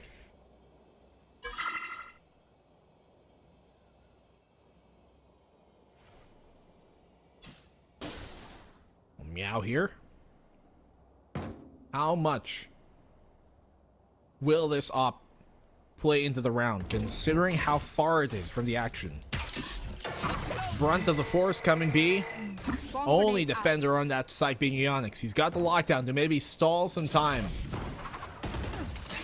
Onyx gonna take some the time. Rotation's not coming just yet. Yeah, take some time. Gonna be rotating. No plans just yet. But they are still hesitating on getting this plant in. Good denial off that spike. At least confirming where they are. Nothing really happening in Onyx. This would be a great time for them to ult actually, but the commit doesn't come. They have to know it's going to be an A site hit now, considering they can hear them rotating and wrapping back around. Thing is though, you want Dizzy to be within that site. He can't be the retaker. What a position. Itchy. Finished. Oh, what an angle from Itchy solo! I can't believe he actually found that. Dizzy and the op is down. It's gonna be a push coming from them. Owen Cutie gonna be hiding on that corner, and Carti World is still thinning their numbers. I can't believe it. Everything that could go wrong for Meow here is Patrick Watts, Yokam finding it. The triple P comes on in, and Carti World. Another match point off exceptional individual play. Great mid-rounding. An Itchy solo. Such an Itchy player to play against. That was such a great start here for Itchy solo. After they got to mid-round, forced to rotate onto A side, getting that op kill was very valuable. And that opened up the site as a whole, and that gave them Carti World the easiest entry onto side, and that is match point now for Carti World. Oh my goodness. Ray, when are you gonna come in and extend this game? When will you bless us? with the OT curse. Carti World are running away with the game. Look at the economy of Meow. Nothing to really buy them up. Maybe 2 rifles. Everybody else will have to settle on an SMG or a Bulldog at best. A world of hurt in here for Meow. Yeah. Can't even pull the trigger in the Viper's pit here. They need to get the ulti orb. But this is still like a 50-50 in order for them to commit. But right now, they're putting themselves up onto the plate. On A side, 3 people. Let's take the risk, maybe we can clutch this round. And this is gonna be their last chance because it's match point for Carti World. Oh yeah! Monster on the loose! See how they perform now. Meow have to somehow pull out an eco round win. Otherwise, this series is done. 2-0, swept against them. Pressure is on for sure. And Patrick Watson still has that op, which has been very effective on the attacking side. But I speak his name, and that it shall be. Dizzy finds a double. Dizzy answers with 2. It's a good trade still. Advantage for their side. Old Stinky Cat with his 3v4. This might be what they're looking for. They can buy some time for the next rounds. Luckily, Fall X can still aid the fight. He can still re-smoke the choke. Opts to go for the one-way on the pipes.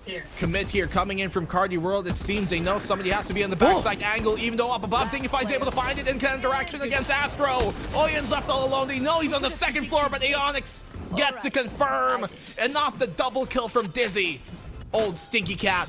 Meow another round. That's gonna be great. A 12-9. The 2 kills that they needed coming in from Dizzy was really what they needed. They got the kills, they stopped the push from happening, they took down the operator, and now all the confidence brimming coming in from Carti World just actually went down the drain. And now this is a chance for them to go for the comeback here. 12-9, still not done, still a possibility for them. Blades out here for Dizzy. As he mentioned, anything is possible. Even a comeback in this situation. They still hold on to that operator on the attack, which is going to cost them if they lose this game, or rather this round. They could save the op here in OSC, and then Carti World are going to be in a bad economic spot because of how much they've been investing on the attack for this op.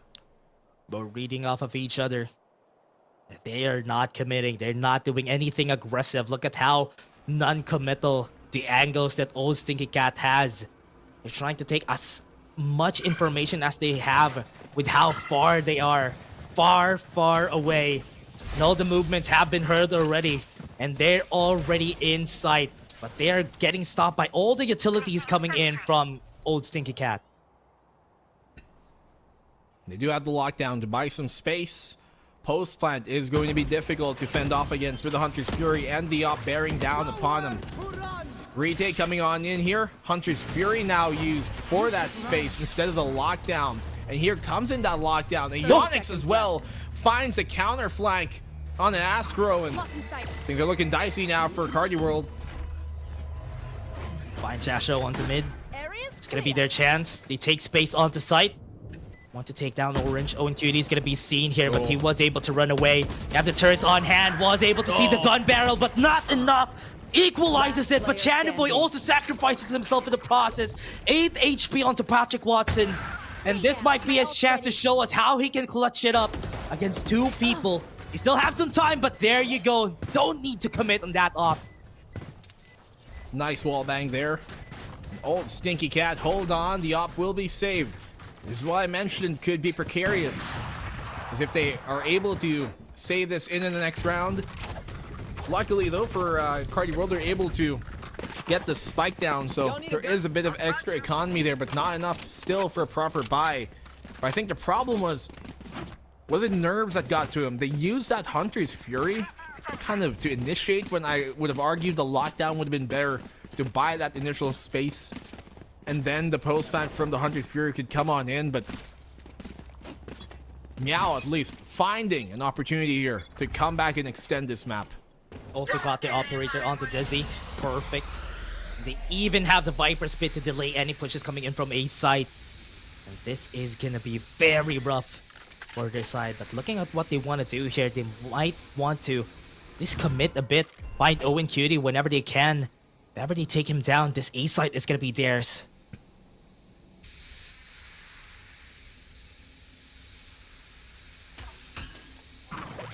Snail's pace before they commit. Ooh.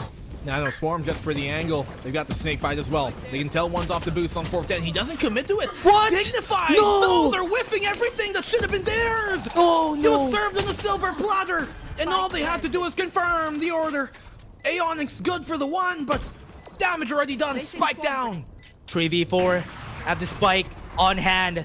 It's still going to be hard for them to move forward.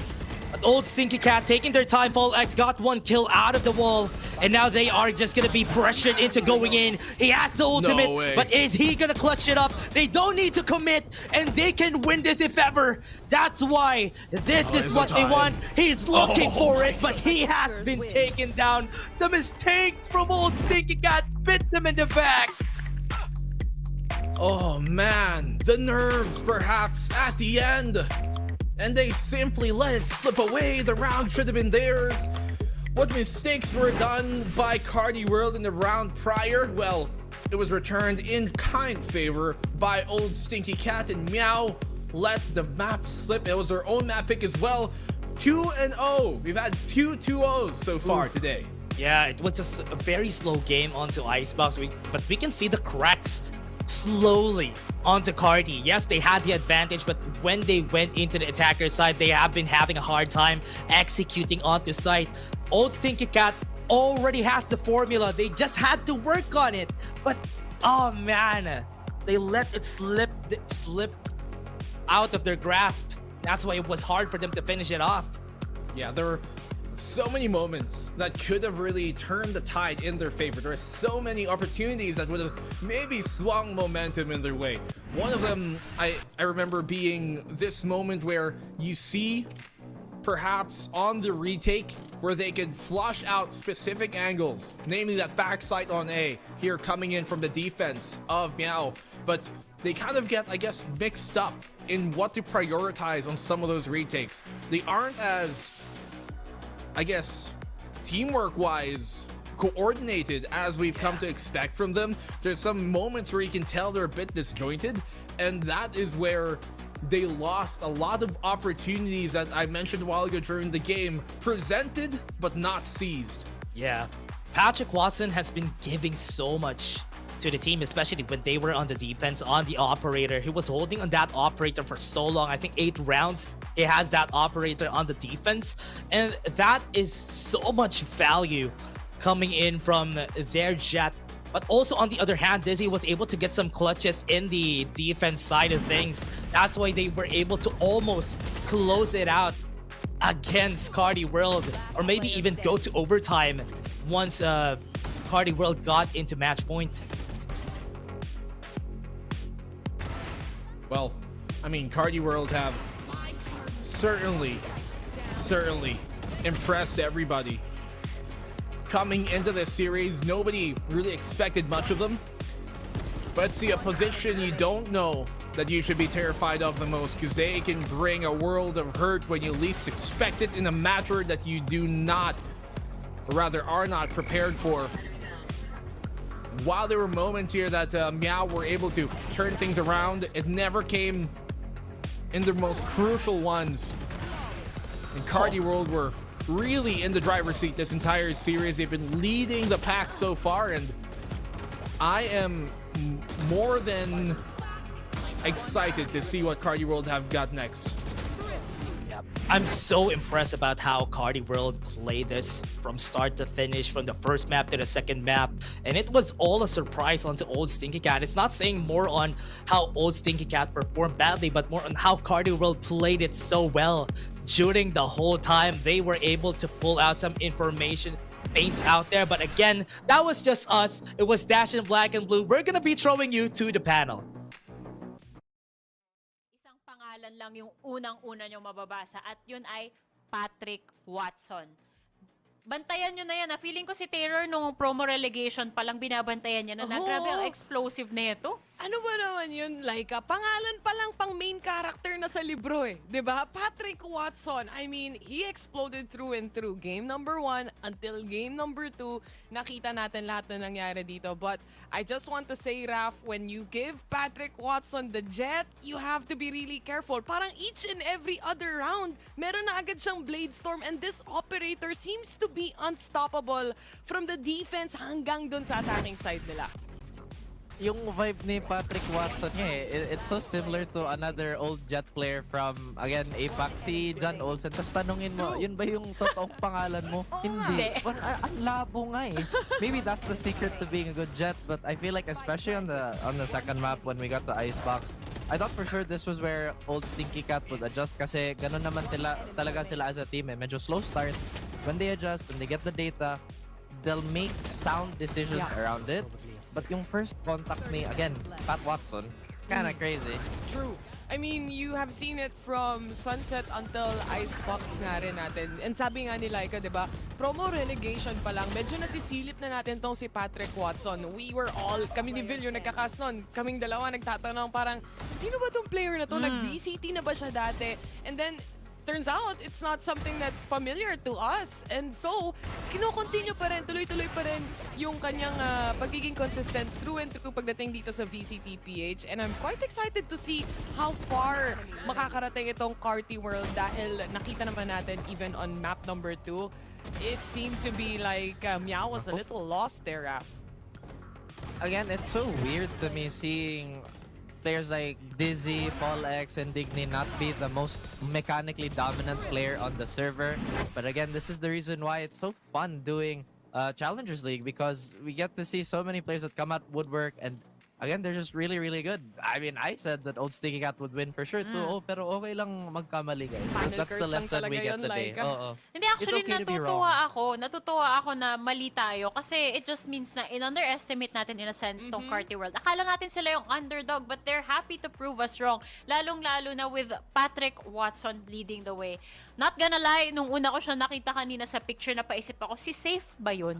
Kasi medyo pareho sila ng buhok, tas pareho pang naka-Carti uniform or naka-Carti jersey rather. So napaisip ako, si Safe din kasi 'di ba ang consistent din na aimer. Ang galing niya lalo na kapag sheriff.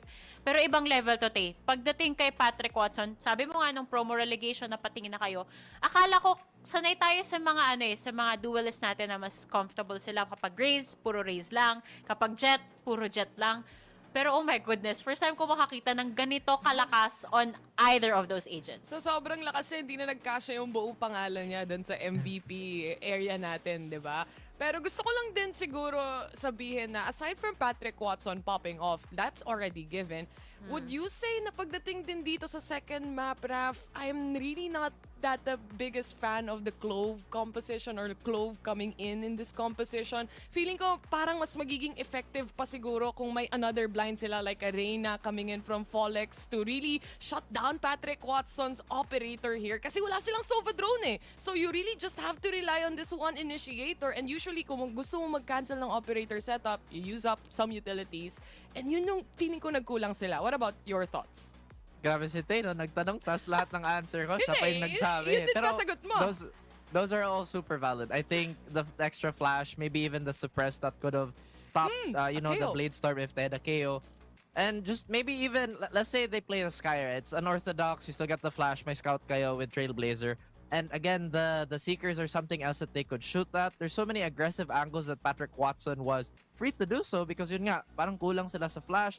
The double smoke, I think maybe execution-wise okay naman, but they didn't layer it properly with Viper. Parang okay, now we have two conditioning tools instead of let's control all this space. Yeah, and like kung iisipin natin, kung nakita natin yung match kanina, 'di ba? Minsan nalalaro pa nila yung smoke na yon against the players of Meow because they know how to play around these kinds of utilities. And kahit merong babalik sa buhay dito si Clove, hindi rin nila nahahanap masyado yung value. Okay lang guys, ako na bahala. Kung kulang sila sa flash, ako na magdadagdag. Ito na. Flash na natin yung audience natin because VCT PH Split 2 will return after this quick break. Huwag kayong aalis guys kasi replay to ng Grand Finals ata. It's gonna be Zol versus NAOS. But that is it for this panel. Kita kits after this. Flash. Blinded. Flashing. Blinding. Aztec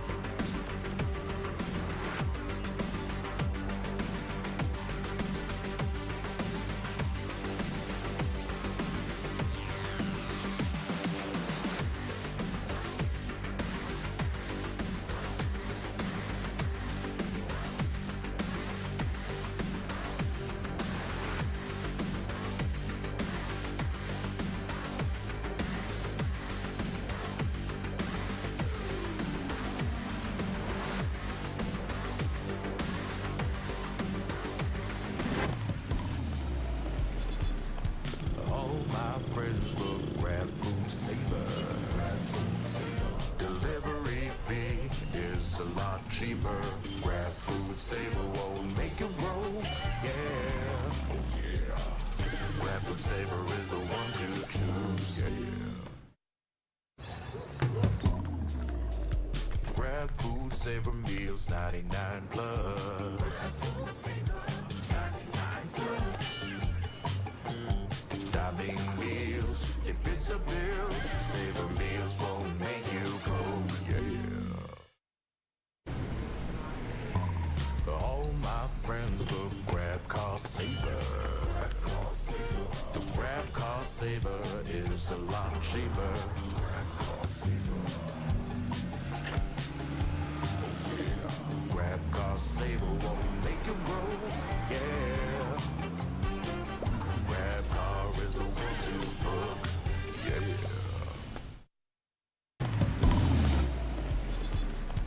All my friends will grab food saver. Delivery fee is a lot cheaper. Grab food saver won't make it roll. Yeah, oh yeah. Grab food saver is the one to choose. Yeah. Grab food saver meals 99 plus. Grab food saver 99 plus. Dining meals, if it's a bill, saver meals won't make you go. Yeah. All my friends will grab cost saver. The grab cost saver is a lot cheaper. Grab cost saver. Grab cost saver won't make it roll. Yeah. Grab car is the one to book. Yeah.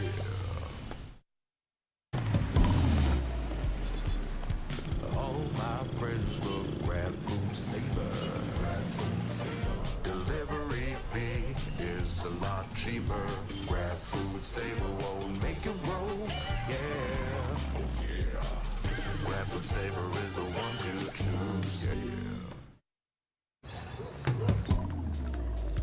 Grab food saver meals 99 plus. Grab food saver 99 plus. Dining meals, if it's a bill, saver meals won't make you go. Yeah. All my friends will grab cost saver. The grab cost saver is a lot cheaper. Grab cost saver. Grab cost saver won't make it roll. Yeah. Grab car is the one to book. Yeah.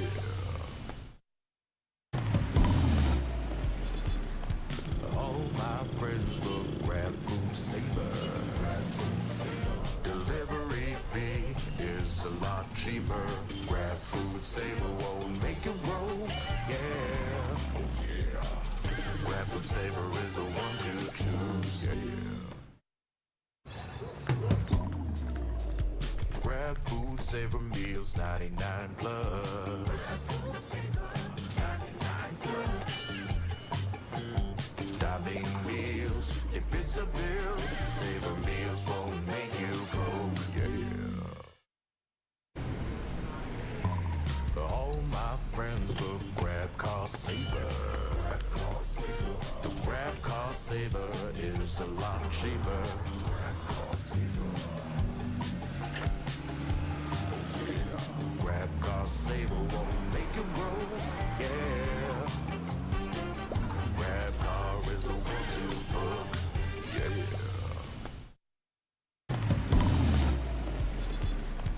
All my friends will grab food saver. Delivery fee is a lot cheaper. Grab food saver won't make it roll. Yeah, oh yeah. Grab food saver is the one to choose. Yeah. Grab food saver meals 99 plus. Grab food saver 99 plus.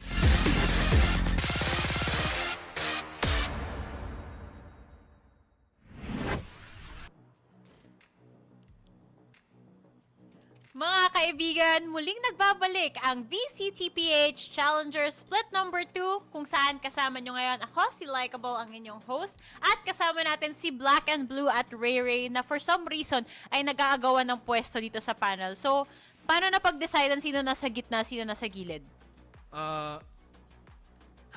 Hindi yun totoo. Huwag ka manggaslight, Ray. Ray, ikaw magaling ka talaga sa ganun, ha? Ako kasi, sabi ko, total, ako naman bida. Dito ako sa gitna. So, doon kayo guys sa side. Dito na ako.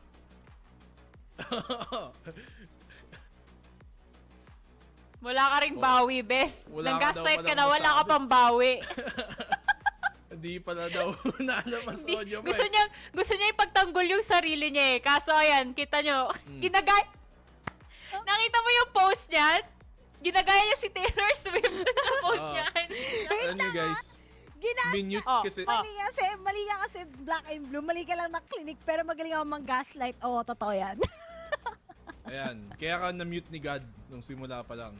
Kasi alam niyang kasinungalingan lang ang lalabas sa iyong gabi. Ay, Diyos ko, may kakaibang war na nagsisimula dito sa ating panel segment. Hindi ko rin maintindihan dyan. Pero, kailangan may peace pa din tayo dito. Kasi hindi naman tayo yung magkakalaban dito, guys. Yung mga teams ang magkakalaban. Kaya magkasundo-sundo tayo as we thank our sponsors right now. So, maraming salamat muli sa Mineski Global, the official tournament organizer of the 2024 VALORANT Challengers Philippines. Presented, of course, by PPGL, the largest multi-esports esports league in the country. Also thanks to our official super app partner Grab. Score Grab's lowest prices ever with up to 15% cheaper fares on GrabCar Saver delivery fees as low as 15 pesos with Grab Food Saver delivery and thousands of budget-friendly meals for as low as 99 pesos using Grab Food Saver meals. Oy, speaking of, alam nyo ba na meron tayong promo code, GrabFood60 and get up to PH 60 pesos off your order with a minimum spend of 550 pesos. Promo runs from 11 a.m. onwards. And of course, last but not least, this tournament is officially sanctioned by the Games and Amusement Board. Maraming salamat po. It is the final series of the day on its way. And sa totoo lang, isa to sa mga pinaka-inaabangan din ng mga nanonood dito for sure. Dahil ito rin yung dalawang teams na naglaban dun sa grand finals natin nung split 1 natin. Ikaw ba, Black and Blue, nung araw na yon parang ikaw lang ata yung tumama sa predictions now that I think about it. Siyempre, bida ako eh. Magaling kasi siya, guys. Kwento Ano ba? mo yan eh. Kwento Hindi mo ko yan yung eh. bida. Yung Oh. bida kanina si Patrick Watson ha. Huwag kang nakikiano. Pero Siyempre, fun fact ha, di ba yung, hindi ko alam kung aling team, nakalimutan ko na. Yung ibang teams kasi galing sila sa team BNB noon, nung split 1. Oo, tama. Alam mo, hindi nyo lang narinig kasi nasa English kami kanina. Pero nahanap namin anong IGN talaga ni Patrick Watson. Si Yokam, ang kanyang pangalan. Alam mo saan namin nahanap? Hindi sa Wikipedia, hindi sa VLR, hindi kung saan man, kundi sa Facebook namin nahanap. Facebook namin. Ayan pala, siya pala si Yokam. Wow, maroon din pala kayo mag-stalk, yung mga lalaki. Kala ko babae lang gumagawa nun eh. Sabihin ko pa lang, may marites din pala dun sa English side, no, Ray? Kaya alam na natin. Okay, para tuluyan pa nating ma-dissect at makilala yung mga players natin dito. Simulan natin for this final series of the day ang ating team na laging minamatahan din ng lahat ng teams dito. Walang iba kundi ang NAOS Esports.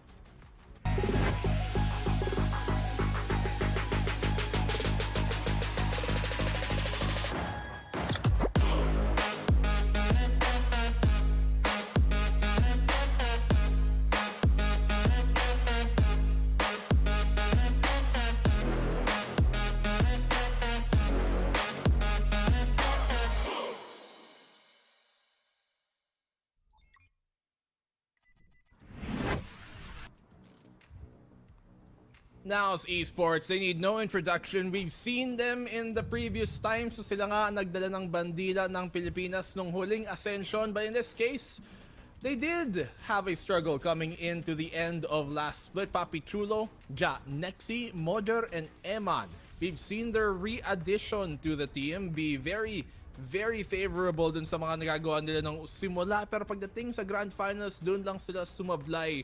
Kaya din kasi natin nakikita dito ang Zol Esports sa katapat nila sa laban na to. Para siyang rematch ang ating Grand Final, and they were truly, honestly, the biggest I think counterpoint team para sa NAOS. They were the perfect matchup to beat them, and maybe in this case makakabawi naman ang NAOS ngayon. At sana, 'di ba? Talaga nagkaroon tayo ng break. Mahaba-haba din 'yon. They were able to visualize what they want para sa season na to patungong Ascension. Pero to nung last split natin, nung regular season, ito din kagad yung nangyari. Nagkatapat sila, kaisa-isang team na natalo ang NAOS ay ang Zol Esports. So may kita natin ngayon kung gaano nga ba ka-prepared yung NAOS sa pagsagot sa ginawa sa kanila ngayon ng Zol Esports, 'di ba? Ay, syempre. Malalaman natin yan as we get to know the other side of the coin naman dito, no? Yung ating defending champions pagdating dito sa ating VCT PH is on their way. And syempre gusto nilang patunayan yung sarili nila as they go up against NAOS Esports again. So here they are, Zol Esports.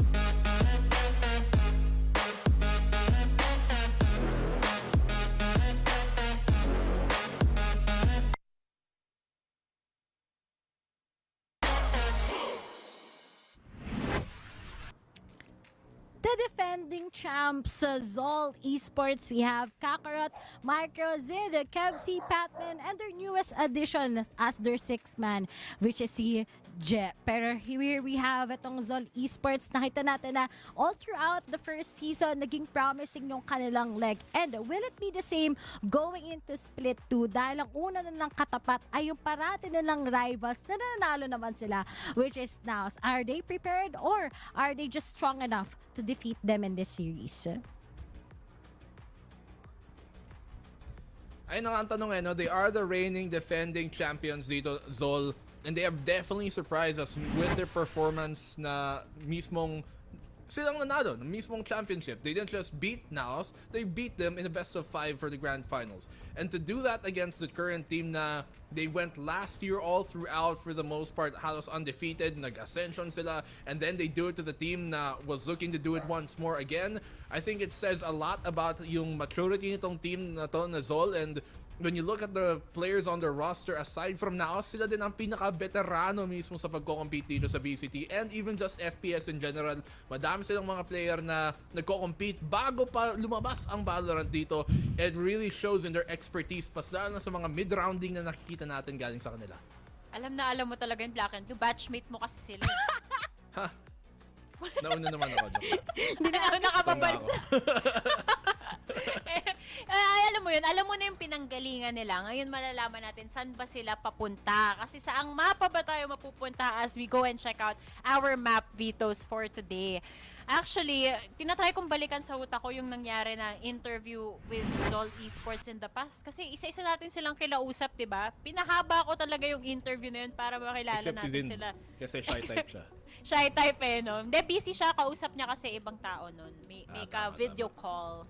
Yan. Priorities, family and loved ones muna, di ba? Sure. Pero ikaw ba, Black and Blue? Alam mo na kung saan sila galing? Saan tayo papunta ngayon? Hindi ko alam Hindi mo ba alam? Makuhula lang ako. I mean, they ban opening Ascent here for NAOS, right? You can look at some of the maps na magaling sila, and Split is one of those. Pero natalo sila versus Zol nung huling beses sila nag-split during the Grand Final. So I'm not too sure kung ilalabas nila nga dito ang Split. It might come out, but Icebox is what they pick.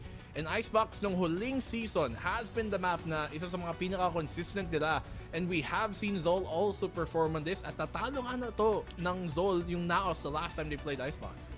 At ito pa, yung pagdating si Zol din, nakita ko na favored sa kanila so far to. I mean, their Icebox isn't that bad as well, Black and Blue. So, going into our decider map, good thing naman for now sa tinanggal nila yung Breeze. Alam nila that it can also be their moment of weakness. Banden kagad ang bind. Takot ang Zol. Nakarapan ang NAOS pagdating dito. Pero pagdating sa ating decider map, this is just gonna be amazing how well prepared sila sa Icebox, sa bagong Icebox na magkakatapat sila at pupunta pa tayo ng split. Ang naging determining factor kung paano nanalo ang Zol Esports last time against sa NAOS. Ay, yun na naman no?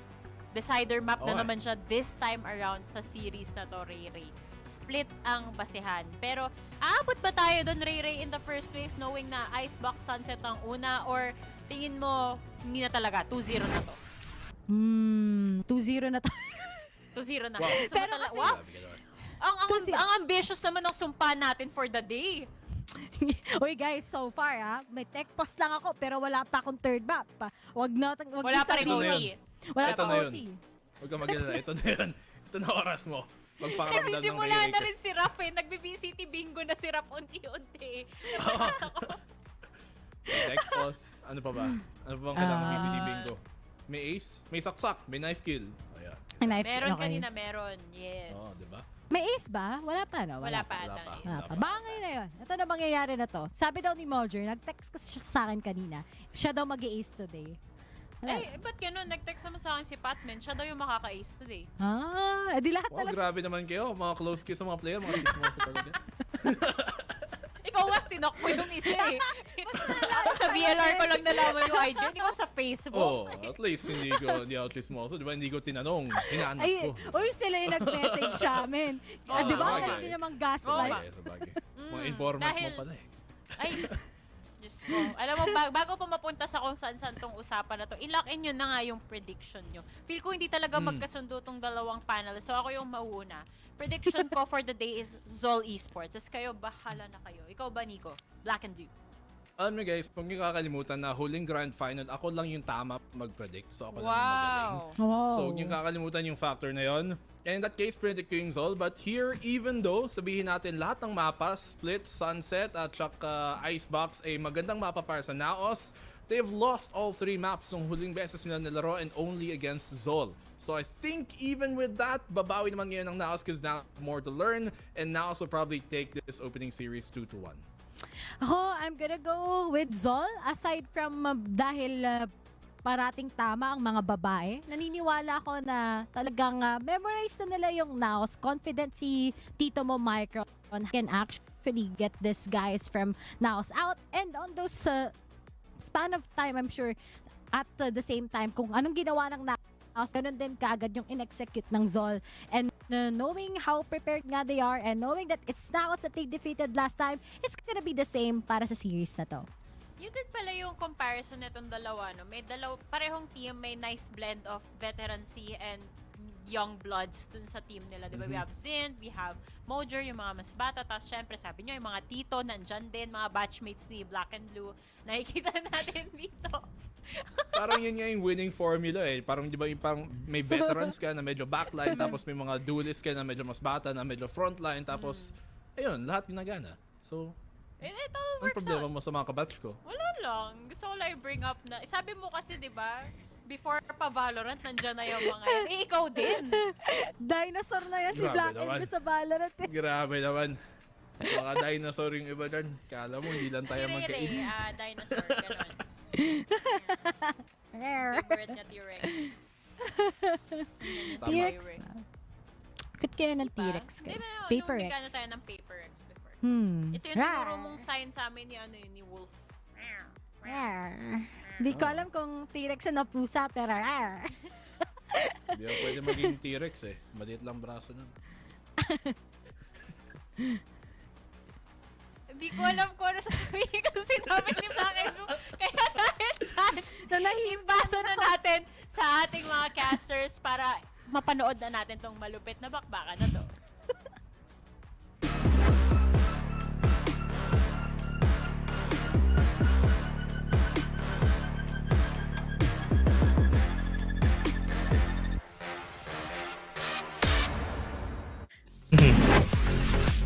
Ang pinakahihintay na laban natin, it's gonna be NAOS versus Zol Esports. Sila ang maglalaban dito sa game natin. And also, sorry, I am in English broadcast, so sorry about that. This is gonna be the English broadcast. My name is Tash and I'm here with Raph. I hope he's okay now. Are you okay now, Raph? I don't know. I thought I teleported into a different dimension, but honestly, Yeah. like, hey, dude, happy I was in Independence the- Day. Obviously, you know what I mean. Happy. I was in the Independence Tagalog Day. broadcast a while ago for some Yeah. reason. Oh, it's Sorry okay. about that. No, but here we are, guys. So, right now we are looking at the rematch. I think this is probably one of the most anticipated matchups of the Yeah. day, if not for the entire VCL. And of course, Dash, you know, you are looking quite dashing today. I should have worn a coat. I feel like I'm a little underdressed right now. No. It's perfect. I'm just wearing a shirt inside, so yeah. Really? It makes it a bit more more casual if you look at it. Yeah. So yeah, we're starting with the game today. It's gonna be NAOS versus Seoul Esports. Everybody casted their votes. 2 casted their votes for NAOS Esports, and 1 casted their votes for Seoul. Or is it the other way around? Because it's like, since it's an uneven amount, there's like 3 panelists and 2 of us. I personally think with, you know, I'm gonna put my vote on NAOS. I mean, I've always touted NAOS to be really adaptable as a team. They did stumble a little bit in that previous splits, but now I don't think they're gonna make the same mistake, especially with the same court. Yeah, this is gonna be a different court than what they fought with when they were fighting in the grand finals last split. So this is still gonna be a challenge for both squads, for NAOS and also Seoul. This is how they start. So, but everybody's excited in this battle because, you know, this is the battle. This is basically the grand finals from last split. Looking at the agent select here, I think this is pretty standard from both of them. I was hoping we'd see something crazy because I think all day long, Dash, we've had really unorthodox comps. I think we started the day out with a Yoru Sage comp on Icebox. Again, I love the idea. I love that there was a Harbor in play. But again, the execution was just really not there. So I guess in turn, for both Zol and NAOS, they want to go with something really reliable and that has something that has depth. Yeah, this is basically like the standard at this point when you're picking an Icebox. This is what you want always. You have somebody who would flash, you have somebody who gets information, and this is what they have in store for us, especially for Seoul Esports. We saw a bit of a glimpse of how this compositions play in a different light because of information actually helps out, like what happened between Meow and Carti a while ago. But now let's see how it works. I'm just saying, man, that Pat Watson guy is actually crazy. Crazy. Because he had a peak here, right? Where he was just on belt, he saw a leg, and then he adjusted immediately. Again, gotta focus back on the game here. Does look like NAOS is gonna start on the attacker side. They do get that early scan. Now, one thing we have to take into account for NAOS, they have so much value put into jail, so you already see that. They're clearing it as carefully as they can. But look at Zol. They crawl up ever so slightly on that flank. Yeah. Going into the flank. Crawl up. Sees nothing. There's nothing there to trip in order for the other squad to know. And now it's just going to be going in. It might be too early here. They are just going to be planting the spike. Nobody's here to contest them, but the flag is already there. There it is. Again, no kills just yet, Dash. We have some damage and Kakarot taking one, but Poppy gets the trade, even gets another one. Now even get the plant down. More front facing on the side of Zol as they try to wrestle the site away. Micro is not going to allow Nexi to find value here as the pistols are ringing true for the boys over at Zol. Choice of blank opens up the side. Sol jumping in and out. Mojo was able to get one. Has one more dash in his belt.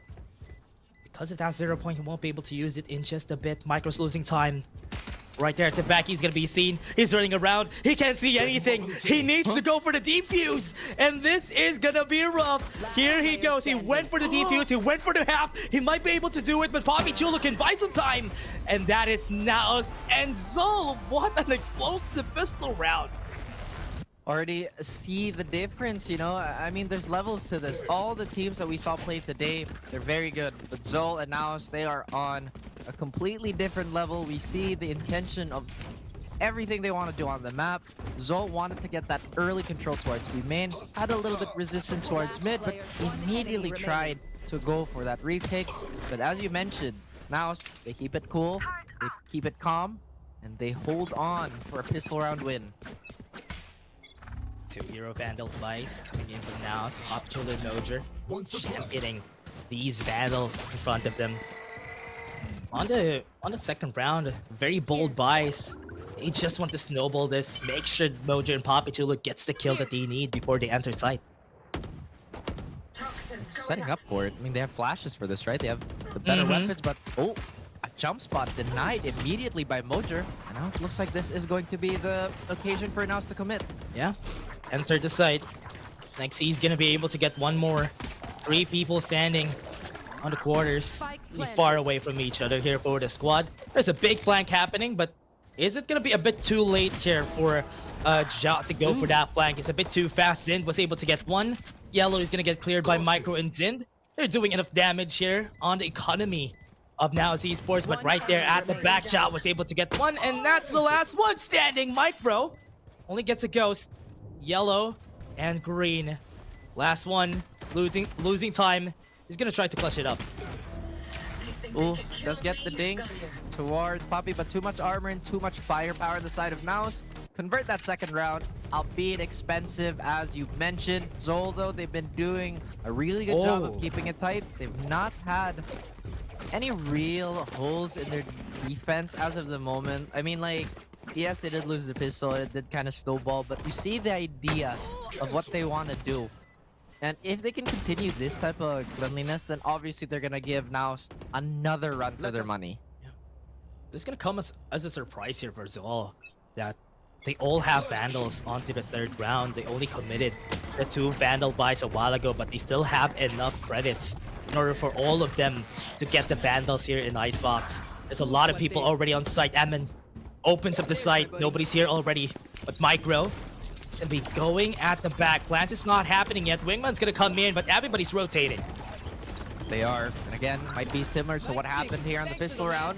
Weapons are a bit more dangerous and utilities a little more full. Eamon has the ult, and of course he expends it. Does he find anything though? Season gonna be going in that corner. Micro and Patman hand in hand gets kills, and now they are just gonna push through. NAOS loses their footing. They're still not committing on that defuse. Gonna be seeing one. Gonna be seeing another. Popichulo gets the 4K. What is that? What? An impossible situation. But a man on a mission is Popichulo, already proving that they're so ready to take on Zol in this rematch. That's disgusting. Oh man. So thirsty for that revenge, and Popichulo. Oh, I wasn't expecting him to actually clutch it up. That was a 1v4. And he had to isolate every fight before it came through. And it actually did. He got the 4K, got the win. That's not the first time we've seen Popichulo do something like that, where he just goes pop, pop, pop, and then he's just gonna keep winning those fights. This dude, man, I mean, he's been doing it for so long. It's just so hard to expect anything less from this man. And it looks like NAOS, on the momentum from these previous rounds, still want to keep going for A. Yeah, all Esports with a broken economy now. They were able to find their footing a while ago, but it was all shut down by NAOS. They're keeping at it. Zind has been heard. Ja also knows that he's there. There's only one more person standing here. It's Kakarot in this eco round, just holding that shotgun on his hand. That is so crazy.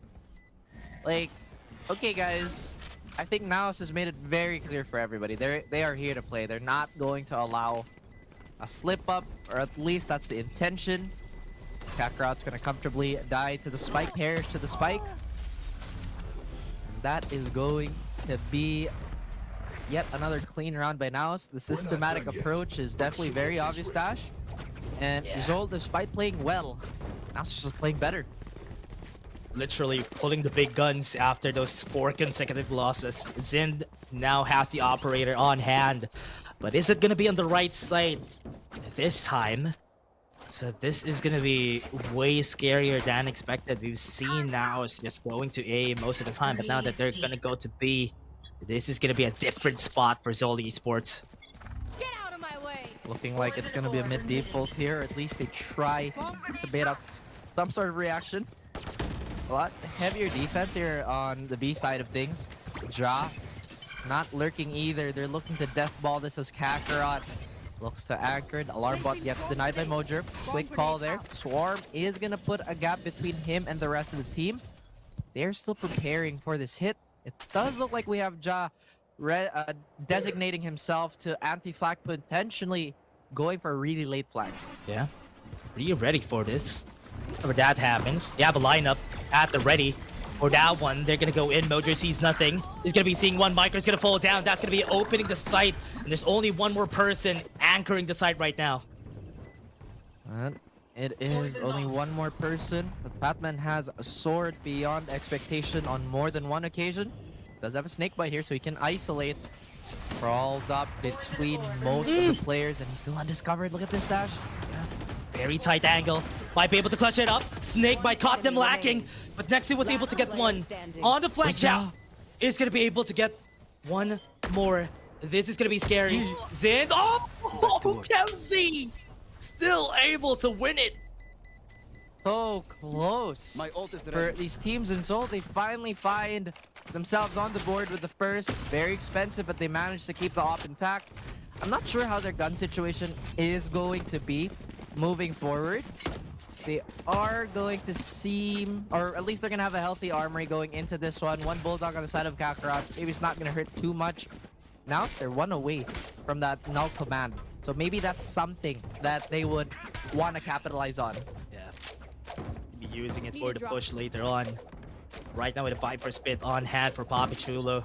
Need to get inside, but they're gonna go for a classic default here. It's gonna be waiting for some pickoffs. Maybe even get the kill here on Kakarot if ever they need to. Just for them to get that null command for Nexi in order for them to push into the site. But with Zin holding the operator, they're trying to find information. Where is that operator? Are we gonna be seeing it at A site? Because until now, nobody knows where it is. Alright, still trying to pivot off that Viper utility towards mid. Batman doesn't get any information he wants. Oh no. Instead, he nearly gets peppered. But this, they're crawling up A again. Oh no. Oh, they're not gonna hit the shots in. Gonna be looking for another peek. Was able to get one. Might be able to get two. Batman was able to get one more. It's gonna be a 3v5. Cannot even play off of utilities here. The Papichulo opens up B. This could be a potential rotation still for the side of NAOS. Batman has a free kill here. Does get Mojo on the swing. I think he anticipates the attempted refrag here by Eman. Adjusts and cleans it up. It does look like Zol have hit their stride too. And that's gonna cut into lead just a little bit more. The slower style of play. I would still say it kind of leans in towards NAOS, but very slightly. I mean, I think, if anything, Zol has been one of the teams to match that type of play as well as they can. Yeah.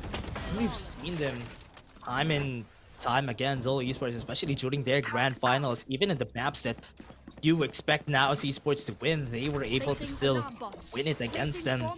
Right now, it's going to be a challenge, even in Icebox. Last time they met, Zol actually won the Icebox map. So this is still in contention for Zol Esports in this map. They are ready to fight toe-to-toe against NAOS.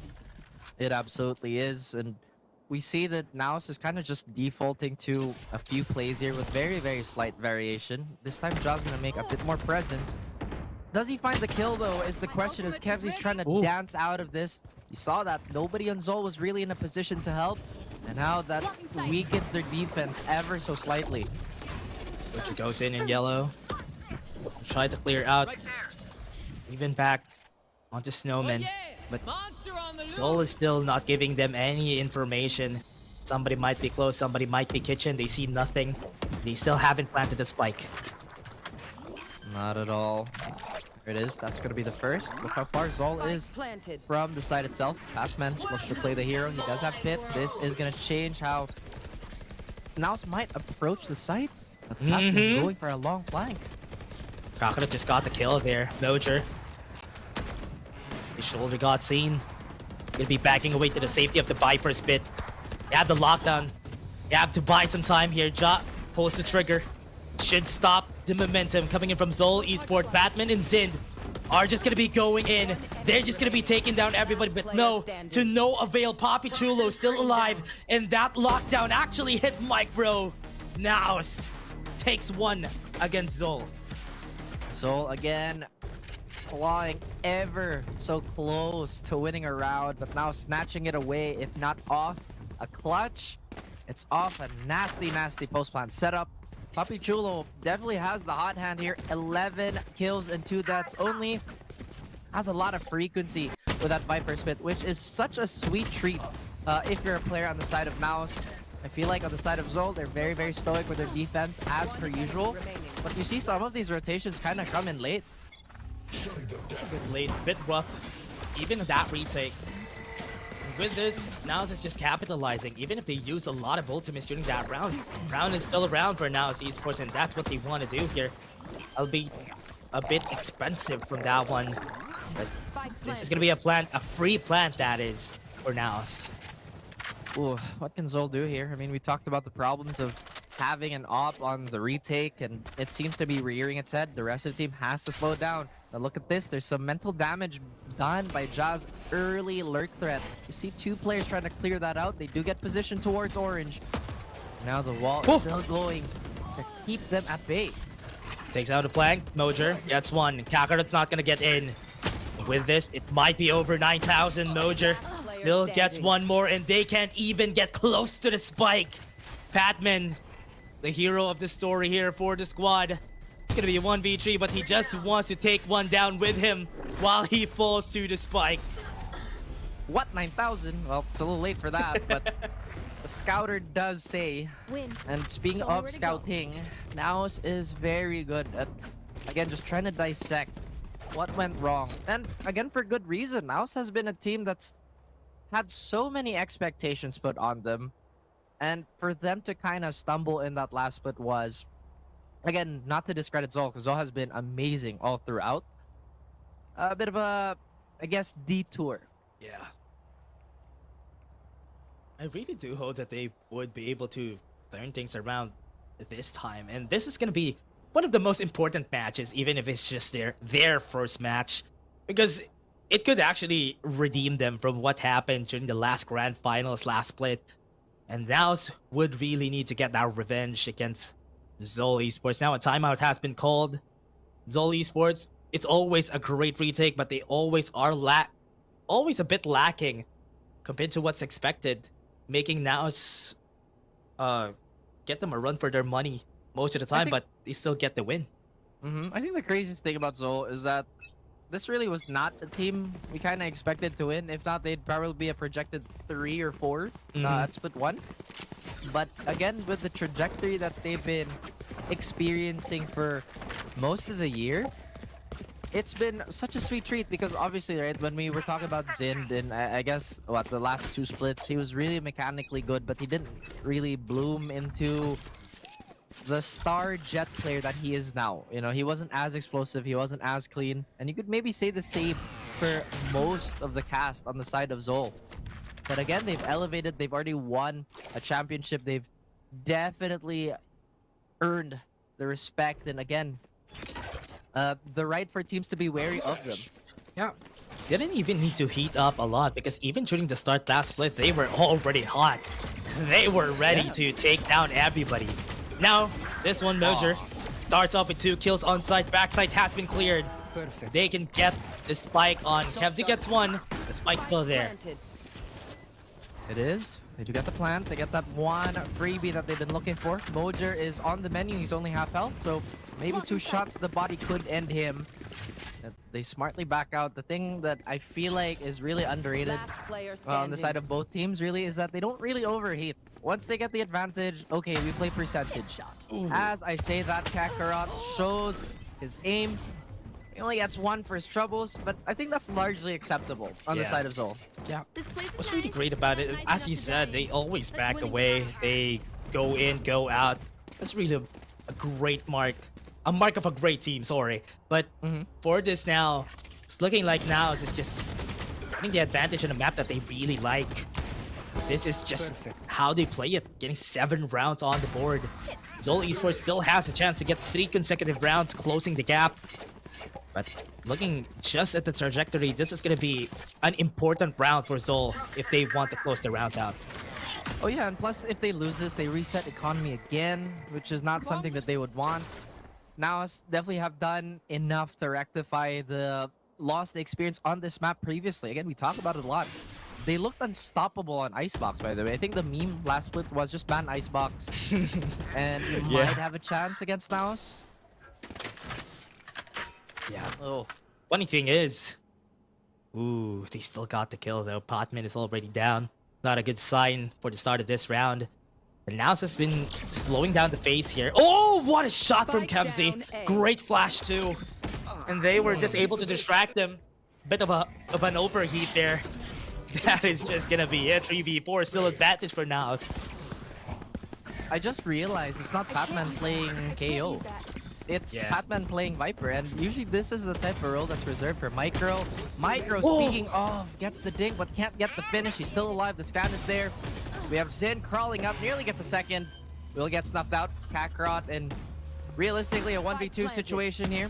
Next he's gonna be on that cross. He stands tall. And he will finish off Kakarot. Yeah.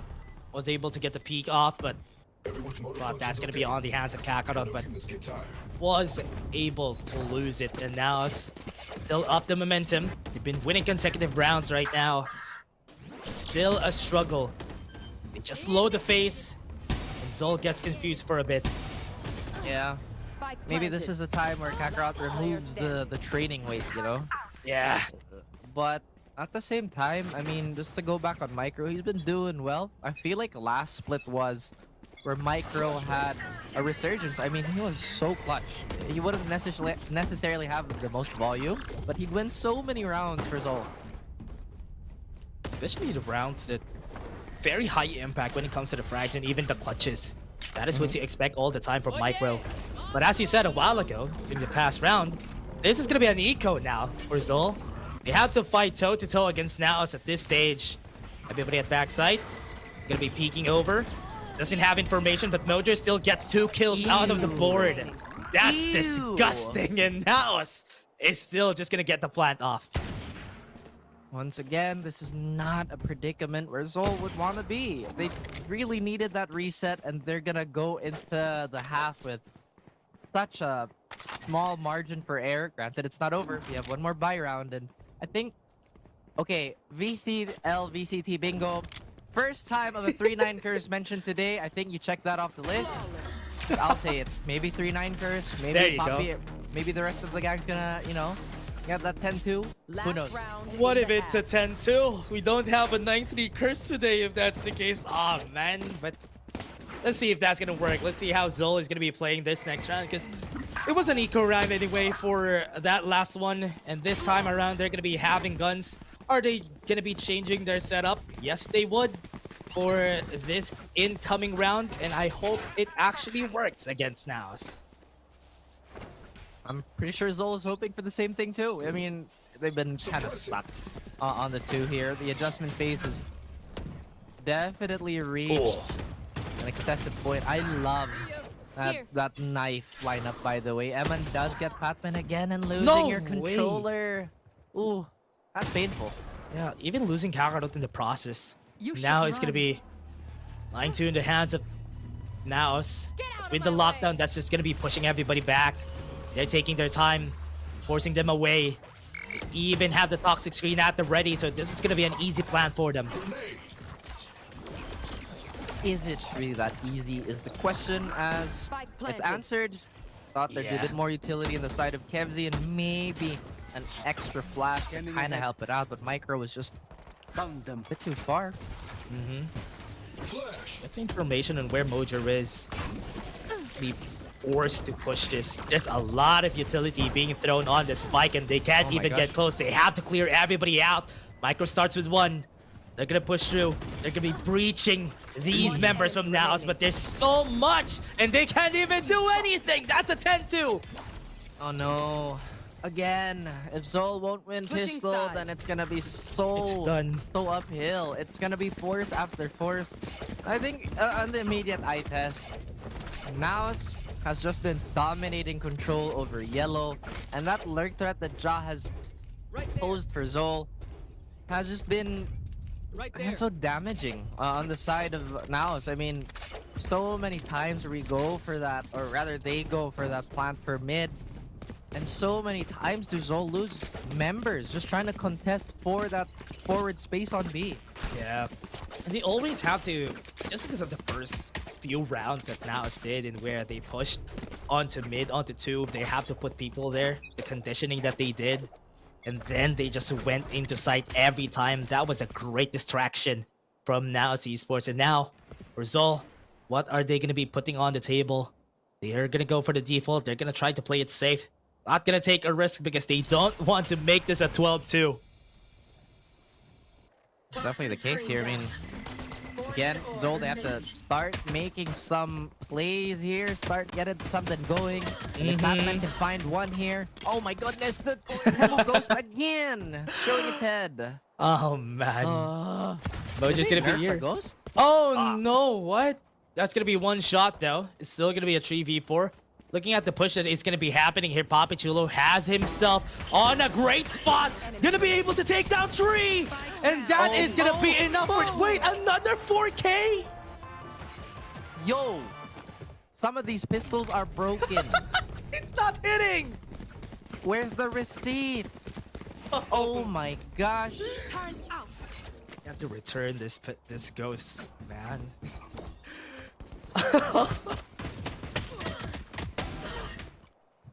Look at those!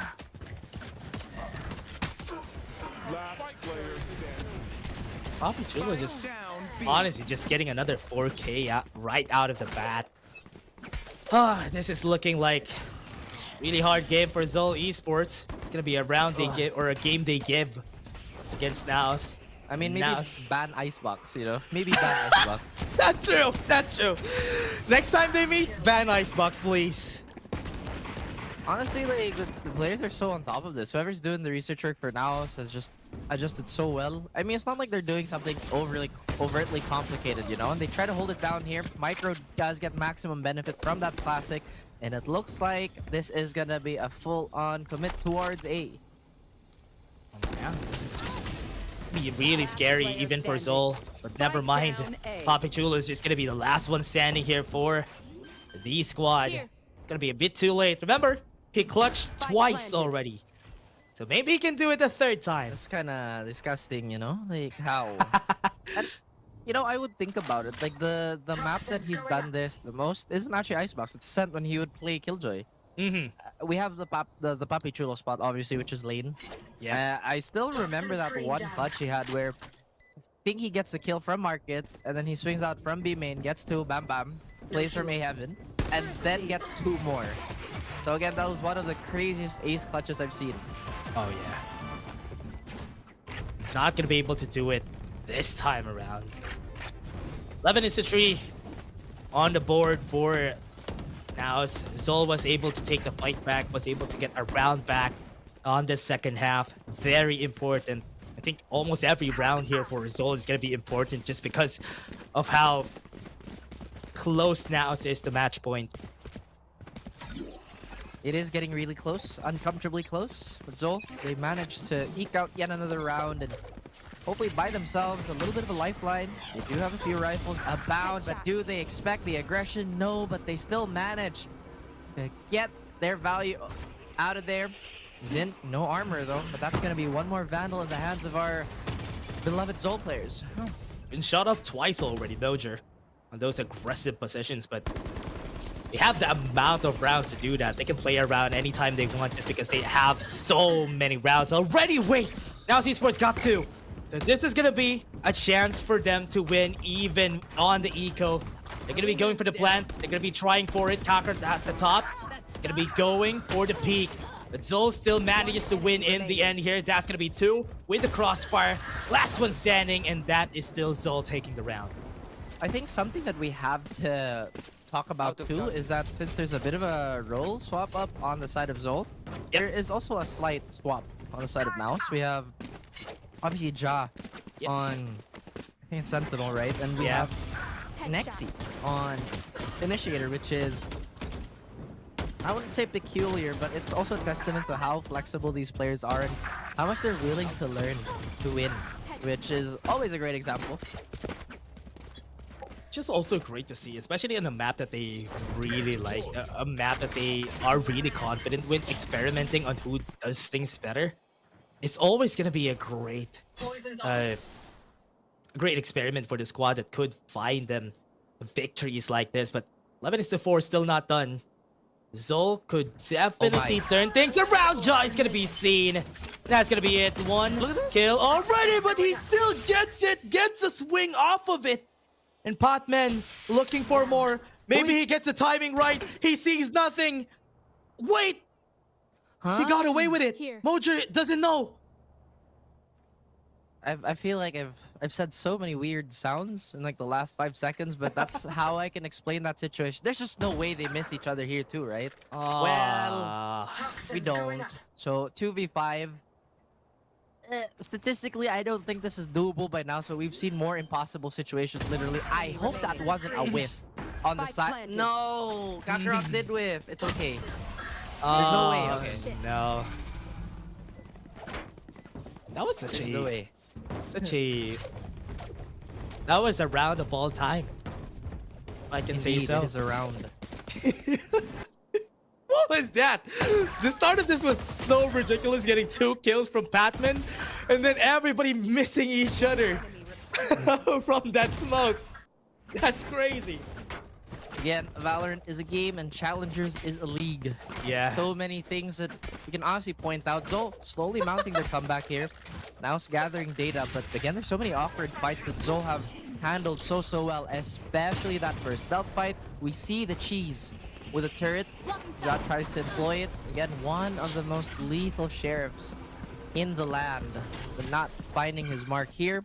Does take a little bit of chip damage though. As NAOS, they've gathered everybody outside the window, or at least there to create a window of opportunity. Yeah. On the other hand, everybody's also here on the side of Zol. Everybody has been called to the fray. Go to backside. They tried to clear as fast as they could. Now let's get 2. And they're going to be clearing more. They're trying to take more space. But they're going for it. Wingman, the man, is defusing the spike. Nobody's there looking at him. And now still wins it. Gets to match point. My goodness. And again, off camera, we saw Nexi create a warpath. What a way to steal around. And again, to kind of salt the wound here. Now it's being so creative about the ways that they go about the ecos. And again, just to talk about Nexi, this is literally a zero ego player. I don't think I've seen somebody be so compliant towards the percentage play, at least in the local scene, right? Yeah. And again, that's crazy. I mean, you know, maybe every now and then we want to ego peak just to see, but it doesn't seem like that's in the vocabulary of Nexi at all. Yeah.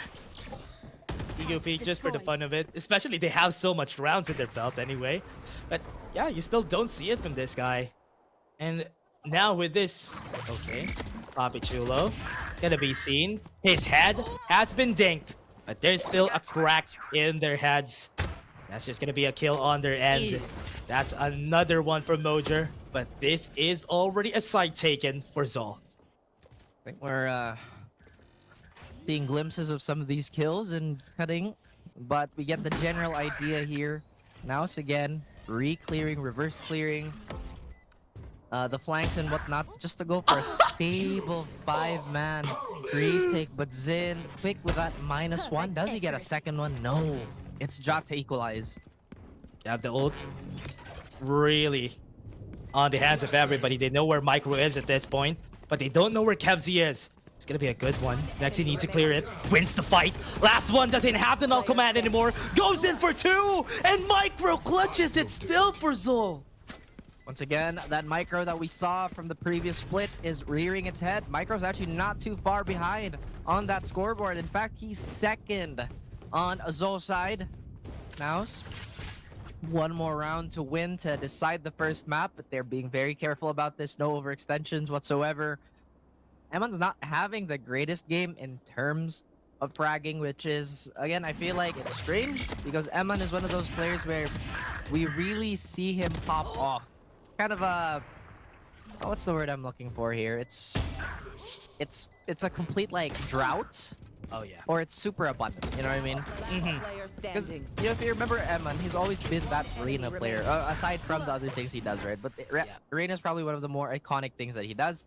But to see him transform into an initiator and to completely adhere to a more supportive role while remaining in a way where he's still super impactful with the frags is nice to see. Yeah.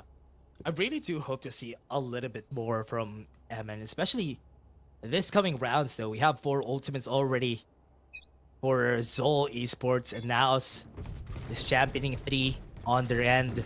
Let's see how they make use of this in the incoming rounds. Or would Zol not even be able to if NAOS just wins this?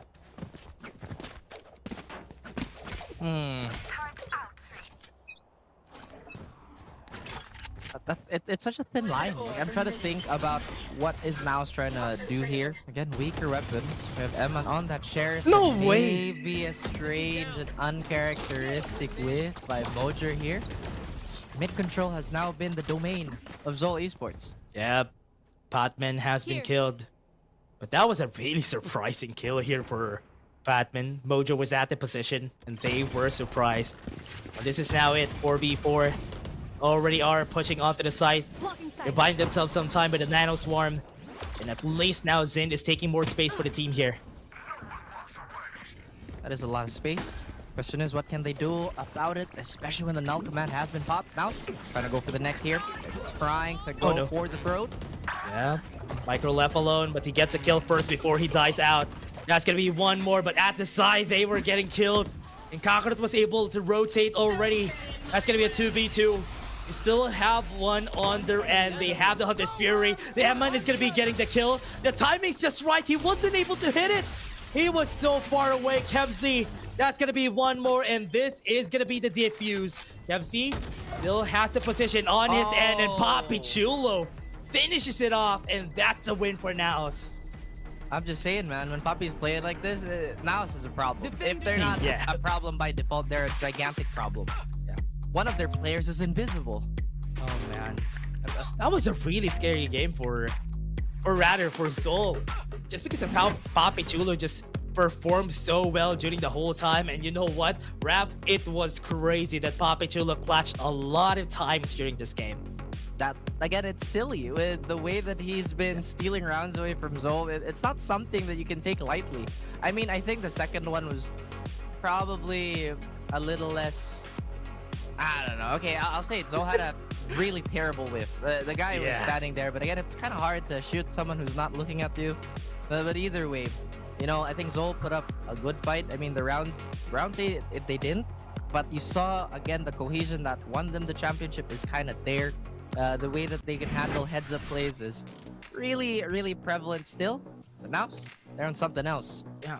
Zol's mid-rounding is always great, especially the calls that they need for those retake situations. But from what we've seen here for Papi Chulo, that's a lot of kills here for this man because of how much he clutched during this whole game. That's really crazy. 26-8 is not something that I would have expected, especially in this type of matchup, because again, these teams are easily the best teams we have here. And I honestly thought it was so hard to top, I think it was Pat Watson's 350 earlier, 350 ACS, but we have 360 ACS, showing how the youngins, how to do it. And again, so they're not that far behind on some of these other stats. These first bloods are definitely present. The follow-up, where is it? And again, this is gross. This is ew. That definitely was. That definitely was. Especially one of it too was Papi Chulo also getting a clutch with the ghost a while ago. I think it's gonna be shown later on, but it was still... Whew. It was disgusting how it actually... This one! Look at this! Oh man! Yeah, again, it's feast or famine sometimes for some of these moments, and that was definitely a famine. That was a gigantic drought. We were honestly expecting that Sheriff to finally slay the raid boss Papi Chulo, but no. Yeah.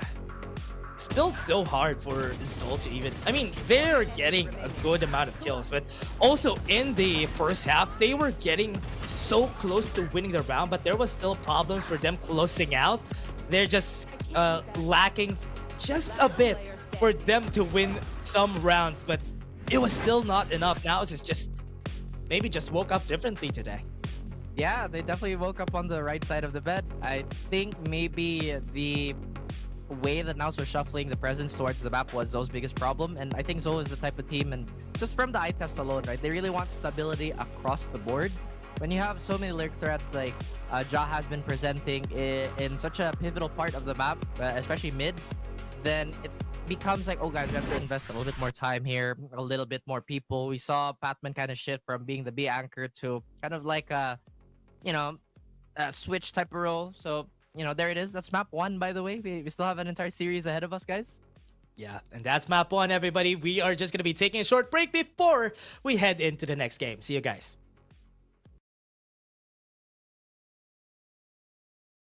Food saver meals 99 plus.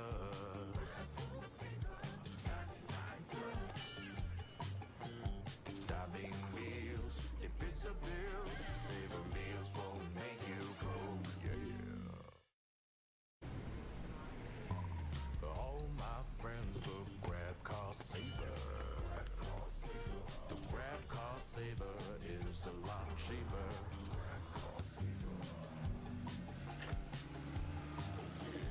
Grab cost saver won't make you grow, yeah. Grab car is the one to book, yeah.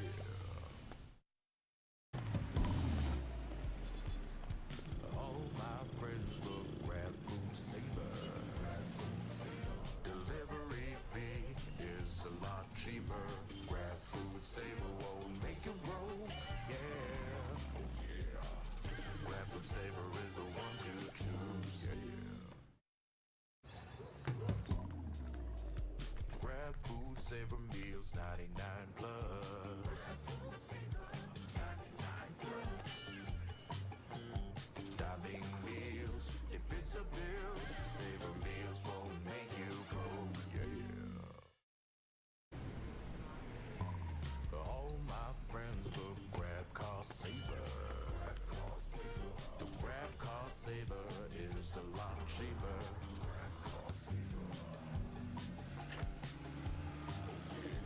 Grab cost saver won't make you grow, yeah. Grab car is the one to book, yeah.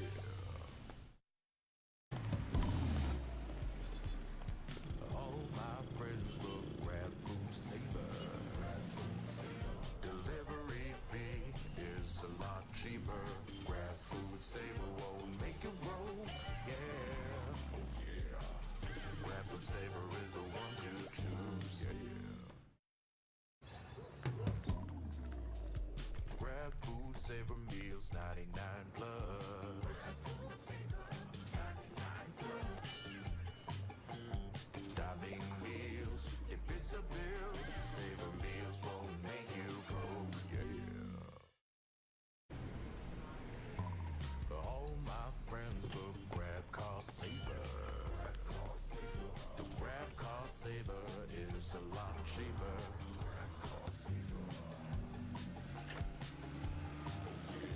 Grab cost saver won't make you grow, yeah.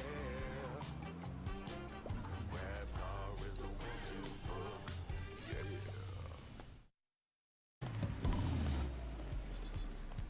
All my friends will grab food saver. Delivery fee is a lot cheaper. Grab food saver won't make you grow, yeah. Oh yeah. Grab food saver is the one to choose, yeah. Grab food saver meals 99 plus. Dining meals, if it's a bill, saver meals won't make you go, yeah.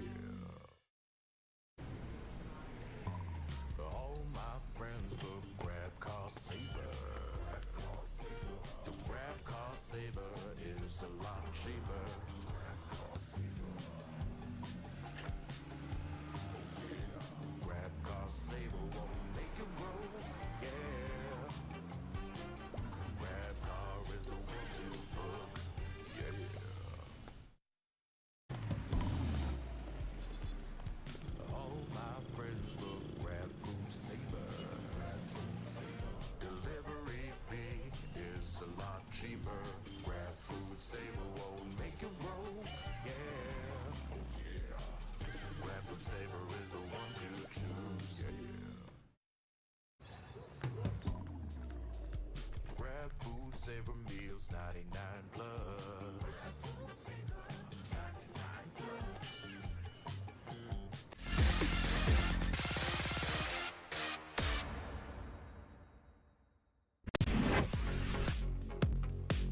dominant Icebox by NAOS yet again as we head into the rematch. Zol looking a little shaky, but we will find out if they recover as the night goes on. Once again, my name is Raph. That handsome gentleman over there is Dash.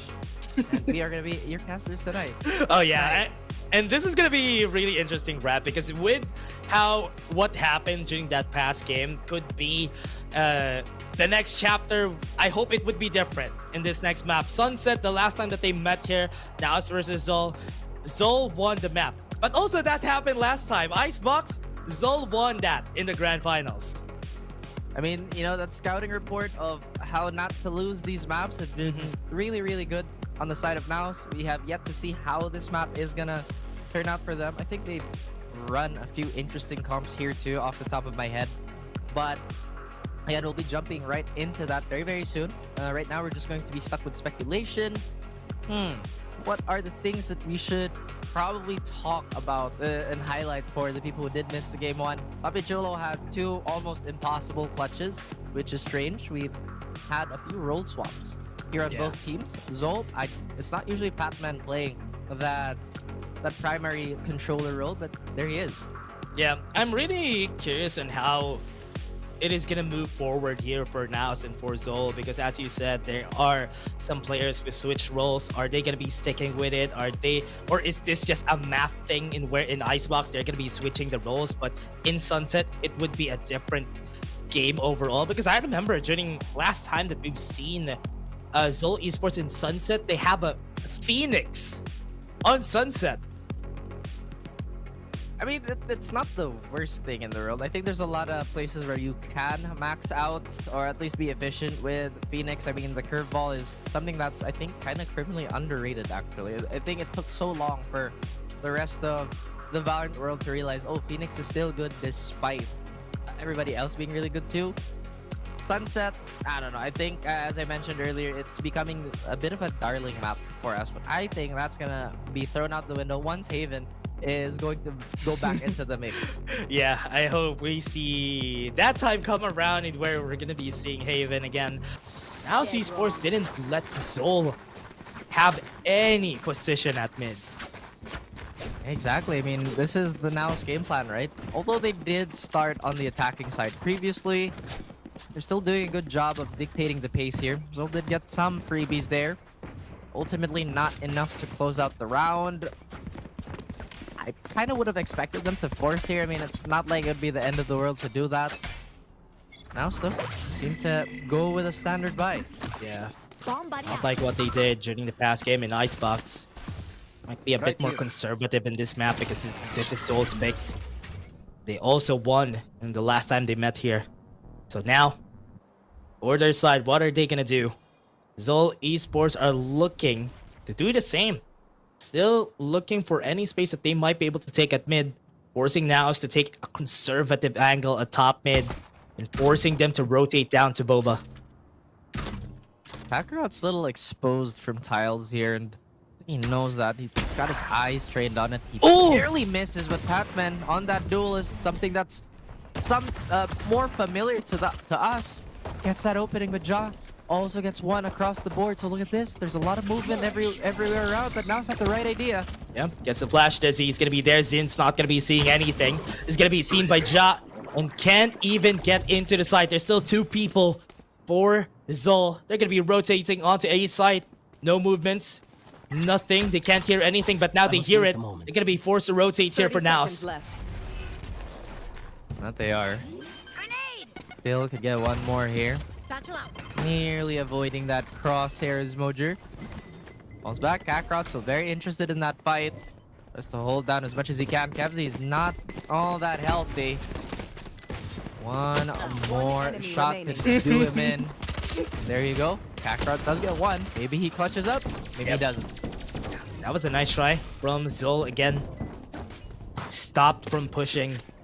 That was such a quick defense coming from NAOS here for that round, but again, Zol didn't have any guns during that round anyway. That's gonna be the bonus for Zol. Gonna be looking for this victory for sure. Okay. They're not looking to let this bonus slip out of their hands. I don't think Sunset is a map that really favors the SMGs anyway, so Zol should have this unless they run into some silly trap, which I highly doubt. There's not a lot of stopping power towards mid, and it does look like Zol is going to be putting a lot of attention there. Ooh.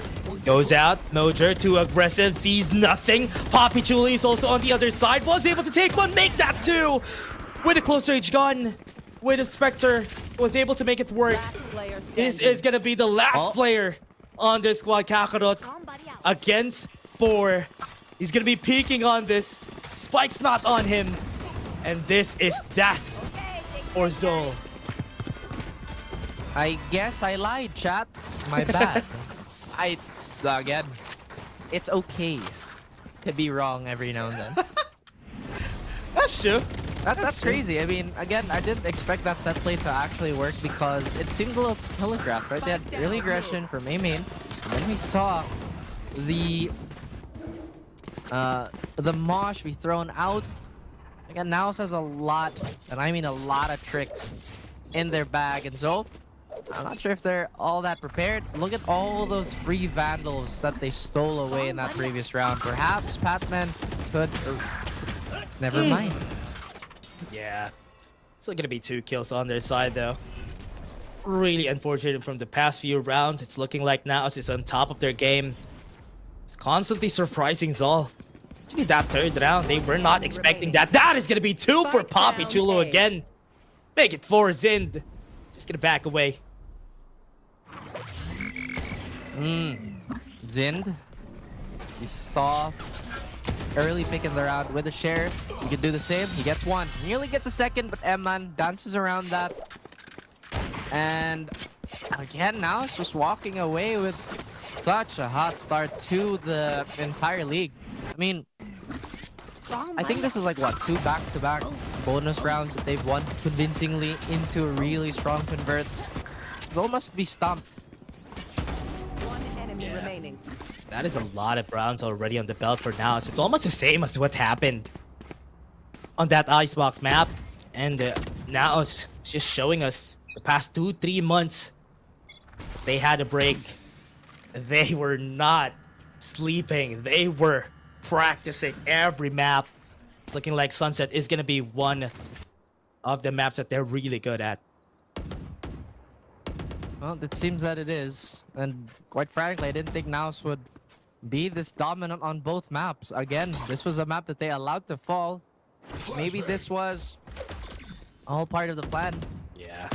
And to be fair, Go get him. we've seen a lot of these maps. If not from relegation, if not from the, the entire shebang. We saw this map a lot today. Yeah. Yeah, 2 of Sunset today. Patman starts off with 1 and 2. That's going to be a punchback coming in from Poppy Chulo. Ooh. He gets his own 2. And right now, they're looking for an A push. They already know it on the side of NAOS. They're already called the rotation. But nobody's moving just yet. They want to stay together. Neural Tap is going to be there. They have to think fast. Where are they going to go? That's a tricky crossroad. But now that Neural Theft is going to be helping the cause of NAOS. Clean 3v3 here. Mojo's going to try and open it up with ult. Finds one. Whoa! Is right next to another. Kevzi gets a trade, but Poppy gets a 3rd. Zind all alone in a 1v2. Hoping to get some sort of momentum for his team. But it looks in the wrong direction. And we'll get buried 6 feet deep. NAOS 5-0. What a great retake. Ja backs away, goes back to his teammate, was able to get the neural theft. When they got the information, they had to force Zol Esports' hands. When they used that neural theft, they had to get into sight because they are just gonna give so much information, and also they can't rotate. That's why they had to force that B push and that B site, but they had so much in their hands. They even had the showstopper to go for that retake. They had all the resources in the world. I mean, it looked so good for a while for Zol, but again, Zin just getting maybe a little impatient with that cam check. And oh man, it is a tale of 2 worlds at the moment, Dash. NAOS, they are having a grand old time. Zol, they're not having a grand old time. So hard for Zol. So difficult to even do the simplest things. In the defense, NAOS has been really perfect. Even if Zol is just... Even if they're making information traps all around the maps, NAOS is just taking it slow, waiting for them to make any move. They don't even need to play aggressively. During this time, maybe, sure. But they are playing it conservatively during the past few rounds.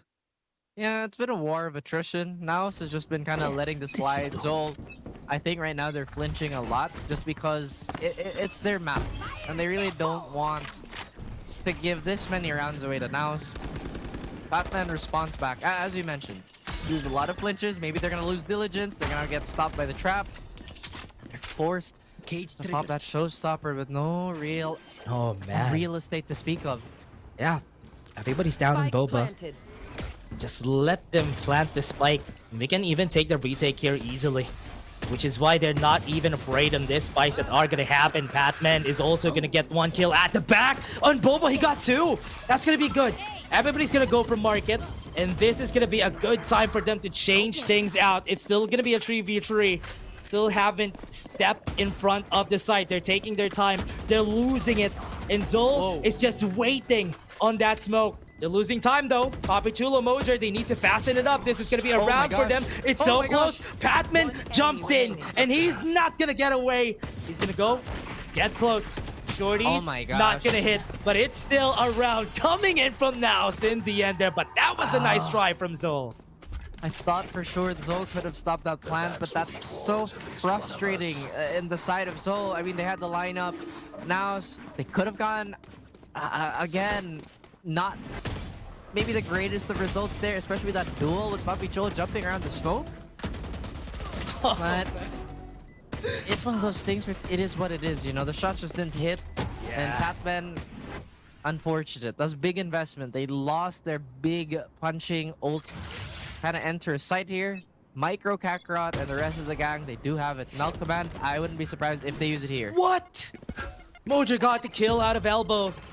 Now that's gonna be a hard entry now for all this ultimates that they have on the side of Zol. Can make use of it though. Paranoia is gonna be seized.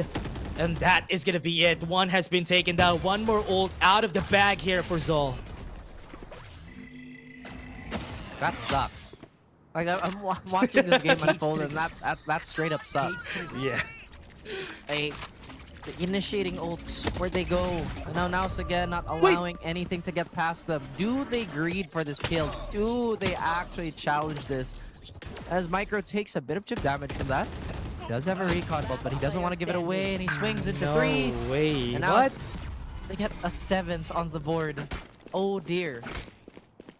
I was surprised they swung it. Oh man, there was 3 people there, but they tried to maybe even get the kill. I remember that was another gun round for Zol, and now they're back to the cycle. They don't have any guns anymore. What is happening to Zol? It looks like they're crumbling today.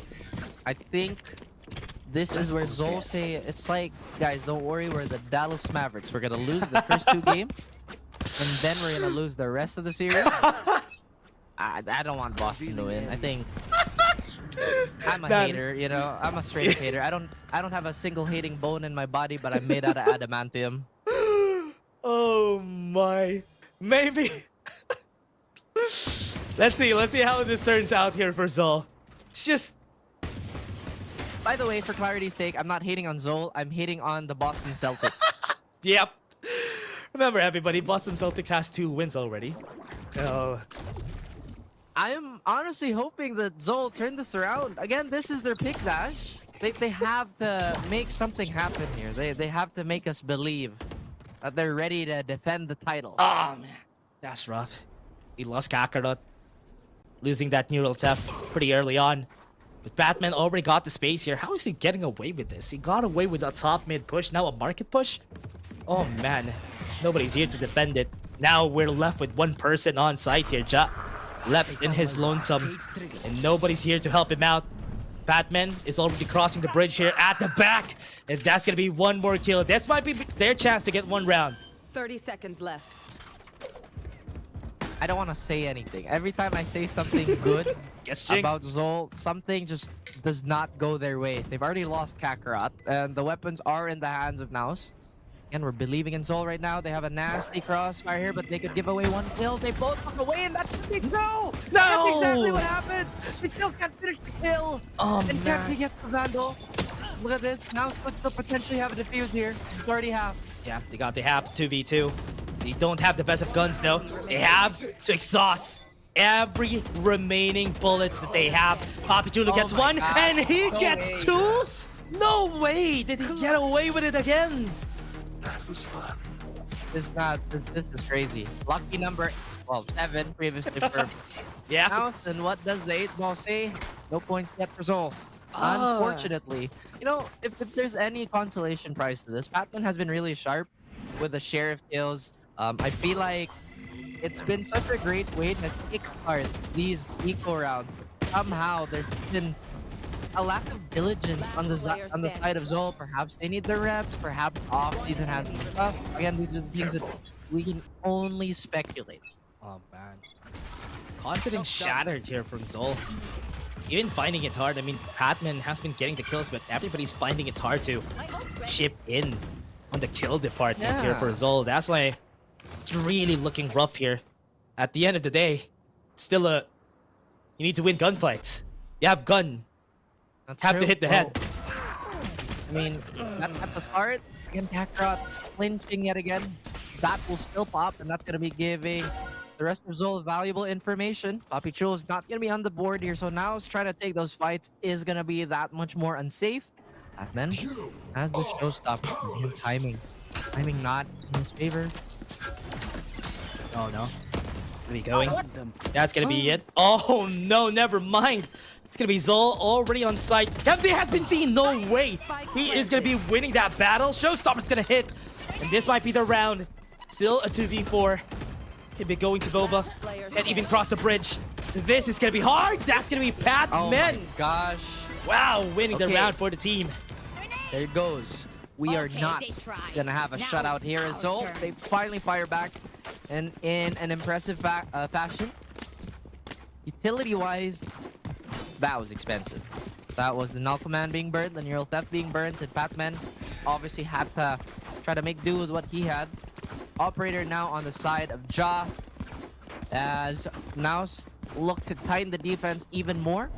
Something that we haven't really seen here from Zol is such try to pick apart this defense. I mean, obviously, right? Because they're attacking and NAOS has had 8 rounds, but what I mean is trying to dissect it and divide and conquer, but no, even the individual gunfight slash. Oh man, still losing that. Losing Patman.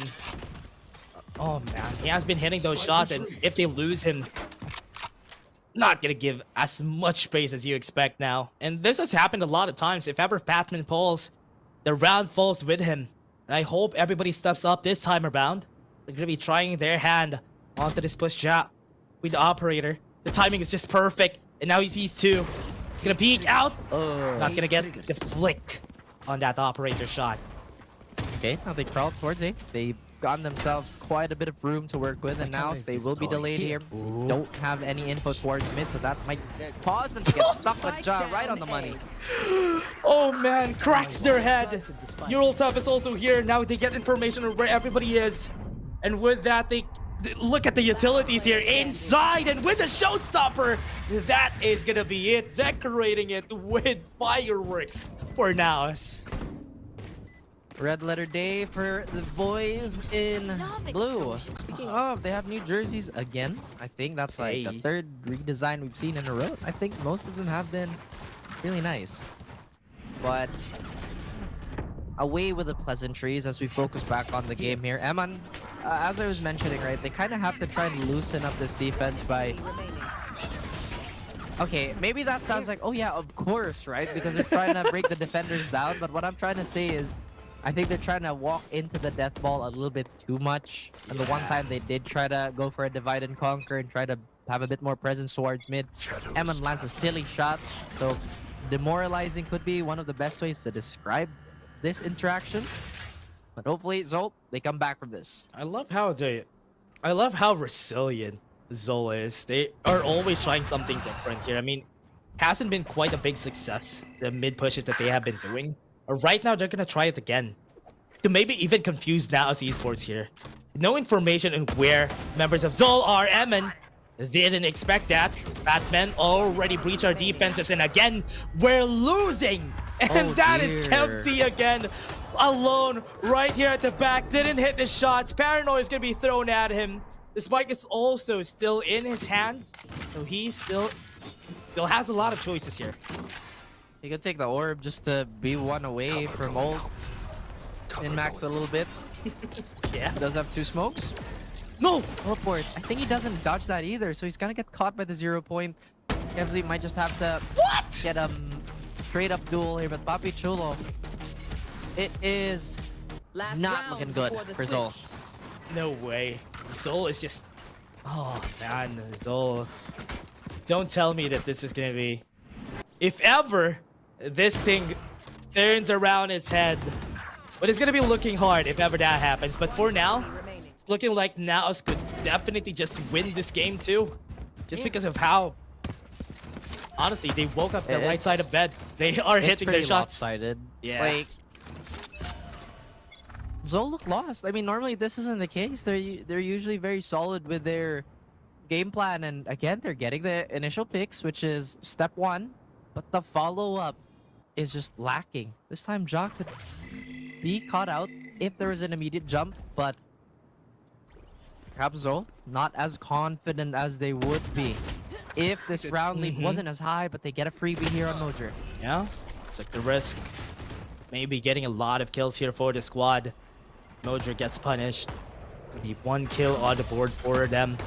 Already entering the site. They don't have any information on every member. There's somebody outside. Ja could potentially clutch this. Paranoia has been used. Patman is already hiding. He's still in the cage. He was running around Rosie. But Papi Chulo, 1v3. Spike planted. No information. Aldrone is already out. And he wants to fight them all. He gets hit by the Hunter's Fury. He might be dead now. Oh, he was able to dodge it in the end. With 70 HP, what can he do? Wait, he has been hit though. But he can pull. There is just no way on this green earth that he clutches again. No way. Okay. No way. Again, it's just statistically impossible. He's already whiffed. I'm not a non-believer or anything, but okay. Again, statistically speaking, there's just no way you allow Papi Chulo to clutch again. You know what I mean? He has been clutching rounds left and right during the last game. Not now, not now. Not now. Jeez. Second half, everyone. Second half, it's a 10-2. Is it the same spot as they were in game 1? You know, I'd like to believe that this map isn't as skewed towards one side because there's definitely merits to either defend or attack, right? But I feel like the biggest thing on NAOS side is that they have the safety of a wingman plant. They're gonna drop all that utility, they're gonna hang back, and they can let that thing rip. Or they're gonna use this round allowance to just try and maybe break Zol even more. Yeah. The same spot as they were during game 1. 10-2 on Icebox, 10-2 on Sunset. Now that they're on the defense, I just hope that this is gonna be a different story from game 1. Yes, I think we all agree that hopefully this is not It's just a complete shutout. Yeah, I don't think so. I mean, maybe. Zol did kind of ramp it up in the second half, and as we speak of such things, Batman does get that opening kill. And now they kind of slow down too. Like, the thing we've noticed about NAOS is if they have a comfy lead, they will do their best to extrapolate reliable data from it, and I think that's what they're doing now. Ooh. Going for the push on elbow. Micro's gonna see them though. Sees his elbow. Runs away. Pain Shield's gonna be there. It's gonna be crossing. He needs to cross. And that is a good mid push coming in from Zol Esports. That's the confidence that I'm expecting from them at the get-go. But right now, we tend to. They have to risk it all. And look at NAOS. They are losing everybody in the process. Mojer doesn't have the spike in him. He doesn't, and he's ways away, and it looks like he just kind of wants to scout this out. He will be walking into Kakarot here. Kakarot with a very confident right click. will take that away, and that is gonna be life being breathed into Zol. Ooh. That's true. Exactly what they needed. Now it's really looked scattered. They were scattered across the map during that round, but because they were trying different things here. But because they lost one member on mid a while ago, it was really hard for them to decide on where to go. And also, the two people that were in elbow was very deep into elbow. So they all had to take risk here. What they do. Again, just the safety of the composition of NAOS is gonna give them a lot more room to work with moving forward, but the trade is there, so maybe no more tripwires, if there were any tripwires to begin with. What was that? Okay, interesting. Now we have... You would... Yeah, you first. I mean, you would think Zol would go for the full upgrade, right? Considering they need rounds, but I guess they're respecting the sheriffs on the side of NAOS also, which has proven to be a problem. Yeah. They're really looking to... Oh man, it's gonna be scary. Still gonna be pushing. No noise, no information. Poppy Chulo is gonna be heard. But they know that the rotation has been called already. I'm gonna go back to Tiles. Micro still is feeding them information. Wait, I don't know where they actually are now. And they already thrown their 0 points right back out. They're gonna go back to B. Ja. Pretty deep. Timing. Oh. Finally something that's not going in the way of NAOS here. Zol keep themselves in check. 30 seconds Still left. kind of want to sell this rotate, but nobody on the defending side just kind of wants to steer away. Zin gets a little bit of a collateral there from the paranoia. Patman has remained undiscovered, and they get cleaned up so quickly. So they're gonna jump on the opportunity to get that defuse, maybe get another round, maybe getting another swing to their name. There you go, Zol. There you go. What you needed to get a lot of rounds here. 2 rounds consecutive. Now this is gonna be the bonus here for NAOS. This is where the challenge starts. Where Zol should be able to clutch it up this time around. So let's see how they do it on this next incoming round. They have Bulldogs. They have 2 Vandals on hand. So this is doable. Very doable indeed. Ja might not have the brawling capacity, especially with half armor here, but it'll only take a few shots to put anybody down. Ultimate wise, it's only really Mojer that's close to one, and orbs haven't necessarily been the game plan for any of these teams. Now slowing down. There is a one-way here that they could be waiting out. A lot of the players are trading their aim towards mid just to avoid any sort of leaks. But again, trademark to Zol, they are just going to be playing super stable despite everything that's been thrown at them. Yeah, pulling down the smokes on them. Now it's just going to be waiting, ready with the paranoia, waiting for any information to be fed to them. They back away, disperse, do not give any information onto the hands of Zol. Still keeping the pressure on, and they're keeping Zol thinking, where are they going to go? They can definitely clutch this up. Here comes the Satchel. Go back. Paranoia is going to be there. Not going to hit the right targets, though. Micro's going to be falling back. And they still are not done. This is going to be a slugfest for both of them. Could be. Could be an exchange of haymakers here where both of these teams stand their ground. But again, they're maneuvering the side as carefully as possible. 30 seconds Kevzy left. gets a little bit of damage, but he's going to expend that smoke. Execute might still happen here. There's only one way that NAOS can go. Both defenders are leaning towards the opposite side here, but they execute. It's ready. Oh! Goes inside Micro. Got taken down. They have to move forward. Patman is going to be seeing 2, but he's not going to see everybody. That's going to be 2 kills already. They're going to be pushing. They do have a lot of utilities, but Ja is already at the flank. Is he going to be seeing the other one at alley? Right up the alley. He was able to. But Zin is also going to fall. That's going to be a round for NAOS. It seems that the NAOS game plan, at least on attack, has been pretty clear. It's always, guys, let's just try to front this first and maybe pull a lot of attention to us. It's really simple, at least for today. If Zol can't handle the raw dueling, then we're going to keep going over that plan, which, again, really smart. They don't have to burn too much of a mental stack. They do let Ja lurk a little bit, and that's kind of bore fruit in that previous round here. Zol on a real predicament, as you mentioned. If they lose this round, it's going to be another reset, and that's just simply something they can't afford to happen. is a round that they definitely need to win in order for them to jumpstart the comeback here. Like what they did from the fast, or rather game 1. This is gonna be the try. Gonna be pushing. I don't know, the Patman already moved forward, backs away. But they don't know what to do. Really giving no information here for Zol to work with.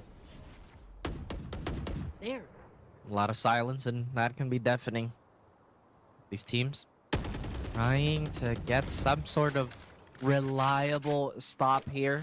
Zol, again, expending a lot of time just to clear out these extremities. Mid relatively open again, and this has been point of weakness in both their maps. We'll have to reassess this constantly. Ooh. Where's Baiting out. NAOS going though? Yeah. Baiting out information though. Zol. When Kevzi was in elbow a while ago, who was hearing a lot of things, but right now they're gonna be pushing on site.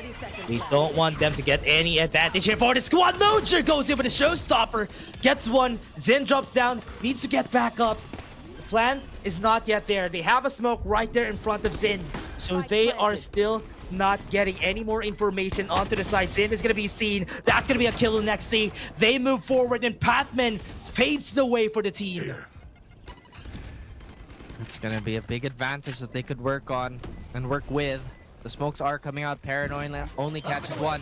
They drop it down. Utility from Eman. Again, just buying so much time here. No real lurks here. Still wary of it though. Oh! Get one more. That's one off the stick. They swing. They get executed. And suddenly NAOS find every target behind the smoke. Out of the smoke, they killed everybody. Oh no! And even the one so far away, Papichulo still gets the shot in the end there. And Zol, oh no, that could have been a chance for them to get it, because they were not able to clear main. They falter. Oh. I think this is a real problem. That again, there's just so much utility that NAOS can throw without even setting foot on the entirety of the site. And for them to not use that immediately at the start of the round just gives so much, I guess, perceived threat on the side of Zol. Oh, they could be lurking. Oh, they could be setting up for a delayed 8 take. And again, the conditioning on NAOS the whole day has been fantastic. It's crazy how the ever so dominant Zol is getting destroyed by NAOS today. I mean, it's just the first day. Maybe this is just them trying to heat up for the start of the tournament. But NAOS has been doing so well on the 2 maps that Zol defeated them on. It's redemption. I mean, it was decently convincing in the previous split. You know, everybody turning a lot of the doubters to believers, but at the moment, it's a slow start. Again, this isn't the end-all be-all, guys. This is the very first day of our VCL. You know, Zol fans, I want to say don't worry about it, but that is a worrying shot. Oh man, Conqueror fell down. Oh, this is a 5v4 now, Zol. Just have to make do with what they have. Yes, there is an ultimate on site. It is on Patman. Maybe he can use it to clear out some angles.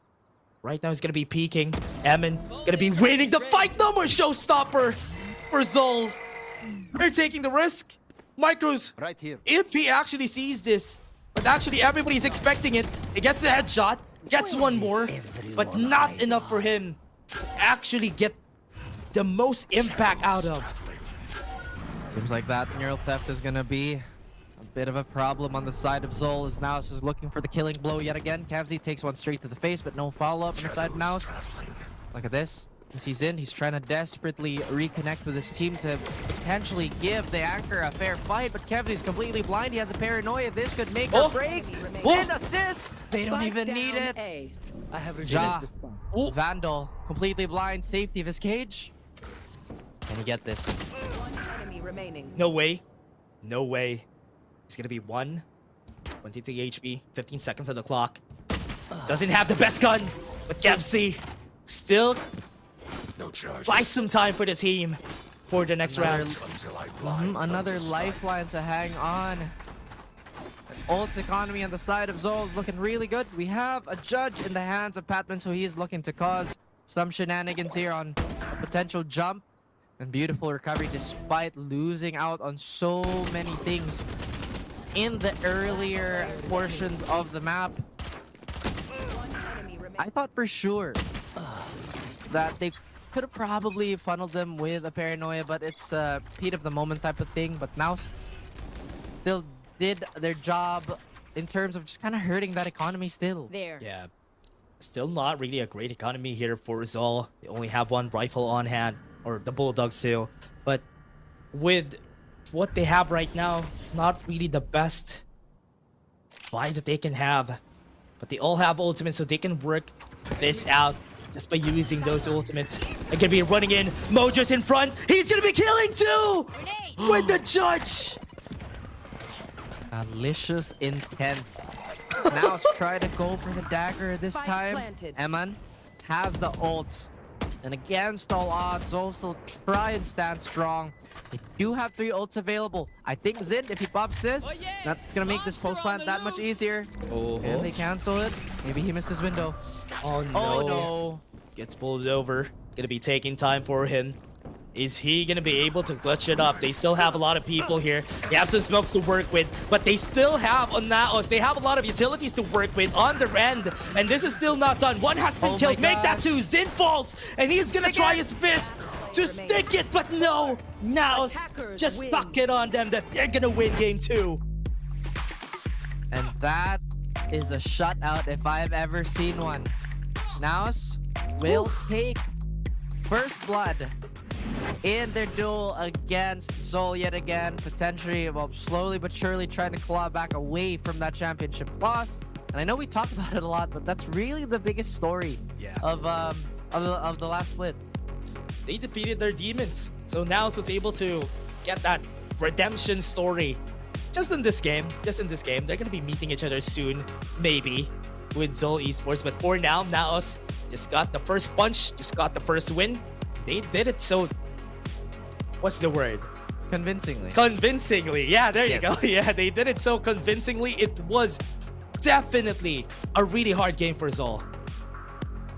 Either NAOS leveled up that much in the offseason, which again would probably be no surprise to anybody, because again, everybody's just super dedicated, especially with the stakes that much higher this time around. And I would say that's also a moral victory on the side of NAOS to just, again, to get revenge, you know, to get that run back that they probably craved all throughout their offseason. Yeah, it was something that they're waiting for sure.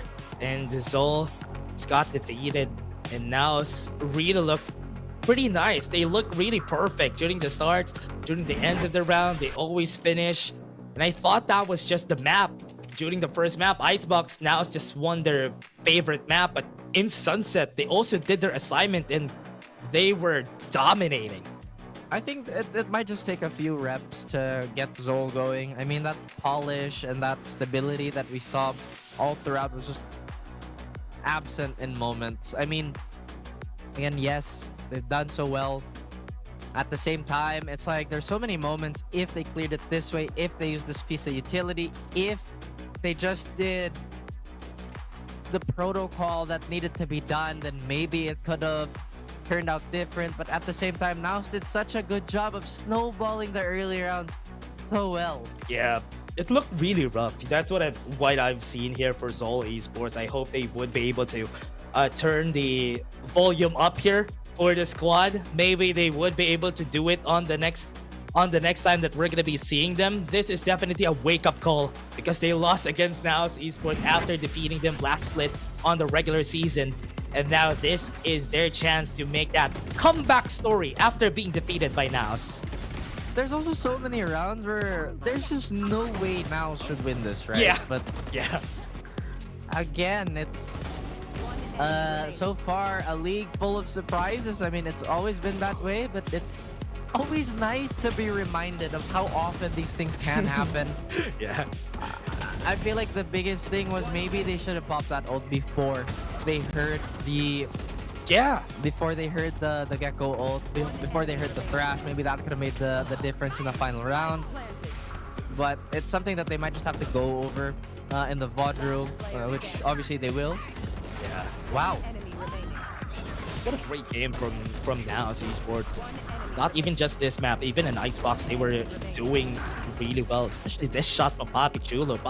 This is definitely Papi Chulo's day. He's getting clutches, he's getting really great kills a while ago, and it's working out for the team. A lot of denial has happened here. I think NAOS was steering the ship the whole time, this whole series. Oh yeah, they really were the captains of whatever, you know, vessel that they were trying to control. I think there were so many fights towards B main that should definitely go on the drawing board for Zol. I mean, the way that they should have cleared it, again, the obvious utility pieces that they could have used to maybe make that fight easier for them would maybe haunt them, but at least they see these mistakes now instead of late in the playoffs, potentially late in the season, where it's just so hard to correct. I hope they would be able to come back on their next game though. NAOS, I hope they continue this momentum if they want to win this split. We're into the last one, so with Zol Esports getting their first L, a wake-up call for them. I hope this would be enough for them to just turn everything on in order for them to win the next incoming rounds here for Zol. But for now, NAOS are the winners. They got the last laugh, and they are still gonna continue on in the regular season. That is true. That was honestly an exciting day one. I mean, we had, I would say, one of the more unexpected upsets. But again, guys, I think we're gonna have the panel to nerd out over our last match. Once again, my name is Raf, that's Dash, and we'll be throwing you guys right over to them. Ay si Black and Blue ang nag-iisang tao na tumama yung prediction dito sa panel segment natin. Siyempre naman, kasi kung 'di ba, yung sa Pacific si Azure siya yung Algaib, ako naman yung algorithm. Nirun ko siya sa simulation, sabi ko, NAOS talaga to, kaya once again, I'm correct. 2-0. Tama na naman, Ray, to be fair, 2-0. Pero maligid na. Yun nga eh. At least, di ba, nakita natin talaga na yung NAOS, prepared na sila yung mga questions na tinanong mo, particularly Black and Blue, no? At gaano pa sila ka-prepared this season, and syempre, getting that, stealing that glory once again, going into the Ascension League, di ba? Pero ngayon, great start. Yung number 1 rival nila na nakatalo lang sa kanila, kaisa-isang team last season, natalo kagad nila ng unang game. Pero there's so much exciting things pa para sa NAOS. But on the other side, medyo masakit to for Zol. This is not what we expected galing sa kanila. Alam mo, naaaliw ako kasi ang galing mag-predict neto ni Black and Blue. Nung Split 1 Grand Finals natin, siya lang yung nag-predict sa Zol. Ngayon na, starting matchup ng dalawang teams na yun, siya lang yung nag-predict sa NAOS, tapos tumama pa rin. So, yun, sabi niya nga, naitala niya na, kumbaga siya yung scriptwriter natin ngayon sa VCT PH, di ba? Naitala na. Pag sinabi ni Black and Blue na ito yung team na mananalo, magkakatotoo. Pero pag-usapan naman natin tong si Papi Chulo, pati si Mojer. Tingin mo, Black and Blue, total, matagal mo nang kilala itong si Papi Chulo. Ba't ang galing niya? Kala mo naman, magkababata kami sa ano mo. Pero wala, malapit talaga siya eh. Huwag natin kakalimutan na nung Ascension, siya nga yung pinakamaraming clutch na nagawa sa buong tournament na yon. It just goes to show kung gaanong kataas talaga ang level ng individual players dito ng NAOS mismo. And I think what really was the most important thing for NAOS coming from yung final sauce nila is usually nga yung team na natalo nung huli, sila ang mas maraming may maiintindihan na pwedeng i-adjust, or rather mas matutunan to adjust coming into their next matchup because, well, they lost, so they learn more. In this case, that's why NAOS win. At pinag-usapan din natin while watching the game, diba, Black and Blue, together with Laika, yung composition talaga dito para sa side ng Zol. Medyo skeptical talaga tayo with that KO together with that Sova composition, and maybe they're just trying and exploring some new things here in Sunset, but hopefully on the other games, they'll be able to find yung key on how to win this with their current agent lineup. And syempre, day number 1 pa lang to, ladies and gentlemen. Ang dami pang pwedeng mangyari.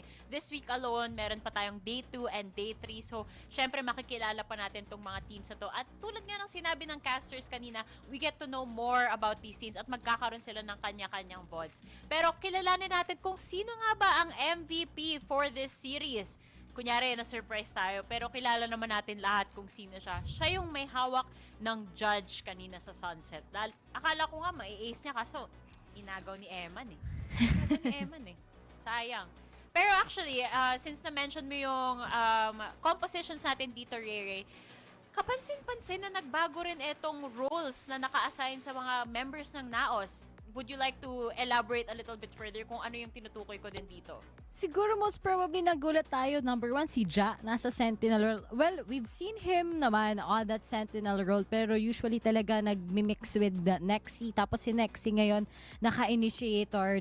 There's also a big adjustment para sa NAOS. Pero nakita ko din kasi, sa NAOS sa mga players nila, no, we haven't seen a player na sobrang flex talaga that can be consistent in both initiator or maybe smoker or maybe on that sentinel role. So sana makahanap sila ng player na ganun yung mangyayari dahil yung pressure ngayon, it's either na kay Ja or na kay Nexi. Nung nagsalita si Ray ng salitang flex, munti ka na ako gumanon sana eh. Paano? Sige nga, isa. Paano yung flex mo? Naka-hoodie tayo. Naka-relentless hoodie tayo. Save it for another day, guys. Chill lang naman. Huwag natin kakalimutan to. Actually, since nasa Pacific naman kadalasan ngayon si Azurai, baka si Black and Blue na yung bago nating taga-flex dito. Hindi, si Raf yun. Hindi, taob tayo doon kay boss. Pero yun, I was gonna say lang, huwag natin kakalimutan na during that series, we still have to give props sa mga ibang miyembro ng Zol, especially si Patman. He was the only one who had a positive plus-minus at the end of the series. 34 kills, 29 deaths. Yun nga, siya lang yung positive. And as we said, yung pinaka-nickname niya, di ba, Mr. Consistency. And it's nice to see dito sa season na to na pagpatuloy pa rin niya yung titulo na yun.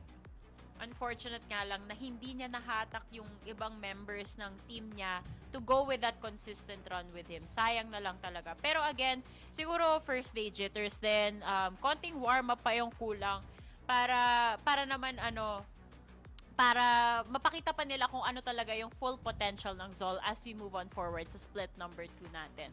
But again, alam ko tineaser ko kanina, basta si Mojer ang lakas niya talaga kanina and I wouldn't be surprised kung siya yung official MVP natin dyan. Pero moving on guys, dyan nagtatapos ang final series of the day natin. Tapos na agad ang ating day number 1. So why don't we take a look at the current standings that we have right now. Nako, Black and Blue, 3 teams lang naman yung nanalo today kasi 3 series lang rin yung meron tayo. Pero out of the bunch, sino yung masasabi mong favorite team mo right now to watch?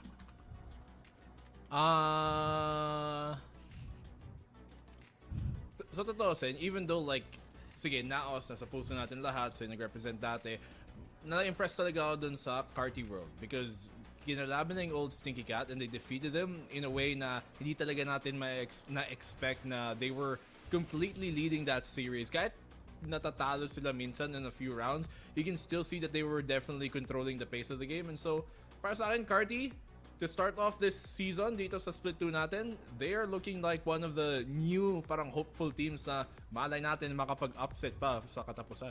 Ooh, grabe naman yung take ni Nostradamus. Black and Blue. Ako naman, wala pa, di pa sila naglalaro. But I have 2 interesting teams na naman muli para sa season na to. Number 1, si Just Us. Syempre, last time, di ba, lahat tayo nagulat tayo how powerful they are. And hopefully, yun din yung magbibring nila ngayong season. And number 2, with the current roster ngayon ng Oasis, will it be the since day 1 team na naman muli? Ay, magkakaalaman tayo dyan. Pero dahil na-mention mo na nga rin ang mga teams na hindi pa nakakapaglaro today, tingnan natin yung overall standings natin ngayon on our screens. Ilan sa mga teams na hindi pa nga rin na-mention, kung di nagkakamali, ay ang Avernus Esports as well as Subversive. Di pa natin sila nakikilala ng tuluyan dito sa ating split number 2. Ikaw ba, Ray? Ayan, na-mention mo na nga yung 2 teams na minamatahan mo. Meron bang player naman today na nag-stand out para sa'yo? Ako, I would really like to give the credits, syempre, sa ating mga players from si Ash, together with Sovano. Talagang, alam naman natin si Sovano, sobrang galing niya talaga. Pero for Tyrant, si Ash, sobrang remarkable na kanyang performance. And especially si Chani Boy, nung pinakita na Ling Sunset sa atin on that breach agent, he's always been good on that. So sana yun yung mabring ngayon ng Carti World sa mga next matches nila. May nakakalimutan kang pangalan. Sino? Patrick Watson. Si Patrick Watson. First name Yeah. Patrick. Last name Watson. Hindi, iba talaga yung pinakita niya kayo. Akala ko actually yun yung una mong name na i-mention, Ray. Kasi nung nagka-cast kayo kanina, kahit kayo, di ba, napapabilib kung gaano kalupit tong player na to. Especially dun sa off niya. Kaya ang init. Ikaw, black and blue, sino ba ang pinaka nag-impress sa'yo for the day? Well, it's hard not to say Patrick Watson, di ba? Siyempre, pag nakita mo first name, last name, isipin mo, John Wick, Jason Bourne, John Olsen, Patrick. Ayan na nga. First name pa lang, alam mo na sino agad. Munti ko na sabihin yung pangalan mo, yung full name mo. Kala ko, ang yabang ko naman nun. Black, blue. May kilala Pero ko, hindi. Justinville. Tama. Guys, alam niyo na yung command dyan sa Twitch chat. Anong lalagay niyo? Exclamation point, Pogi. Pogi. Matik. Ikaw, Laika, aside from sino naman yung player na nabighani ka? Wow, ang hirap niya na. Well, yun nga, syempre si May Patrick thinking face Watson. talaga. Syempre. Kasi ako laking Blue's Clues ako. So, kailangan may thinking face. Tapos kailangan may notepad. Tapos lalagay mo yung mga clues doon, di ba? Ganun yun. Gusto niyo ba maglaro tayo? Wow! Naglaro ng Blue's Clues habang nasa broadcast. Wala akong notebook pala dito. Bring me na lang. Bring me. Si Ray, may arsenal siya dyan. Oh. Talo tayo. Ready Bakit ako, na men. nagsasabi sa'yo? Sige, ako magsasabi. Oh. Bring me... Tsa! Cha? Wala akong cha eh. Pero Nasa utak ko eh. Nandito yung cha eh. bawal Bring me chismis. Grabe ka Maraming baon eh. Marami kaming wag, Yep. wag ka re-stalker nga yan, di ba? No, Siya yung may chismis. Anong chismis mo pa sa mga pagsustok ba? Buti alam nyo. Kaya mag-ingat kayo lahat mga pinapost nyo. Mabasa ko yan. Kaya yung mga nagko-comment sa Facebook, yung mga keyboard warrior dyan, kung ako sa inyo mag-ingat-ingat tayo. Kasi, anong NBI, FBI, BNB? Yan yung malalaman nyo. Pag may gusto kayong hanapin, guys, kilala nyo na sino tatawagin. Ibig sabihin yung BNB, busted na busted yun. Tama, yan. Sheesh! Kaya mga, dyan, kumakalawa, kumakanan. Thank you. KG. Parang yung boses mo lang kanina, Bes, kumakaliwa ko makanan sa tinga ko. Sound effect Nagulat lang ako yun. eh, pag Left, bakit right. sa right ear ko lang naririnig si black and blue? Pero okay naman na. I can hear you loud and clear, sir. ASMR kasi yun. ASMR. Oo. Dinaan sa edad. I like your Audio. hoodie, by the way. Yeah. So, very relentless. 2003 yung team. Ano na kasi tayo ngayon? Takeover. The takeover tayo this year. Kaya nga relentless, hindi natatapos. Walang katigil-tigil. Oo. Wala akong input eh. Kaya nyo na yan. Hindi ko rin alam na i-follow up ko na. Kaya ang i-follow up na lang natin ay yung schedule natin para bukas. Let's take a look kung sino-sino nga ba ang maghaharap at kung sino-sino mga teams ang makikilala natin bukas. Black and Blue, the first matchup is gonna be Subversive versus Just Us. Grabe naman yung logo na yun, clip art. Subversive, where did that come from? A team na we don't really have too much, actually. Pagtingin natin sa, especially their history, where they come from in terms of as a team. Yung mga players, sige, kilala natin, we know players are like Young Pork, but they're going up against Just Us. A team na nakita natin ng VCT Split 1, and they're a team na we've been seeing incremental improvements, pero may magagawa pa sila bukas sa opening match sila. We're gonna find out. Second match, Carti World versus, ano ba yan? Avernus. Avernus. Okay. Alam nyo pala eh. Ako tinatanong nyo. Kainis.